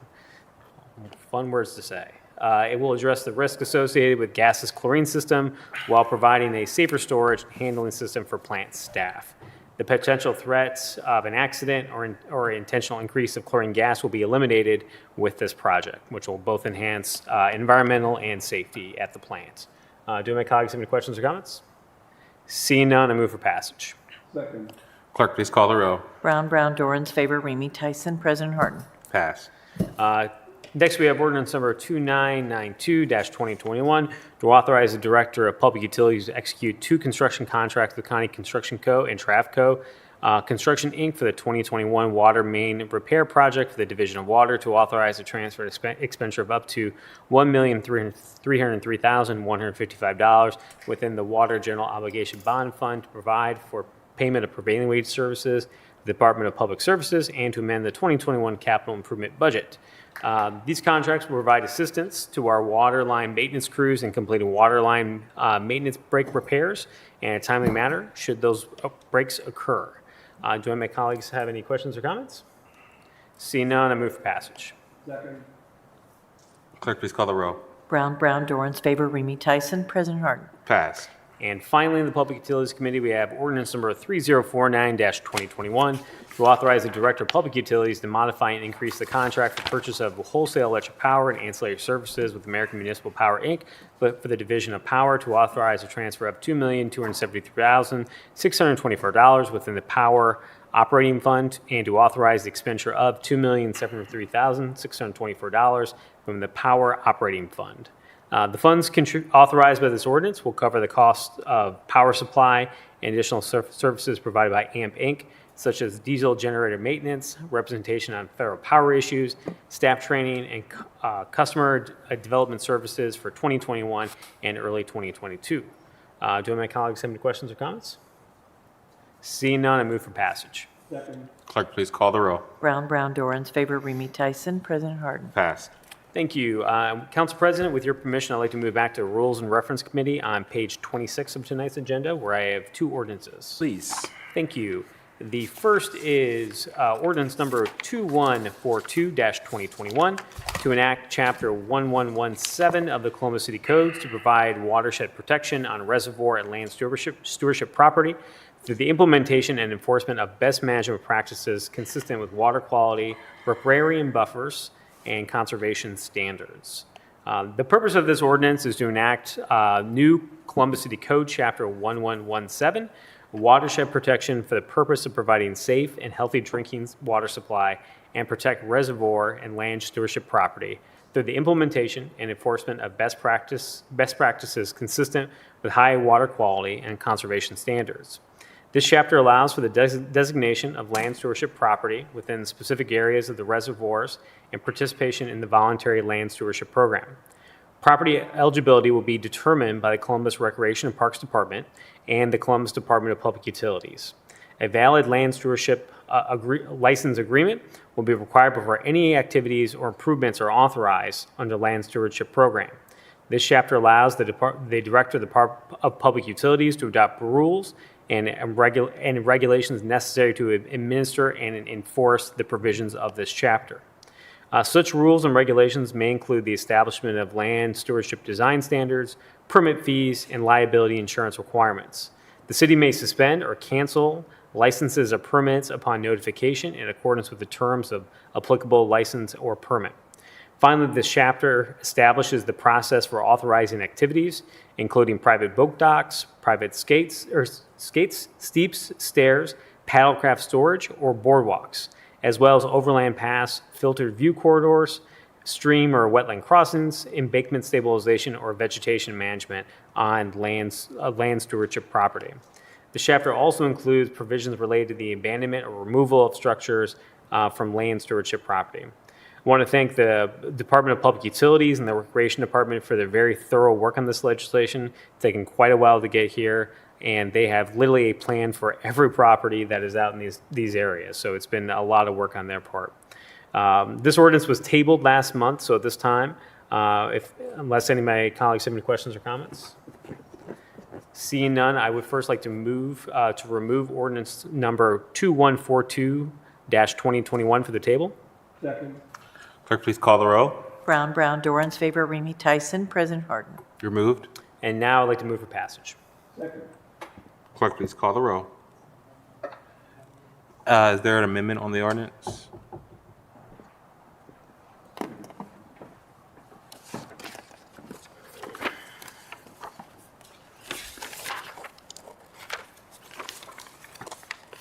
Yes. Next, I'd like to move to amend as submitted to the clerk, as our clerk would know. Clerk, please call the row. Brown, Brown, Dorans, favor, Remy Tyson, President Harden. Amended. Thank you. And now I'd like to move for passage. Second. Clerk, please call the row. Brown, Brown, Dorans, favor, Remy Tyson, President Harden. Pass. Thank you, as always, to Clerk Blevins. Next, we have ordinance number 2278-2021 to amend various sections of Title IX of the Columbus City Codes, including chapters 912, 913, 919, and 921, in order to transfer authority for private boat docks permitting to the Department of Public Utilities and to codify the Management and Land Stewardship Agreement Program, DPU. The Land Stewardship Program, as we just talked about, is currently authorized by a joint management agreement between the Department of Recreation and Parks and Department of Public Utilities. The revisions to Title IX are contingent upon the passage of ordinance number 2142-2021, authorizing the creation of Chapter 1117 of the Columbus City Code, which we just passed. These two departments work together on a multi-year project to amend and improve the management of the city's property, located between private property and Griggs, Hoover, and O'Shaughnessy reservoirs. Customer service for these neighboring those neighboring these reservoirs will greatly improve under this ordinance.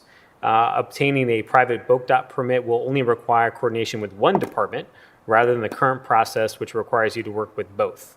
A major part of the multi-year project was community outreach through open houses, reviews of draft, and public comment period. Again, I just want to reiterate how much I appreciate both the Recreation Parks Department and DPU working together on this project. Again, it was a lot of work for both departments. Do any of my colleagues have any questions or comments? Seeing none, I move for passage. Second. Clerk, please call the row. Brown, Brown, Dorans, favor, Remy Tyson, President Harden. Pass. Thank you. And Council President, with your permission, I'd like to move back on the agenda to page 22 for the Neighborhoods Committee. Sure. Thank you. In neighborhoods, we have ordinance number 3275-2021 to authorize the Department of Neighborhoods to enter into a contract with Reach Communications in an amount of up to $127,000 to provide planning, development, and implementation of an extensive citywide community mobilization process over a one-year period with a focus on reducing and disrupting youth violence in Columbus, to waive the competitive bidding requirements of City Code, to authorize the expenditure of up to $127,000 from the general fund, and to declare an emergency. This work will focus on reducing and disrupting youth violence in Columbus. This is a one-year program that's aligned with the goals of My Brother's Keeper program with Reach Communications, who have partnered many times in the past. Their work includes supporting the annual conference and summit, as well as developing and implementing special programming to engage youth when schools were closed for in-person learning during the COVID-19 shutdown. Emergency action is being requested in order to immediately implement and expand existing programming to address neighborhood violence impacting boys and young men of color. Do any of my colleagues have any questions or comments? Seeing none, I move for passage. Second. Clerk, please call the row. Brown, Brown, Dorans, favor, Remy Tyson, President Harden. Pass. And finally, I'd love to move to the Technology Committee. Sure. Thank you, sir. In the Technology Committee, we have ordinance number 3254-2021 to authorize the Director of Department of Finance and Management on behalf of the Department of Technology to associate all general budget reservations resulting from this ordinance with the appropriate universal term contract purchase agreements for network upgrades to amend the 2021 capital improvement budget to authorize a transfer of $4,532,488 between projects within the Information Services Capital Fund, to authorize the expenditure of $7,022,487.85, and to declare an emergency. With the passage of this ordinance, Department of Technology will procure the implementation of a Cisco Meridac boundary network and the migration of our old NEC phone systems to a Cisco Voice over Internet Protocol phone system at various priority locations around the city, including City Hall, Police Headquarters, Columbus Public Health, and the Jerry Hammond Center. The replacement of the existing infrastructure will improve both the boundary network and the VoIP phone performance capacity, security, and ensure the city continues to keep its boundary network and VoIP phone infrastructure modern and supported. Do any of my colleagues have any questions or comments? Seeing none, I move for passage. Clerk, please call the row. Brown, Dorans, favor, Remy Tyson, President Harden. Pass. Thank you, Council President. That is all in my committees this year. Thank you, Mr. Chair. The next committee to come before council is the Public Service and Transportation Committee, chaired by Councilmember Favor. Councilmember, the floor is yours.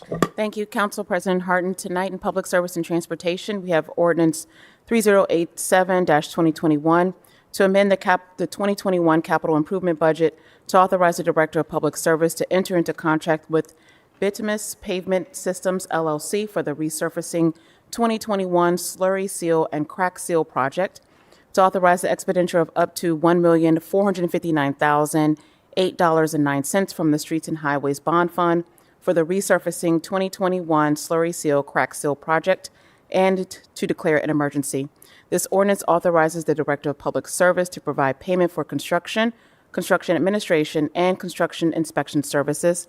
This contract consists of crack sealing 62 city streets, slurry sealing 127 city streets, and other work as may be necessary to complete the contract in accordance with the plans and specifications set forth in the bid submittal documents. The Department of Public Services uses crack sealant or slurry sealant products to maintain streets in between resurfacing treatments to prolong the useful life of the roadways. Are there any questions or comments by my colleagues? Seeing none, I move for passage. Clerk, please call the row. Brown, Dorans, favor, Remy Tyson, President Harden. Passed. Thank you. Next, we have Ordinance 3122-2021 to authorize the city attorney to file complaints in order to immediately appropriate and accept the remaining fee simple and lesser real estate necessary to complete the North Market Development Project, to authorize an expenditure of $300 from existing ACD I001276-10. The city must acquire the approximately .154 acre parcel that is a portion of Vine Street between Park Street and Wall Street in order for DPS to timely complete the public project.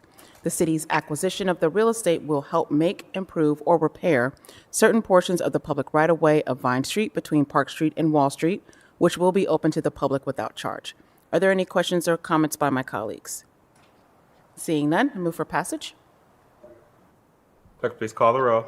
Brown, Dorans, favor, Remy Tyson, President Harden. Pass. Thank you. Next, we have Ordinance 3182-2021 to amend the 2021 capital improvement budget to appropriate funds within the Streets and Highways Bond Improvement Non-Bond Fund and the General Fund, to authorize the transfer of funds within the Streets and Highways Improvement Non-Bond Fund, to waive the competitive bidding requirements of Columbus City Code, to authorize the Director of Public Service to enter into a professional services contract with Carpenter Marty Transportation for the roadway RTMC Mobility Project, to authorize the expenditure of up to $75,000 from the Streets and Highways Improvement Non-Bond Fund and up to $125,000 from the General Fund to pay for this contract, and to declare an emergency. The Renner Road, Treyview Road, McKinley Avenue corridor forms a route from the west side of Columbus to downtown, servicing many communities and providing crucial access to local, state, and national vehicular transportation systems. The area has had and will continue to have several projects in various developmental stages along its path. This has greatly increased the amount of traffic and raised community concerns. The Department of Public Service will be engaging Carpenter Marty Transportation to provide the city with the second phase of analysis of how future developments will affect the corridor and how to best address future community transportation needs. Are there any questions or comments by my colleagues? Seeing none, I move for passage. Clerk, please call the row. Brown, Dorans, favor, Remy Tyson, President Harden. Pass. Thank you. Next, I have ordinance 3223. Nope, I apologize. 3201-2021 to authorize the Director of Finance and Management to enter into a contract with FIDA Freightliner Columbus Incorporated for the purchase of a pothole patching truck, to waive the competitive bidding provisions of City Code Chapter 329, to authorize the expenditure of up to $207,275 from the Street Construction Maintenance and Repair Fund to purchase the equipment and to declare an emergency. The Division of Infrastructure Management will use the equipment for repairing and maintaining city streets. Are there any questions or comments by my colleagues? Seeing none, I move for passage. Clerk, please call the row. Brown, Dorans, favor, Remy Tyson, President Harden. Pass. Thank you. And last in public service, we have ordinance 3223-2021 to authorize the Finance and Management Director to enter into a contract for the option to purchase anti-icing and de-icing equipment with McQueen Equipment, LLC, doing business as Bell Equipment, to authorize the expenditure of $1 from General Budget Reservation, BRP 0001670, and to declare an emergency. The Division of Infrastructure Management is the primary user for anti-icing and de-icing equipment. Anti-icing and de-icing equipment are used to upfit city-owned single and double axle dump trucks for road maintenance. Are there any questions or comments by my colleagues? Seeing none, I would move for passage. Clerk, please call the I row. apologize. Clerk. First, I would move to amend as submitted to the clerk. Clerk, please call the row. Brown, Dorans, favor, Remy Tyson, President Harden. Amend it. And next, I move for passage. Clerk, please call the row. Brown, Dorans, favor, Remy Tyson, President Harden. Pass. Thank you. Council President, may I move to housing? Please. In housing, we have ordinance 3312-2021 to amend ordinance number 2004-2017, passed July 31st, 2017, to allow for a change in project support since the ordinance was approved and to declare an emergency. This ordinance authorizes the Director of Development to enter into a contract with Columbus Housing Partnership, Incorporated, doing business as Homeport, to reinvest federal grant funds that would have normally been repaid to the city into a senior housing project in the American Addition neighborhood.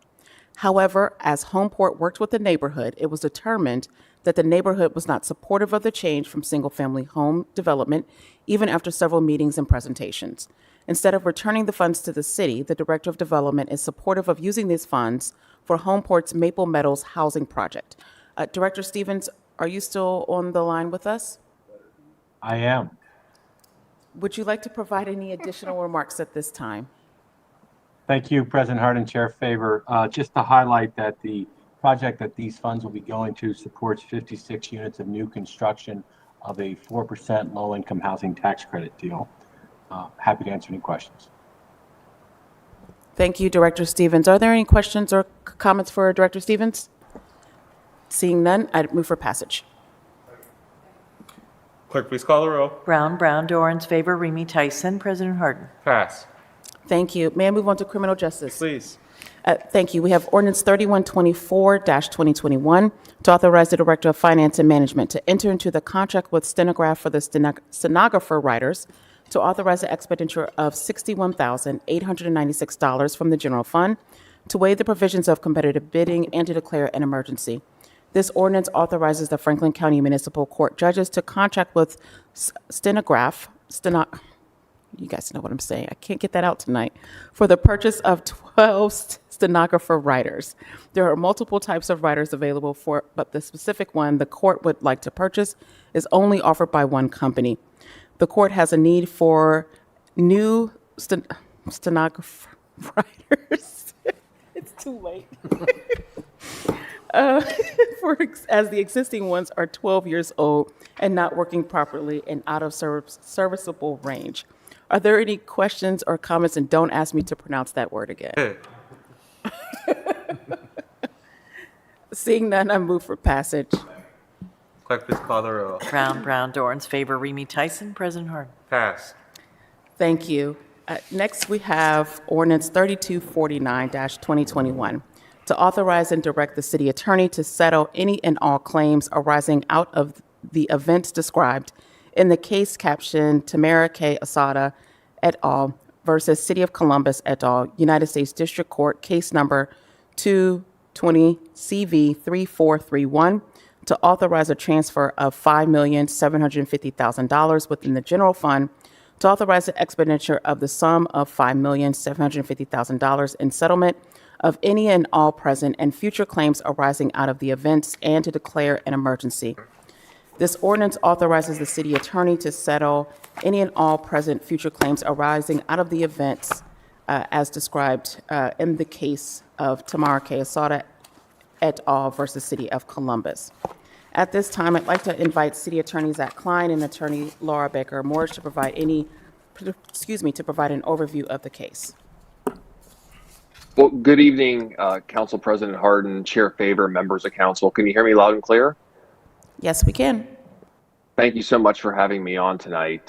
As you well know, on May 25th, 2020, Minneapolis police officer Derek Chauvin killed George Floyd by kneeling on his neck. In the days following Mr. Floyd's death, protests erupted across the country, including right here in our own backyard in Columbus. The lawsuit at issue in the attached ordinance that is being discussed tonight arises out of the protests and civil unrest that occurred in Columbus between May 28, 2020 and June 21, 2020. During these events, the Columbus Division of Police made arrests and used force, including but not limited to pepper spray, tear gas, wooden rounds, and sponge rounds. Each of the plaintiffs in the case, which there are 32 plaintiffs, alleged that their constitutional rights were violated by members of the Columbus Division of Police during these events. At least 3 of the plaintiffs alleged they suffered broken bones and very serious injuries. Earlier this year, after a 7-day evidentiary hearing, Chief Judge at the U.S. District Court for the Southern District of Ohio, Algernon Marbley, granted a preliminary injunction against the City of Columbus that bars officers from using non-lethal force, including tear gas, pepper spray, rubber bullets, wooden pellets, and more on nonviolent protesters to clear streets and sidewalks, or enforce dispersal orders not committed with actual or imminently threatened physical harm or destruction of property. As part of this settlement, the city will agree to make Judge Marbley's injunction permanent. Additionally, there is a monetary component to this. The city has agreed to pay, with council's approval of this ordinance, $5.75 million to the 32 plaintiffs in question. The city will be issuing a check in that amount, but will not be determining exactly which plaintiffs get which amount of money. As a matter of fact, that is going to be determined by a special master. The person's name is Gino Brogdon. He is the arbitrator we used in a previous case from Atlanta, who has significant experience in civil rights claims, and that the plaintiffs have agreed to use this special master to determine how each individual plaintiff should be awarded their allocate share, their requisite share of the $5.75 million, less, of course, attorney's fees that will be paid to plaintiffs' counsel. I will say that in considering the many factors that the city took into account when determining whether to settle this lawsuit for this amount is the notion of attorney's fees.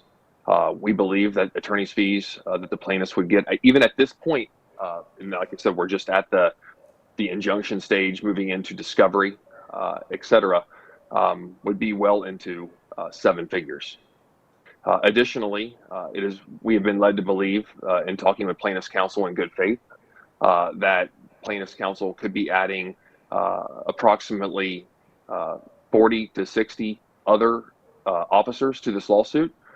There's currently 26 named officers, bringing the total up to somewhere between the 50 and 70 range.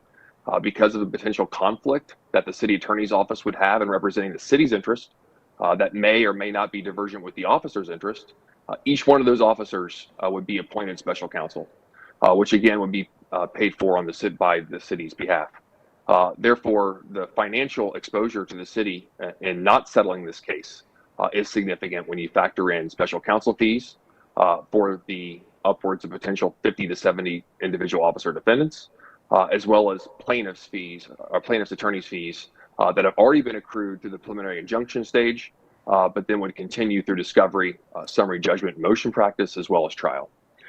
Based on the foregoing, we respectfully ask that council approve this settlement and make the injunction permanent and award the plaintiffs in this case $5.75 million. Of course, I'm happy to answer any questions. Thank you.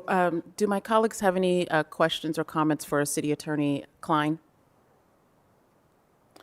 City Attorney Klein, I'm not sure if you can answer this question or perhaps Ms. Laura Baker Morrish, but just a few moments ago, Councilmember Mitch Brown brought some legislation around the use of seizure funds to purchase equipment.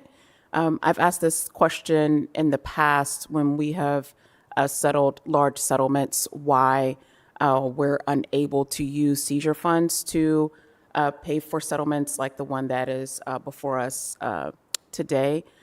Can either of you speak to that question, or I'm happy to ask Director Clark if he's aware of that response? Well, I'll certainly let Ms. Baker Morrish address that question. We have talked about this several different times. The use of seizure funds is pretty much restricted by state and federal law. So there are guardrails that are put in place about how those funds can be used. And so the limitation of using funds for settlement purposes through the seizure account do carry those certain restrictions that we have to guard against so that we're not breaking the law and using those funds. But I'll certainly let Chief Counsel Baker Morrish add on to that. City Attorney Klein is exactly right. There are specific prohibitions against using seizure funds for that particular purpose, and the law is very clearly spelled out that we are unable to do that. And Ms. Laura Baker Morrish, would that also be the same, would the same logic also fall for folks who have the question as to why we could not use pension funds or hold individuals actually liable for the cost that the city expends for a certain high price settlements like the one we have tonight? That is correct. There's a variety of legal prohibitions to getting into or accessing pension funds set up by state law specifically. There are only specific areas where one could be deprived of one's pension as a result of one's action or in employment. Secondly, related to holding individuals personally responsible, that has to do with the requirements and obligations under both state tort immunity law, as well as a qualified immunity law at the federal level. Thank you. I believe Chief Potts is present. Chief Bryant, my gosh, what am I looking at? Chief Bryant is present with us this evening. I was told Chief Potts was going to be here too. Thank you for being here this evening.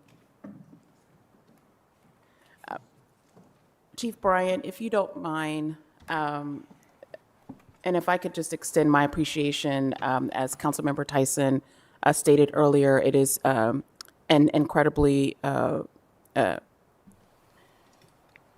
think it means a lot that the four of you are here this evening to talk about not only the legislation that Councilmember Brown brought beforehand to add a little bit more context to items that the department is requesting, but then to also provide additional context to this settlement that we have before us.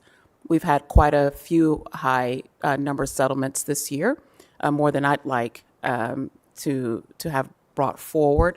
But I appreciate the transparency and the accountability that both of you have spoken about on numerous occasions. So to that, do you mind just speaking to the division's future or current plans in regards to ensuring that we don't find ourselves here again? Absolutely. So, President Hardin, council members, let me just say, since the 2020 protests, there have been significant changes that have occurred in the Division of Police in regards to how we respond to protests. Out of those significant changes, we've had leaders like Commander Smith Weir here who have created and implemented programs like our Police Emergency Response Team. We've had changes to our use of force directives and other policies. So I brought him here specifically to be able to talk to you about exactly what has been done, but I will tell you that the level of accountability within our department is high and our expectations are high. And the exec team, we're very committed to ensuring that we do make sure that our citizens and our community is safe and that we are doing the right things for the right reasons. So I'd like to pass it over to the commander so he can tell you specifically some of the changes that have occurred. And some of these, I will say, have been through self-audits. Thank you. Commander? Thank you. Thank you, Chief. President Harden, council members. Oh, thank you. President Harden, council members, thank you for your time. Thank you for having me. Some of the organizational changes that occurred since the events of 2020. Like Chief said, we stood up a police emergency response team. The purpose of that team was we saw the failures of 2020. We saw how the model and the training that we had trained our officers to respond to civil disturbance was no longer viable. What we wanted to do was create a team that was smaller, more agile, more able to appropriately respond to individual criminal acts as opposed to the old way, which basically just tried to disperse the crowd altogether and just get the overall crowd to leave. So from that, we basically trained up 95 officers and supervisors. Each of them got 64 hours of training, and we stood that up by the election cycle of 2020. So that group was able to be stood up and operational by November of 2020, and was very successful in its initial operations during the election cycle, and then again during that January of 2021 when we had the January 6th events and then some similar protests in Columbus afterwards, and then all the way through the inauguration. So we have had some limited success so far, and it is something that we're going to continue as we move forward into 2022. Another change that we had specifically towards groups and protests that deal with marches, we instituted a traffic plan where we were able to successfully basically form a safety bubble around the group that is marching, where we could keep the marchers safe from uninvolved motorists and pedestrians, and we could also keep the motorists safe from being, accidentally pulling into a march and being surrounded. Because we obviously saw instances nationwide and locally where uninvolved motorists and pedestrians kind of got caught up, and and even sometimes where cars were used as weapons in the crowd. So we wanted to prevent that, to keep protesters safe, and also to keep uninvolved motorists safe. So we were able to implement that as well. To comply with the injunction, all tear gas, wooden pellets, flashbang grenades, and any other CS was removed from any patrol lieutenant's cruisers, so that is no longer an option where during a civil disturbance that our patrol officers or our field forces would have access to those munitions. For training, as far as recruit training goes, recruits still have to be taught the OPATA mandated course and curriculum. So they are taught the old way to respond to civil disturbances according to what OPATA teaches.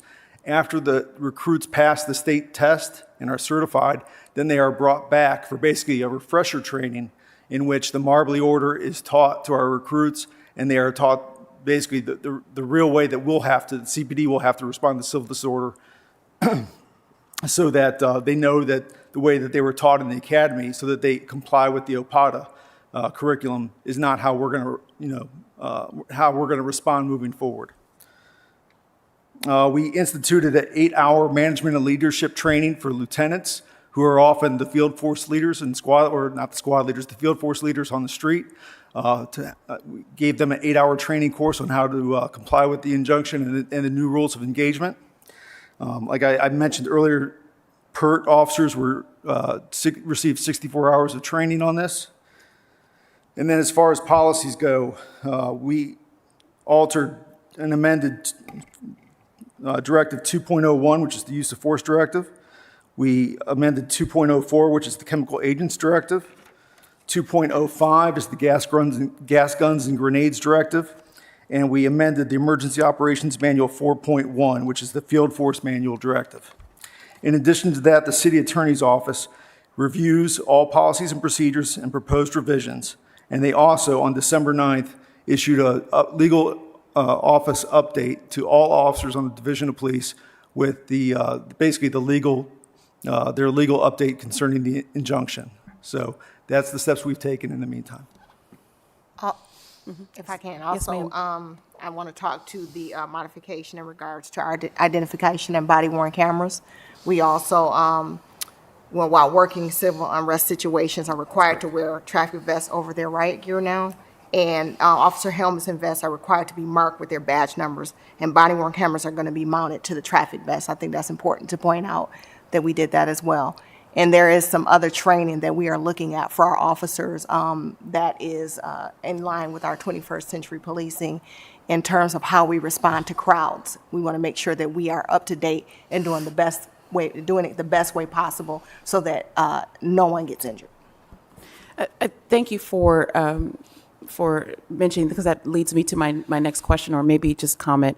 You know, a lot of what we heard as we were engaging in our process of reimagining around the time this was all unfolding was just really about perhaps the lack of sensitivity or just education from our officers about the reasons why people were so outraged and willing to protest in the middle of a pandemic. And so just wanting to see if there's any additional training just around cultural competencies, bias, and things like that, so that, you know, if we, you know, God forbid, find ourselves in this situation again, that these issues just don't fall flat for some folks, that we can appreciate why folks that may not look like you are so passionate and outraged. Absolutely. We are doing that, and through our community immersion training program, that is a really big deal right now, and our officers are getting an opportunity to get out in the community and actually engage with the community in which they're policing. Thank you. Are there any? Yes, Councilmember Mitch Brown. Commander Weir, can you, or maybe Chief Bryant, the next iteration of body-worn cameras, the value of automatic sensors from the automobiles as well as the officers when they pull their weapon off of their utility belts. Can you speak to that, especially in light of the fact of the changes that are going to be happening with the new cameras? This council just voted to authorize the money to purchase a new camera system. A little bit of additional information would be worthwhile.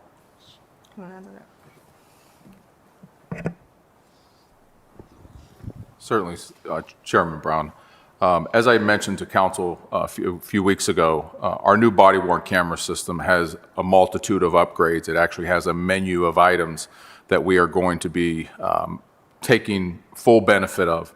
One is the geospatial recognition, and that is when officers arrive on scene, we will know that through their body camera. Certainly the synchronization between the body camera and the car camera, and the automatic activation that will come along with that software. So there's a wide variety and a long menu of items that we're going to be engaging with the new vendor. We're going to be providing training on that equipment and making sure that our entire division of police is fully up to speed on all of the menu items that are available in this new technology, so that we can add multiple layers of accountability to this new technology and how we're engaging the public.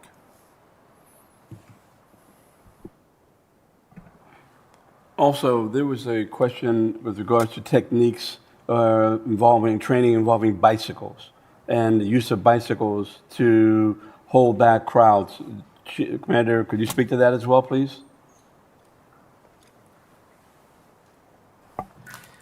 Yes, sir.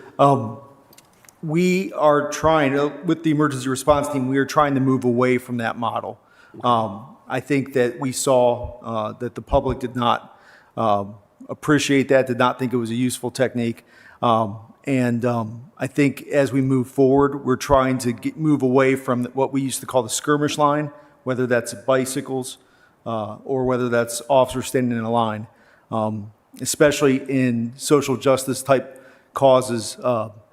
Having officers a foot away from a line of protesters who are upset at the criminal justice system or at police in particular only escalates emotion and tension in a situation where there's already enough emotion and tension. So we are trying to move away from that model. There obviously will always be a situation, or always could be hypothetical situations where we would have to have a line of officers protecting that. In the future, I don't see us using the bicycles to do that. There are other uses for bicycle units in crowd control situations, but having them actually in a line trying to move with the bicycles is probably something we're going to try to move away from. Thank you. Thank you, Councilmember Brown. Councilmember Liz Brown.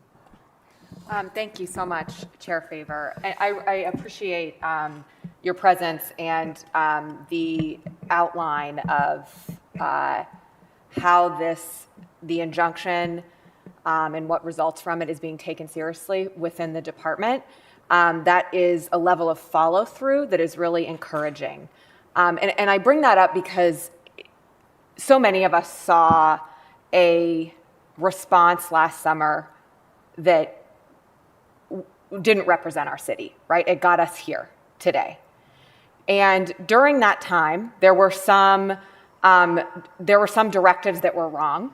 There were some strategy that was wrong that many of us asked questions about and that, we didn't really get answers in real time to. But some directives weren't followed too. And that was something that the chief at the time admitted to me, that some directives were not followed during the course of that response. And I understand that that's probably because of how much chaos there was. But what's really important is that you're outlining a system of accountability where the training and the directives must be followed. All through the chain of command, people have clarity. From what I understood, that clarity in part was missing, and defining the goal better.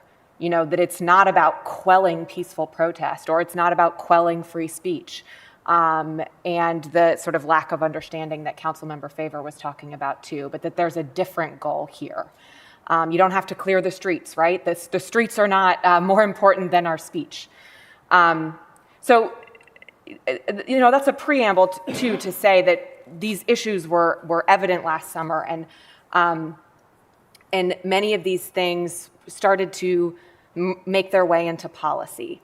And I felt that whether it was wooden bullets, rubber bullets, pepper spray, tear gas, just having policies around those wasn't enough. And that is why when I introduced Ordinance 1829, dealing in general with the militarization of police, it had to do with other things too, not just that, but those things were at the center.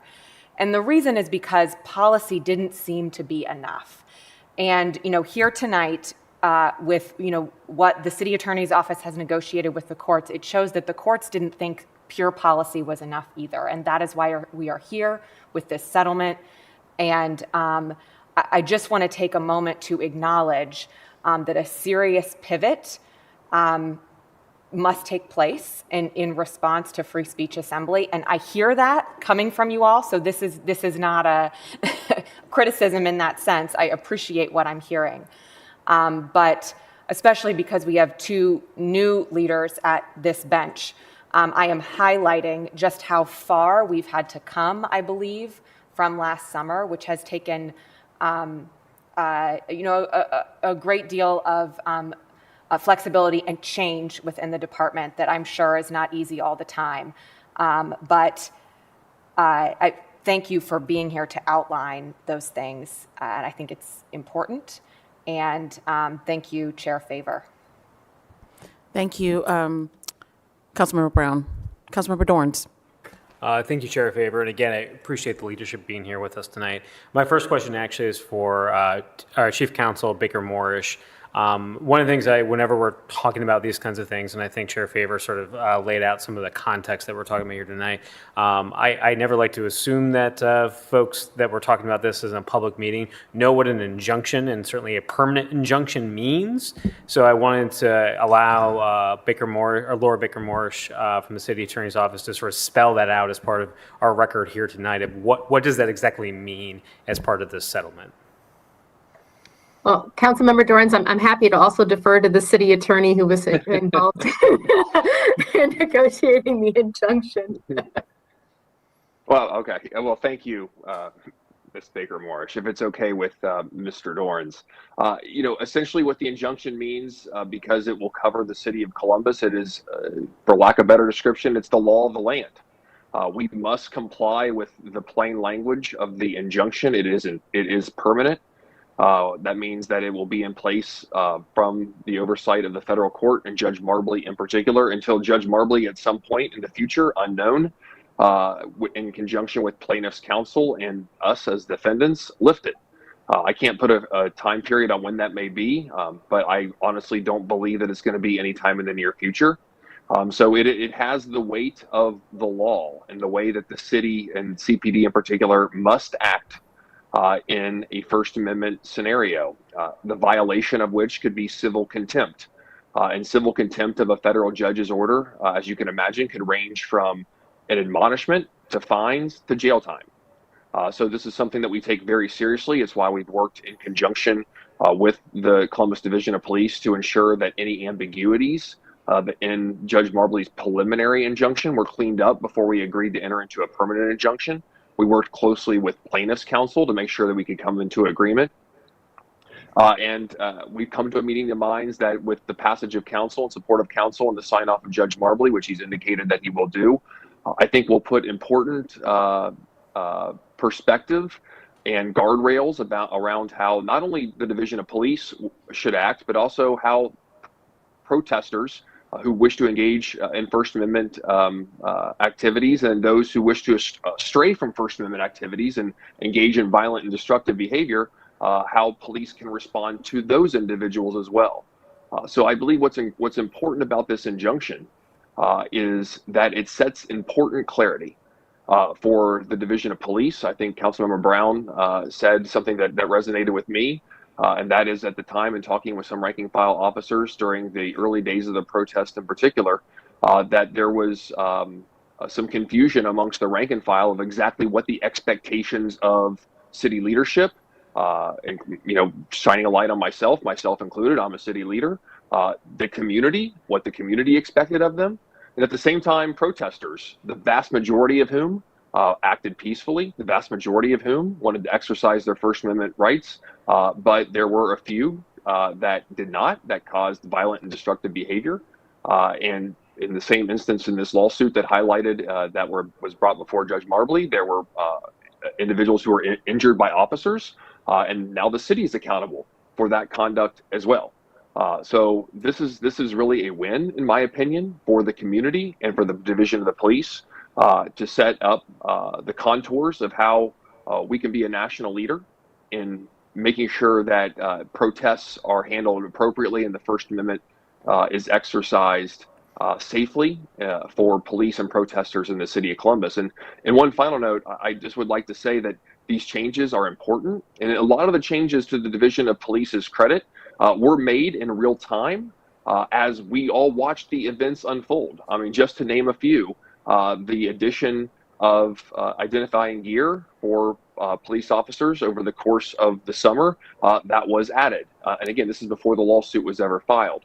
The setting up of a perimeter to allow people to march and not have such a strict interpretation of being in the street and what that means, but allowing people to march, and then not setting up that confrontation between the police and protesters. That was adapted, much to the leadership of Smith Weir at the time, to give him credit, someone that I talked to at the time, to make sure the Division of Police was doing that. So those are just to name a few, but the Division of Police, I think, has really stepped up over the course of the protests, which is why I think certainly at the beginning we all witnessed conduct that we thought from police and from protesters that was not up to our community expectations. But over the course of the summer, as protests continued, they were largely peaceful. Like, certainly you can highlight an event or two, but generally speaking, they were largely peaceful. They were largely uneventful. And that's the way it should be. And that's a great thing for our community, whether you're a police officer or a protester. Thank you, City Attorney Klein. And just to follow up, and I think it's an important backdrop that you just laid there as far as the expectations and the clarity. And I think we've got folks, again, here with us tonight that get that and want to do their best in order to make sure it's not only clear internally with the Division of Police, but it's clear to the community as well. And I think to President Pro Tem Brown's point, there are things that I think with the backdrop of that injunction that this body can work with both the Department of Public Safety and the Division of Police within legislation itself to make sure that that injunction is not going anywhere anytime soon, but that allows us as a community to have these conversations with this body moving forward, again, to make sure what's clear internally for the division, but also it's clear to the community as well, and that's something that goes both ways. So thank you, Chair Faber. Thank you, Councilmember Dorns. Council President Harden. Thank you, Madam Chair. I'll be quick. I just wanted to, sitting here this evening and kind of just sketched out kind of the last 12, 13 months as it pertains to the conversation around police reform, around reimagining public safety, and truthfully, this council's engagement with the city attorney's office in settlements. And I'll just bring this up because in the last few days, I've seen several media articles and conversations from well-meaning folks, good folks, questioning with the spike in violence, is reimagining public safety a good thing or a necessary thing? And as I sketched out councils and administrations' settlements over the last 13, 14 months, I mean, we're getting close to $17 million, literally, in the last 13 months. That's more than a couple of our departments added together in terms of settlements around public safety. I have to 100% applaud the folks that we have in front of us. There has been real change that has happened in this period. But I think it's happened because we together as a community have reimagined what public safety has meant and means to all of our residents. And so I just wanted to take that moment to kind of push back on the larger themes as we, obviously, as we close out this year. It's obviously a violent year. We obviously have to lean into supporting our police officers and making sure that we have enough of them on the streets, and make sure that we're doing all we can. It's our top priority, it's our top responsibility. But that other responsibility is for accountability and holding this department and this division to a higher standard. Because truthfully, we can't afford not to at this point. And so just wanted to make that point as we close this year out, that we can reimagine safe public safety together. We have to. It will make us better, and it will make us safer, and we can do both of these things at the same time. So thank you, Chair Faber. Thank you, Council President Harden. I appreciate you acknowledging and pushing back on some of the rhetoric that we have heard over the past week since this settlement has made its way out into the public. And I would wholeheartedly agree. $17 million-ish is nothing to wince at when we have an affordable housing crisis, and we have food insecurity, and we have people who are struggling just day to day to live. And so, I think that we have to always keep in mind that these issues aren't siloed. Sure. And, because we are being critical of an area within our city government doesn't also mean that it's going to trigger the uptick in violence on its own. We're also thinking about the fact that we were in the midst of a pandemic. We have an economic crisis going on. We have a housing crisis going on. People need jobs that pay a true living wage. So no one can pinpoint exactly, why we are in this space that we're in, as not just the city of Columbus, but just around this country. But what I do know is that we've got some real issues that we have to start addressing. And I appreciate the folks that are in front of me today that have stood up and are willing to be accountable and are willing to be transparent and are willing to work alongside this body to do what we can to keep our residents safe each and every day. So thank you very much. We can use that 17 million for a whole lot more in our city. And so my hope and my prayer is that we don't find ourselves here again, and that we can continue to work together. So with that, I will move for passage. Second. Clerk, please call the row. Brown, Dorans, favor, Remy Tyson. President Harden. Passed. Thank you. And the last ordinance in criminal justice is ordinance 3315-2021 to authorize the city attorney to modify an existing agreement with Columbus Next Generation Corporation to authorize an appropriation in expenditure within the Neighborhood Initiative Subfund and to declare an emergency. Columbus Next Generation, or NextGen, has been working with the City of Columbus, Office of the City Attorney, and the Franklin County Environmental Court to assist homeowners through the city that are elderly and/or disabled to repair code violations on their homes that are in the court systems and have been since prior to the COVID-19 pandemic. This ordinance authorizes an extension of the original agreement through December 31st, 2022, and increases the available funding by $100,000 from the Neighborhood Initiative Subfund. Are there any questions or comments by my colleagues? Seeing none, I'd move for passage. Clerk, please call the row. Brown, Dorans, favor, Remy Tyson. President Harden. Passed. Thank you. That's all I have in my committees. Thank you, Madam Chair. May I have a motion for a 10-minute recess? Clerk, please call the row. Brown, Dorans, favor, Remy Tyson. President Harden. Passed. Our recess.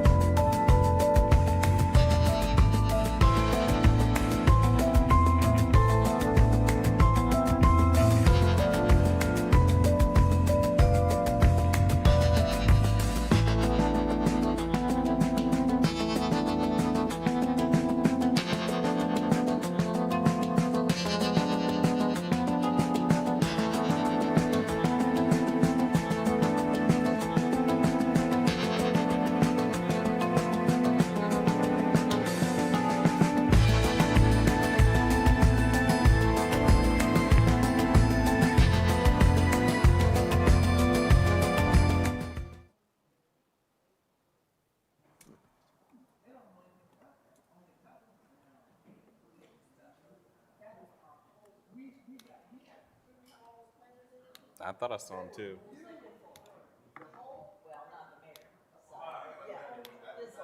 Can I get a motion to reconvene meeting number 56? Clerk, please call the roll. Brown, Dorans, favor Remy Tyson, President Harden. The next meeting coming for council is the Economic Development Committee. Councilmember Remy chairs that committee. Councilmember, the floor is yours. Thank you very much, Council President Harden. Tonight I have Ordinance 2990-2021 to create the West Broad TIF encompassing undeveloped parcel within the city at 5960 West Broad Street, to declare improvements to those parcels to be a public purpose and exempt from real property taxation, to require the owners of those parcels to make payments in lieu of taxes, to require the distribution of the applicable portion of those service payments to the Southwestern City Schools, to establish a municipal public improvement tax increment equivalent fund for the deposit of the remainder of those non-school service payments, and to declare an emergency. Ordinance 1699-2020, passed by City Council on November 16, 2020, rezoned the property at or near the northwest corner of the intersection of West Broad Street and Doherty Road, and generally located at 5960 West Broad. The developer property, now owned by Crown Point LLC, and rezoned 6000 West Broad Street. The developer purchased the 9.023 acres encompassing the developer property in order to privately invest approximately $18 million to construct 192 multifamily apartment units and private improvements pursuant to the rezoning ordinance. The rezoning ordinance necessitates the developer's implementation of additional public revenue generating programs on the developer property consistent with the Big Darby Accord pursuant to Resolution 0216X/2008, adopted by Columbus City Council on April 20th, 2009. The Big Darby Revenue Program identified 3 revenue generation sources: tax increment financing, new community authority, community development charges, and per unit developer contributions, collectively known as the Big Darby Revenue, for regionally beneficial public infrastructure improvements and Big Darby Accord purposes.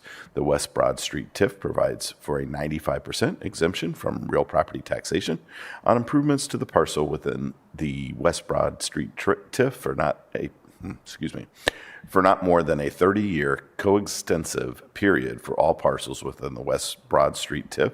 Southwestern City Schools will receive in the same manner as usual all amounts that they would have received in real property taxes had the tax exemption not been granted. Director Stevens, do you have any comments about this particular piece of legislation? I have nothing else to add, Chair Remy. Thank you very much, Director. Any questions or comments from my colleagues this evening? Seeing none, I move for passage. Brown, Dorans, favor, Remy, Tyson. President Harden. Passed. Next, I have ordinance 3051, 2021, to authorize the Director of the Department of Development to enter into a two-part citywide jobs growth incentive agreement with the Ohio State University and/or other OSU-affiliated entities, collectively known as the grantee, for a term of up to 25 consecutive years, in consideration of the creation of up to 12,000 net new full-time permanent positions with an estimated annual payroll of approximately $950 million to be created or having been caused to be created by the grantee. The Columbus Department of Development is proposing to enter into a two-part jobs growth incentive agreement with the Ohio State University, an Ohio public institution of higher education, and/or other OSU-affiliated entities related to a project to be undertaken at two specifically defined project sites, one being the JGI Columbus site for grantee jobs created throughout the city of Columbus, and the other being the JGI site for non-grantee jobs created by tenant companies located within an area to be known as the Innovation District, in an amount equal to 40% of the city of Columbus income tax withheld on the Columbus payroll of new grantee employees at the JGI Columbus site, and 40% of the city of Columbus income tax withheld on the Columbus payroll of those new tenant employees of tenant companies leasing space within the structures to be constructed or caused to be constructed by the grantee at the JGI site for a term of up to 25 consecutive years. The grantee is planning on developing the project over a 20 to 30-year period, and upon the completion and full build-out of the project, the grantee expects to create or cause to be created 12,000 jobs with an estimated payroll of up to $950 million annually. The grantee is also committed to growing STEAM, which stands for Science, Technology, Engineering, Art, Mathematics, and Medicine, talent in the city of Columbus. The grantee, in collaboration with the Columbus City School District and Columbus State Community College, are committing to engage K-12 students in learning about exciting STEAM careers, garnering educational support to teach STEAM career goals, thrive in STEAM fields, and increase competitiveness for higher education opportunities. In developing the project, the grantee desires to invest or cause to be invested approximately $3 to $4 billion in order to create an innovation program area which would include new infrastructure, 1,500 to 2,000 residential units, 100,000 to 200,000 square feet of retail, a 180 to 220 bed hotel, up to 500,000 square feet of medical, and 4 to 6 million square feet of labs and offices, all to be developed within the boundaries roughly defined as between Kinney Road and State Route 315 to the east, North Star Road to the west, Lane Avenue to the north, and the southern boundary of the parcels south of Kinnear Road within the city, between Kinney Road and North Star Road, but shown and defined by the site map as the Innovation District. Joining us this evening is from The Ohio State University. We have Dr. Grace Wong, Executive Vice President of Research, Innovation, and Knowledge Enterprise. Dr. Wong, the floor is yours. Good evening, Council Chair Remy, President Harding, and the council members. Thank you for the opportunity to speak again tonight about the legislation that will enable the development of the Ohio State University's Innovation District. This partnership between the City of Columbus and the Ohio State University will have positive community outcome for our youth, residents, and businesses in our region. As I mentioned back in July when we last spoke, the Innovation District has been 40 years in the making, and we are now ready to implement this legacy development for the university, City of Columbus, State of Ohio, and the nation. The Innovation District will enable research advances, technology translation, experiential educational opportunities, and startups by building partnerships, growing talent, and creating a live, play, innovate environment, unleashing Ohio State's potential to transform the region drive economic growth, and serve the residents of Columbus and Ohio. The creation of the Innovation District is very much in the core of Ohio State's land grant mission. The Innovation District has the goal to be a community benefit for both the city of Columbus and the state of Ohio, building upon our research strength, enabling sustainable partnerships, educating future generations in STEM, and developing, growing, and attracting a strong workforce to our region. So with that context, the Ohio State University is requesting approval of the following incentives to realize the development of the Innovation District. And Council Chair Remy has already outlined the details, so I'm only going to tell you the incentives here. So the first one is a 30-year non-school TEEF. And the second one is 25 years Jobs Growth Incentive, JGI. And the third one is the housing agreement. And I want to emphasize here, the Ohio State University is committed to creating an inclusive live, play, innovate environment in the Innovation District. As such, we are requesting approval of the housing agreement. And in this agreement, the university commits 20% of each multifamily residential project developed in the Innovation District will meet the city of Columbus's current affordability requirements as set forth in the agreement. And Ohio State will not only just develop the place for innovation to occur, but also utilize this place as a platform to nurture and enable innovators. And the Council Chair Remy already mentioned our newly announced initiative, so-called STEAM Rising Partnership with Columbus City Schools, City of Columbus, and Columbus State Community College. And with this initiative, we will train the teachers so that they can bring back to the classrooms the most current science, technology, engineering, art, math, and medicine curriculum. And this training will allow the CCS teachers to significantly expand access to STEAM education throughout their districts and reach out thousands of students. And we will continue to leverage the Jobs Ohio's investment in Innovation District to support the growth of talent pipeline. And with the Jobs Ohio partnership, we commit to a total of 22,500 STEM graduates in the next 15 years. And while Metro Middle and High School will continue to reside within the boundaries of the Innovation District, the Metro School will also expand to the former Indianola Middle School site, allowing them to add elementary education so that they can become a K-12 STEM asset to the city.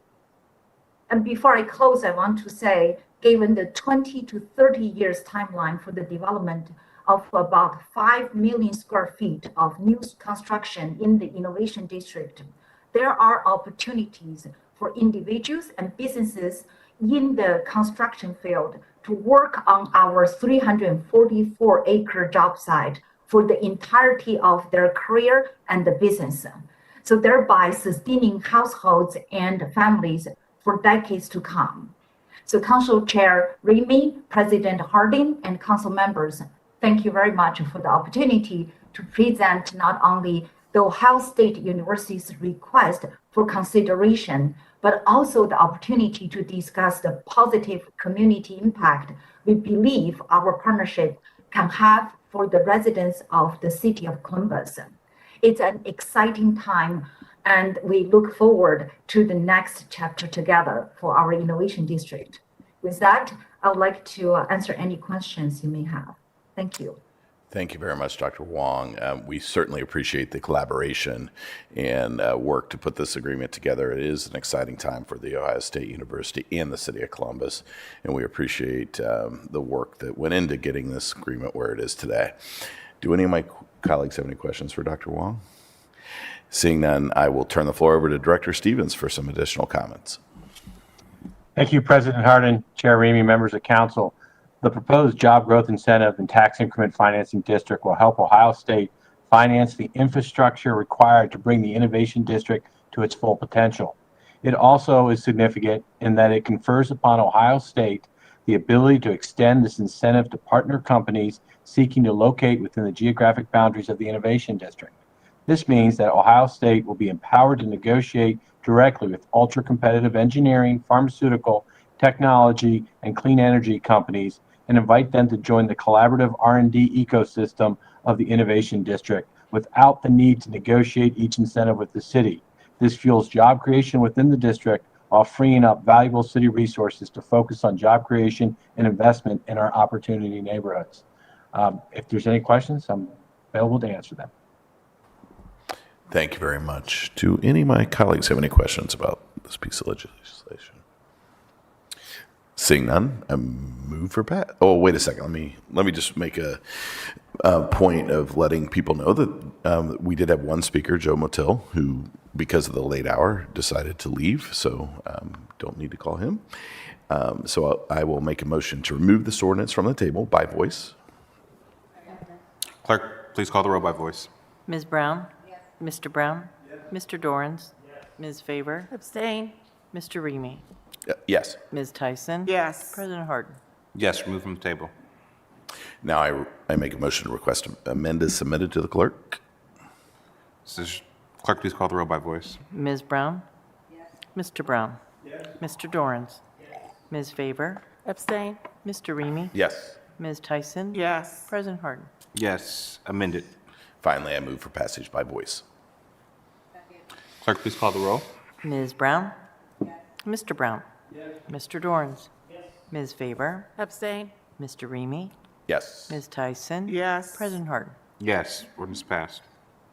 Thank you. Next, I have ordinance 3171, 2021, to create the Innovation District TIF encompassing undeveloped or to be redeveloped parcels on OSU's West Campus within the city, to declare improvements to those parcels to be a public purpose and exempt from real property taxation, to require the owners of those parcels to make service payments in lieu of taxes, to require the distribution of the applicable portion of those service payments to the Columbus City Schools, to establish a municipal public improvement tax increment equivalent fund for the deposit of the remainder of those non-school service payments, and to declare an emergency. This ordinance establishes a new non-school tax increment financing area under Ohio Revised Code Section 5709 40B, encompassing the Innovation District and the Franklin County tax ID parcels identified in Exhibit A.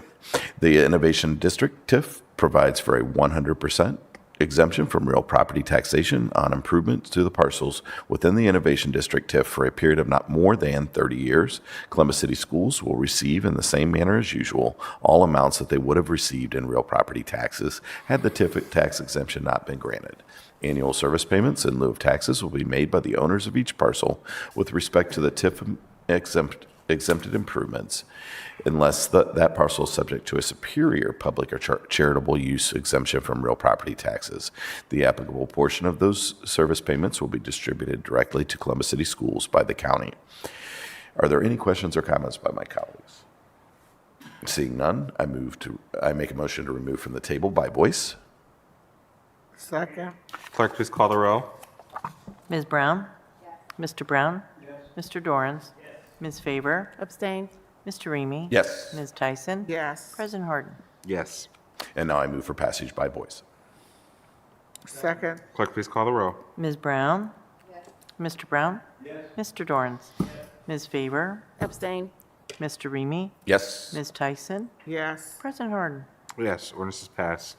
Next, I have ordinance 3247, 2021, to appropriate authorize the expenditure of service payments in lieu of taxes generated by parcels subject to the Innovation District TIF and deposited into the Innovation District Municipal Public Improvement Tax Increment Equivalent Fund pursuant to the Tax Increment Financing Agreement, to authorize the Director of the Department of Development to execute and deliver a tax increment financing agreement between the city and the Ohio State University, and together with its affiliate entities, the developer, for the financing and reimbursement of costs of public infrastructure improvements benefiting the Innovation District between the CSX Railroad to the east, North Star Road to the west, Lane Avenue to the north, and the southern boundary of the parcels along Kinnear Road, and to declare an emergency.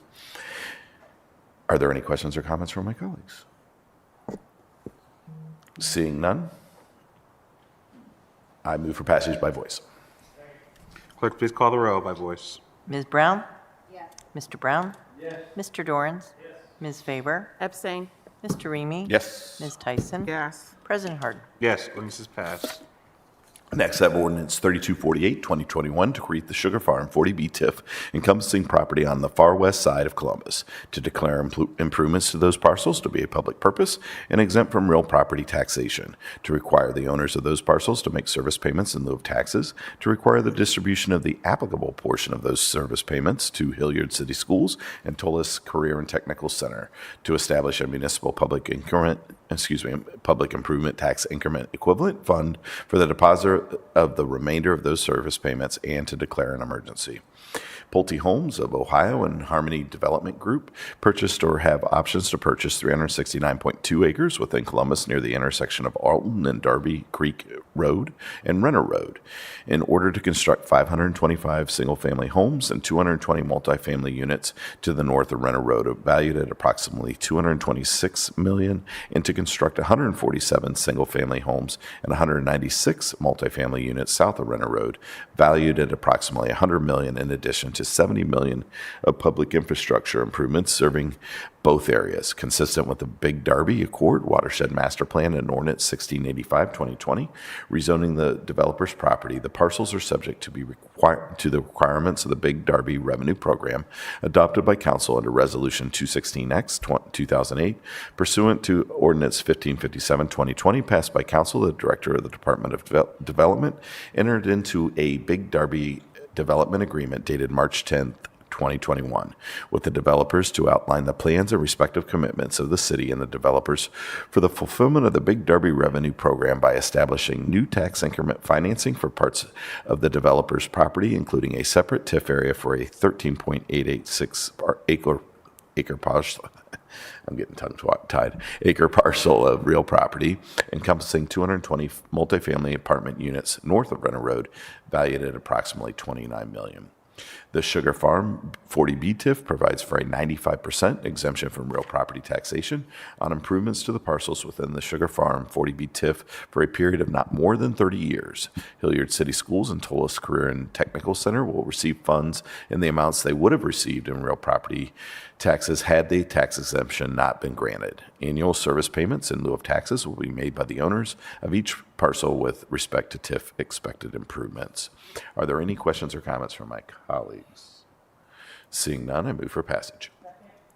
Clerk, please call the row. Brown, Dorans, Favor, Remy, Tyson. President Harden? Passed. Next is Ordinance 3258, 2021, to create the Harlem Walnut Incentive District, encompassing undeveloped property on the far northeast side of Columbus, to declare improvements to those parcels to be a public purpose and exempt from real property taxation, to require the owners of those parcels to make service payments in lieu of taxes, to require the distribution of the applicable portion of those service payments to Columbus City Schools and the appropriate taxing authorities, to establish a municipal public improvement tax increment equivalent fund for the deposit of the remainder of those service payments distributed to the city, and to declare an emergency.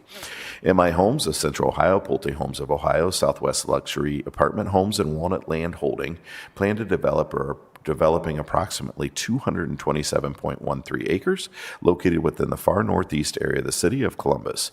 Pursuant to Ordinance 1703, 2017, the southeastern portion of the developer's property along Harlem Road may have a maximum 296-unit residential development, and pursuant to Ordinance 1765, 2019, as amended by Ordinance 0486, 2020, the northwestern part of the developer's property along Walnut Street allows for a maximum of 765 mixed residential units, altogether an estimated $318 million in investment.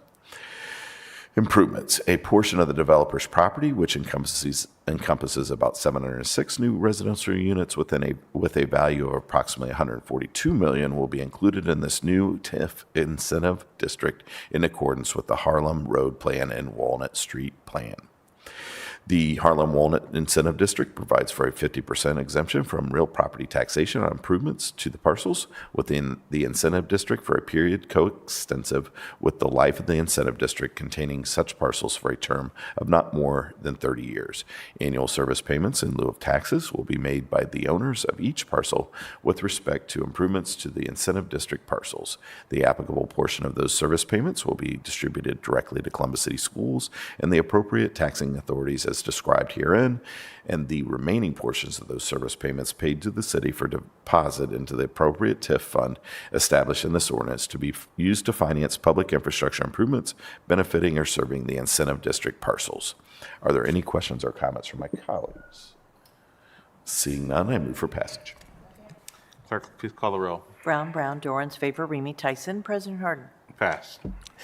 Next, I have ordinance 3259, 2021, to create the Sugar Farm Incentive District and the Renner South Incentive District encompassing property on the far west side of Columbus, to declare improvements to those parcels to be a public purpose and exempt from real property taxation, to require the owners of those parcels to make service payments in lieu of taxes, to require the distribution of the applicable portion of those service payments to Hilliard City Schools and Tullis Career and Technical Center, and the appropriate taxing authority, to establish municipal public improvement tax increment equivalent funds for the deposit of the remainder of those service payments distributed by the city, and to declare an emergency. Pulte Homes of Ohio Harmony Development Group purchased or have options to purchase 369.2 acres within Columbus near the intersection of Alton and Darby Creek Road and Renner Road in order to construct 525 single-family homes and 220 multifamily units to the north of Renner Road, valued at approximately $226 million, and to construct 147 single-family homes and 196 multifamily units south of Renner Road, valued at approximately $100 million, in addition to the $70 million for public infrastructure improvements serving both areas. The Sugar Farm Incentive District and Renner South Incentive District each provide for a 95% exemption from real property taxation on improvements to the parcels within each incentive district for a period coextensive with the life of the incentive district containing such parcels for not more than 30 years. The annual service payments in lieu of taxes will be made by the owners of each parcel with respect to improvement to the parcels of each incentive district. The applicable portion of those service payments will be distributed directly to Hilliard City Schools and Tullis Career and Technical Center and the appropriate taxing authorities as described herein. The remaining portion of those service payments will be paid to the city for deposit into the appropriate TIF funds established in the ordinance to be used in the finance public infrastructure improvements benefiting or serving the incentive district parcels. Are there any questions or comments from my colleagues? Seeing none, I move for passage. Clerk, please call the roll. Brown, Dorans, favor, Remy Tyson. President Harden. Passed. Next is ordinance 3268, 2021, to authorize the Director of the Department of Development to enter into a housing development agreement with The Ohio State University to memorialize the university's affordable housing obligations and to declare an emergency. The Ohio State University has proposed the creation of an innovation district area located on the west campus of the university, which is currently expected to include 1,500 to 2,000 residential units. The university has committed that 20% of the units in each project or building of development within the Innovation District containing residential uses shall be affordable housing as follows. 10% of the total residential units must be affordable to the households at or below 80% of the area median income, and an additional 10% of the total residential units must be affordable to households at or below 100% AMI. Provided, however, that any residential project or building for occupancy by students of the university and included within the university residence halls or housing system shall not be subject to these requirements. These affordable housing requirements shall apply for a 15-year term for each project or building, as the case may be, constructed prior to December 31st, 2056, commencing upon the issuance of the final certificate of occupancy for the project or building, as the case may be. The affordable housing requirements will not extend behind December 31st, 2071. The construction of the first residential phase is estimated to begin in approximately 2024. We did have one speaker on this proposal this evening, and that was by Joe Motil, who has since left due to the late hour. So seeing that there are no other speakers, I ask if my colleagues have any questions or comments. Seeing none, I move for passage by voice. Clerk, please call the roll by voice. Ms. Brown? Yes. Mr. Brown? Yes. Mr. Dorans? Yes. Ms. Favor? Abstain. Mr. Remy? Yes. Ms. Tyson? Yes. President Harden? Yes, ordinance is passed. And that completes my ordinances and economic development. Can I move on to environment, Council Please. President? Thank you very much. Tonight, I'm excited to present 3291-2021 to authorize the Director of the Department of Public Service to enter into a contract with WCMH in support of the Cleaner Columbus Initiative, to authorize an appropriation and expenditure within the Neighborhood Initiative Subfund, to waive the competitive bidding requirements of Columbus City Code, and to declare an emergency. Cleaner Columbus is beginning its community-wide education and public relations campaign on the importance of litter eradication and neighborhood beautification. Cleaner Columbus, in partnership with WCMH, will develop the wider message platform and resources to reach inclusive demographics within Columbus, including a special focus on K-12 and opportunity neighborhoods. The high-impact marketing and public education messaging will be developed for each targeted audience, including Columbus residents, neighborhood leaders, professional associations, businesses, and employee groups. A bid waiver for the formal bidding requirements of Chapter 329 of Columbus City Code is requested for the timely launch of the Cleaner Columbus Education Campaign. I'm so excited about this. We've been working on this for a couple of years now, and since my tenure on council, residents have consistently expressed their concerns with littering and illegal dumping throughout our neighborhoods, especially in our opportunity neighborhoods. We have so many residents and community groups rolling up their sleeves to participate in community cleanups and beautification, but yet we are still battling the culture of littering and illegal dumping daily. We need all the support we can get to educate and deter bad actors, as well as those who simply lack the mindfulness needed to create change. The city has several programs, of course, working to promote cleaner, healthier neighborhoods, including Keep Columbus Beautiful and Recycle Columbus. Looking outside the city will help us uplift these resources. Working with WCMH, NBC4, we will work to promote these programs, educate residents on how to properly dispose of waste, and encourage community engagement and neighborhood pride. It really will be, I always use the analogy, it's going to be like Commit to Be Fit is 10 years later on Channel 10. That's the goal for Cleaner Columbus, and we really hope that we're excited with their enthusiasm. They were absolutely all on board to really get out there and get Fours Army engaged in our neighborhood and community to help to promote this important aspect for our city. Are there any questions or comments from my colleagues? You do? Okay. All right. Then, seeing no questions or comments, I move for passage by voice. Second. Clerk, please call the roll. Ms. Brown? Yes. Mr. Brown? Yes. Mr. Dorns? Yes. Ms. Favor? Abstain. Mr. Remy? Yes. Ms. Tyson? Yes. President Harden? Yes. Thank you, Council President. That is all I have this evening. Merry Christmas and happy holidays to all. Thank you, Mr. Chair, and good work on that last ordinance. There's a lot of good work to be done there. The next committee to come before council is the Health and Human Services Committee. That committee is chaired by Councilmember Tyson. Councilmember, the floor is yours. Thank you. Have ordinance number 2500-2021. It is to authorize and direct the city auditor to transfer $1 million from the Columbus Public Health Department Special Revenue Fund for services, and to authorize the expenditure of $1 million from the Public Health Special Revenue Fund for various expenditures for services to support the violence reduction programs and to declare an emergency. The transfer of $1 million within the Columbus Public Health Special Revenue Fund 2250 to appropriate funding made to the funding main account and object classes for 2021 anti-violence intervention initiatives. The funds were expansion to Columbus Public Health for response toward the support for community-based violence reduction programs and training focusing on geographic location and at-risk individuals for violence. This transfer will assist in supporting numerous contracts for vicarious trauma support for staff, program implementation for community-based resilience ambassador training, and evidence-based violence prevention curriculum for children and young adults, and community mental health wellness support.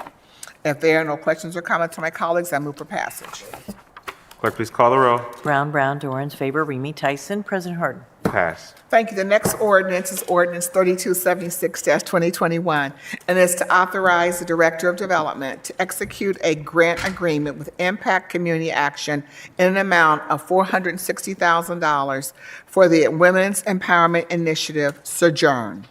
The Sojourn program to authorize an appropriation of $250,000 within the Neighborhood Initiatives Subfund, and to authorize the expenditure of $460,000 from the general fund and to declare an emergency. According to Columbus, Ohio data, women are more likely than any other group who have attended college or received an associate's degree.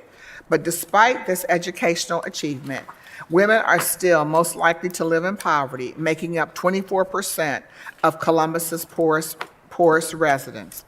The coronavirus pandemic has put individuals, especially single female head of households, at an increased risk of falling deeper into poverty. To lift women out of poverty, public and private entities must join forces and implement solutions to address the myriad ways that structural and societal racism uniquely burden women. It is imperative that we are intentional about creating programs and services that alleviate such barriers. If not, the present trajectory perpetuates a lifetime of poverty for women and children. And we know that 60% of Black children live with their mom, and they are at higher rates of poverty, and more than the two-income households or a household led by a man. So to lift women and children out of poverty, Impact Community Actions Empowerment Initiative Sojourn, and this program was a pilot program that was created between my office and working with Impact. It's a transformative program resulting in job creation, reduction in poverty, and the elimination of barriers to employment for women in Columbus. This program will we've already impacted around 20 women over the last 7 months, and we will do that again. So the pilot has been quite successful, and now we're going to fund them an additional $250,000. I have the opportunity. So this is a program that is to build community to encompass ideas, information, and resources and structured projects that support rapport and unity amongst women who have been marginalized by circumstances, choices, generational cultural norms, and that have been served to economically, socially, psychologically, and disadvantages that have been over them. But progress can begin to take place, and certain truths have been materialized to assist participants in being the first champion in their economic recovery. I had the opportunity to attend a class with the most recent cohort of participants, and I can attest that this program is truly transformative for our women. Again, this program really, to create the Sojourn program, it is based upon the work of the Commission on Black Girls, because of our Black girls are pretty much living in households led by single moms. And if we're going to change the trajectory of those girls' households, you have to continue to focus on their moms. So this program already has been successful for the first pilot, and I'm excited that this program, we're funding it again, so another cohort of women will have that success. So if there are no questions or comments from my colleagues, I move for passage. Clerk, please call the row. Brown, Dorans, favor, Remy Tyson. President Harden. Pass. Thank you. The next ordinance is ordinance 3289-2021, and is to authorize the Board of Health to enter into grant agreements with the following entities that align with the efforts of the Commission on Black Girls. Image Character Etiquette Incorporated, Zeta Phi Beta Sorority Incorporated, Gamma Zeta Zeta Chapter, Zeta Phi Beta Sorority Incorporated, Sigma Iota Zeta Chapter, Thelosone Institute, Actions That Matter for Youth, The Ohio State University, Bumblebees, the Physicians Care Connection, and Brown Girls Mentoring, to authorize the appropriation and expenditures of $278,179. This ordinance authorizes the Board of Health to enter these agreements with several organizations, which are a total of 9 organizations that align with the efforts of the Commission on Black Girls. And the programs correspond with the recommendations of the Commission's report on the quality of life of Black girls in Columbus, Ohio, providing opportunities for leadership, mentorship, and creating connections. Further, the mindfulness-based stress reduction intervention is being funded, engages girls and their caregivers in the juvenile justice system, supporting the recommendations concerning the use of alternative response models when working with Black girls. Additionally, the Made for Medicine program supports science, technology, engineering, arts, and mathematics, STEAM, education for Black girls. This program also aligns with the information we received in the report about increasing the number of Black medical providers to facilitate better provider-patient relationships and increasing the comfort level of patients with their provider. So even, this obviously is my last meeting, but I also appreciated the comments that I think each of you have made, but certainly with Councilmember Dorans, just understanding what the needs are of Black girls in our community and the quality of life. And as I can in my this part of my career, it was important to leave here with funding organizations for next year that are supporting the work of organizations that are supporting Black girls based upon the their strategies and recommendations of this report. And I'm hopeful that this body will continue this work. This work is going to remain in the City of Columbus at the Department of Public Health under their Public Health and Innovation, which is focused on race and equity. It's going to be, as you know, led by Nicole Harper. She's be the Chief Program Officer. There'll be another individual on her team with her, as well as there'll still be a commission of individuals, the advisory commission on for the Commission on Black Girls. And I know there'll be legislation moving forward to support that work. But this work, every single one of these 9 organizations that is going to be funded. I won't go over each and every one, but there's certainly the data, the information is here. But every single one of these organizations are focused on the recommendations that are in that report that continue to move girls forward.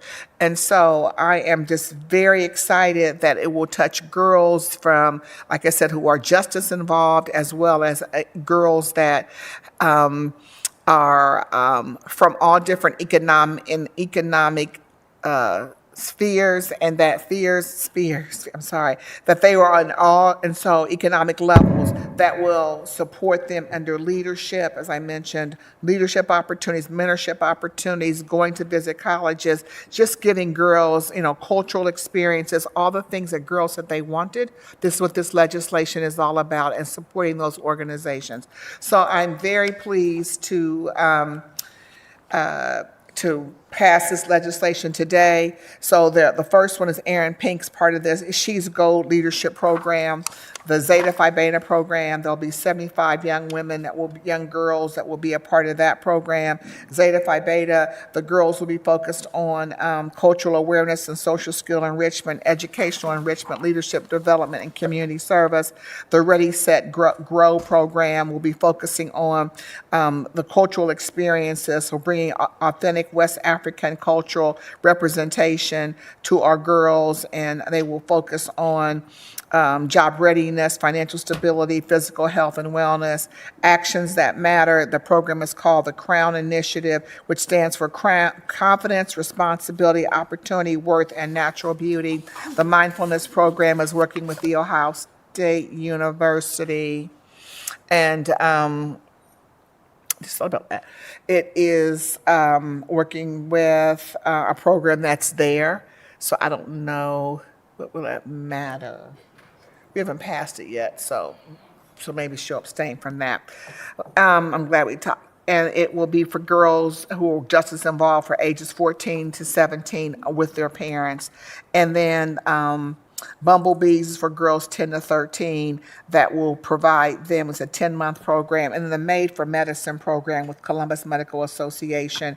This is a program that was started by Laura Espy Bell. It just had the first pilot. And why this program is so important is that one, that we need to make sure that we have more young people going into the field of medicine. And we need to also, this program is for young people of color to be able to, from the grades 6, 7, 8, 9, and 10, 11, to be working with or going through programs with African American physicians and learning more about the profession hands-on. And so this program is important for that reason, but the other reason is that there's data that certainly there's enough data that says that when medical professionals look like you, how health outcomes change dramatically. And so we've got to begin to build a bench for young people to go into the health profession. And that's what this program does. And then Brown Girl Mentoring is a program the ages 5 through 16 that will help girls find their voices, help them to withstand adversity and challenges, and promote creative ways to make changes in their community. So I'm very excited to be able to fund these organizations and support our girls. So with that, I'm going to ask my colleagues for one of the initiatives that, of course, is near and dear to me, not the only one, but the one that's most recent, near and dear, that I'm asking my colleagues for the support of these organizations and funding of $278,000 and, what did I say the amount was? I'm sorry. $278,179. And I'm asking for your support on this for passage by a voice vote.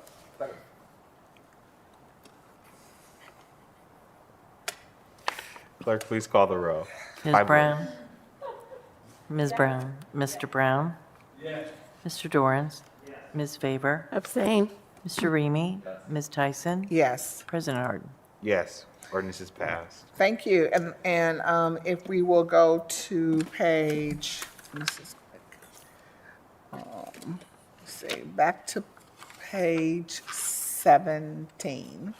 I'll read it. So it's ordinance number 3311-2021 is to authorize the Board of Health to enter into a grant agreement with the Ohio Farmers Market Network support farm shares as farms serving health and race equity, to authorize an appropriation expenditure within the Neighborhood Initiative Subfund and to declare an emergency.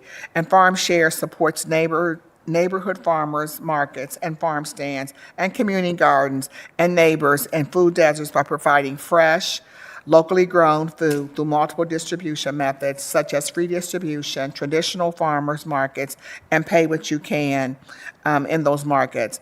And this was created during the global pandemic, the Farm Share program, to provide healthy, fresh, healthy food to people who were struggling to feed themselves and their families a healthy diet in the middle of the economic crisis. At the same time, Ohio farmers and urban farmers found their farmers markets, restaurant, and institutional relationships strained and even shuttered. Those who relied solely on direct-to-consumer outlets were significantly impacted by decreased or canceled order, just as Ohio's growing season was ramping up. And so this program, why this is so important, is that the Farm Shares program began to identify organizations led by Black, Indigenous, and people of color to serve as host locations, and Black and Indigenous growers and farmers of color to provide the produce. And this program will continue to purchase fresh produce from Ohio farmers and urban growers during the peak growing season. This program, this is $20,000. Kroger is also supports this at around for that same price. And this is really around race and equity in our community. But I wanted to make sure I had tonight was important to share not only this ordinance, but also on the consent agenda, I also am supporting Local Matters and their food access and educational efforts for $140,000. The Food Rescue Program and their efforts to connect food donations to agencies that will redistribute donations to people in need at $50,750. And then the Mid-Ohio Collective. Mid-Ohio will operate with NBC4, a farm and garden, supporting gardening that will feed residents that live in the immediate area of the farm. And Mid-Ohio will distribute food at the farm throughout the networks for $35,000. This land will be at NBC4, right, if you know where NBC4 is on Olentangy, we're right behind there. So we'll be gardening on NBC4's property. There are a number of new Americans and immigrants that live right in that community that are gardening on their in the apartment complex that now will have an amazing garden with Mid-Ohio Collective on this land. So tonight, the other area that I'm very passionate about was the county and local food action plan that we worked with Commissioner O'Grady on.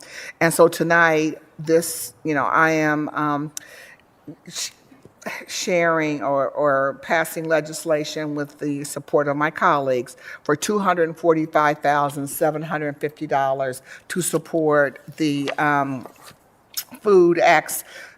the local food action plan and food access in our community.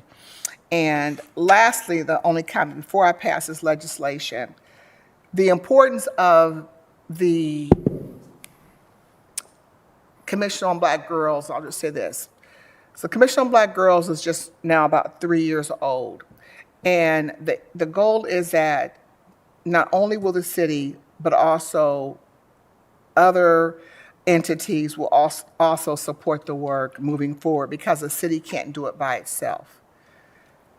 So now let's come back to the local food action plan. The local food action plan is 5 years old. There's certainly some significant accomplishments, but here's the beauty of what we're doing tonight, I'm going to share tonight. That the commission, that there's a food board. The food board is made up of a number of individuals. The person that you've seen in council chambers who worked on this on the food plan was Cheryl Graffinino. You've seen her in here.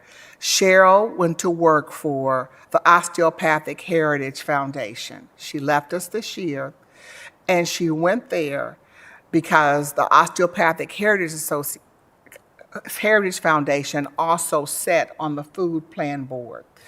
And Cheryl is now leading an effort there. And just today, December 13th, the Osteopathic Heritage Foundation is now accepting applications from nonprofit and public organizations for healthy food, healthy Franklin County requests for proposals, and the foundation is allocating up to $1 million to fund projects addressing one or more of the following objectives, and they all are around, supply and demand for locally grown food and locally grown food and distribution chains to support a strong local food system, economic growth and opportunity in low income and low access communities, making sure that we have farm stands, mobile food distribution, access to healthy food through expanded youth or healthy food purchasing initiatives. All the work of the city and county food plan is now being elevated with the Osteopathic Heritage Foundation for $1 million to support this work. And that's what this work is all about. And so I just had to share that because when you're doing big initiatives, you want to involve other people and you want to get $1 million gifts to support the work. Right. And so anyway, with that, I'm excited to put the $245,000 in, and I'm excited about this ordinance 3311, 2022, and I would ask my colleagues to support me in passage of this particular ordinance. Clerk, please call the roll. Brown, Dorans, favor, Remy Tyson, President Harden.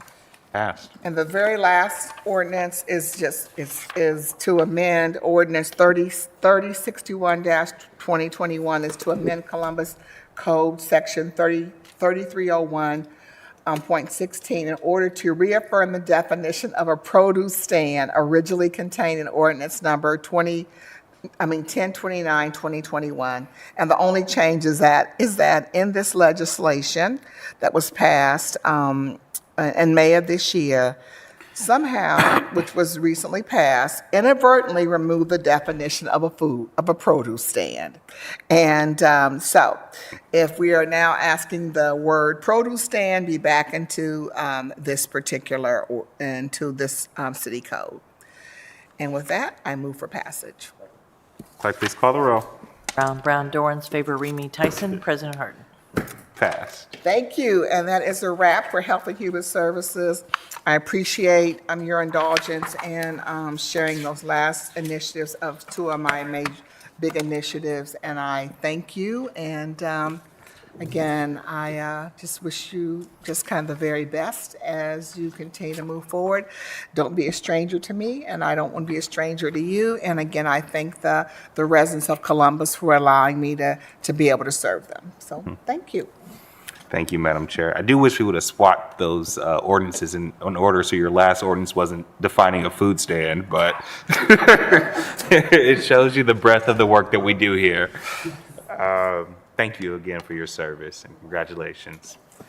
Seeing no further business to come before council, may I have a motion to recess? Clerk, please call the roll. Brown, Dorans, favor, Remy Tyson. President Harden. We are in recess. We do have one non-agenda speaker. Mr. Damon Blanchard is with us.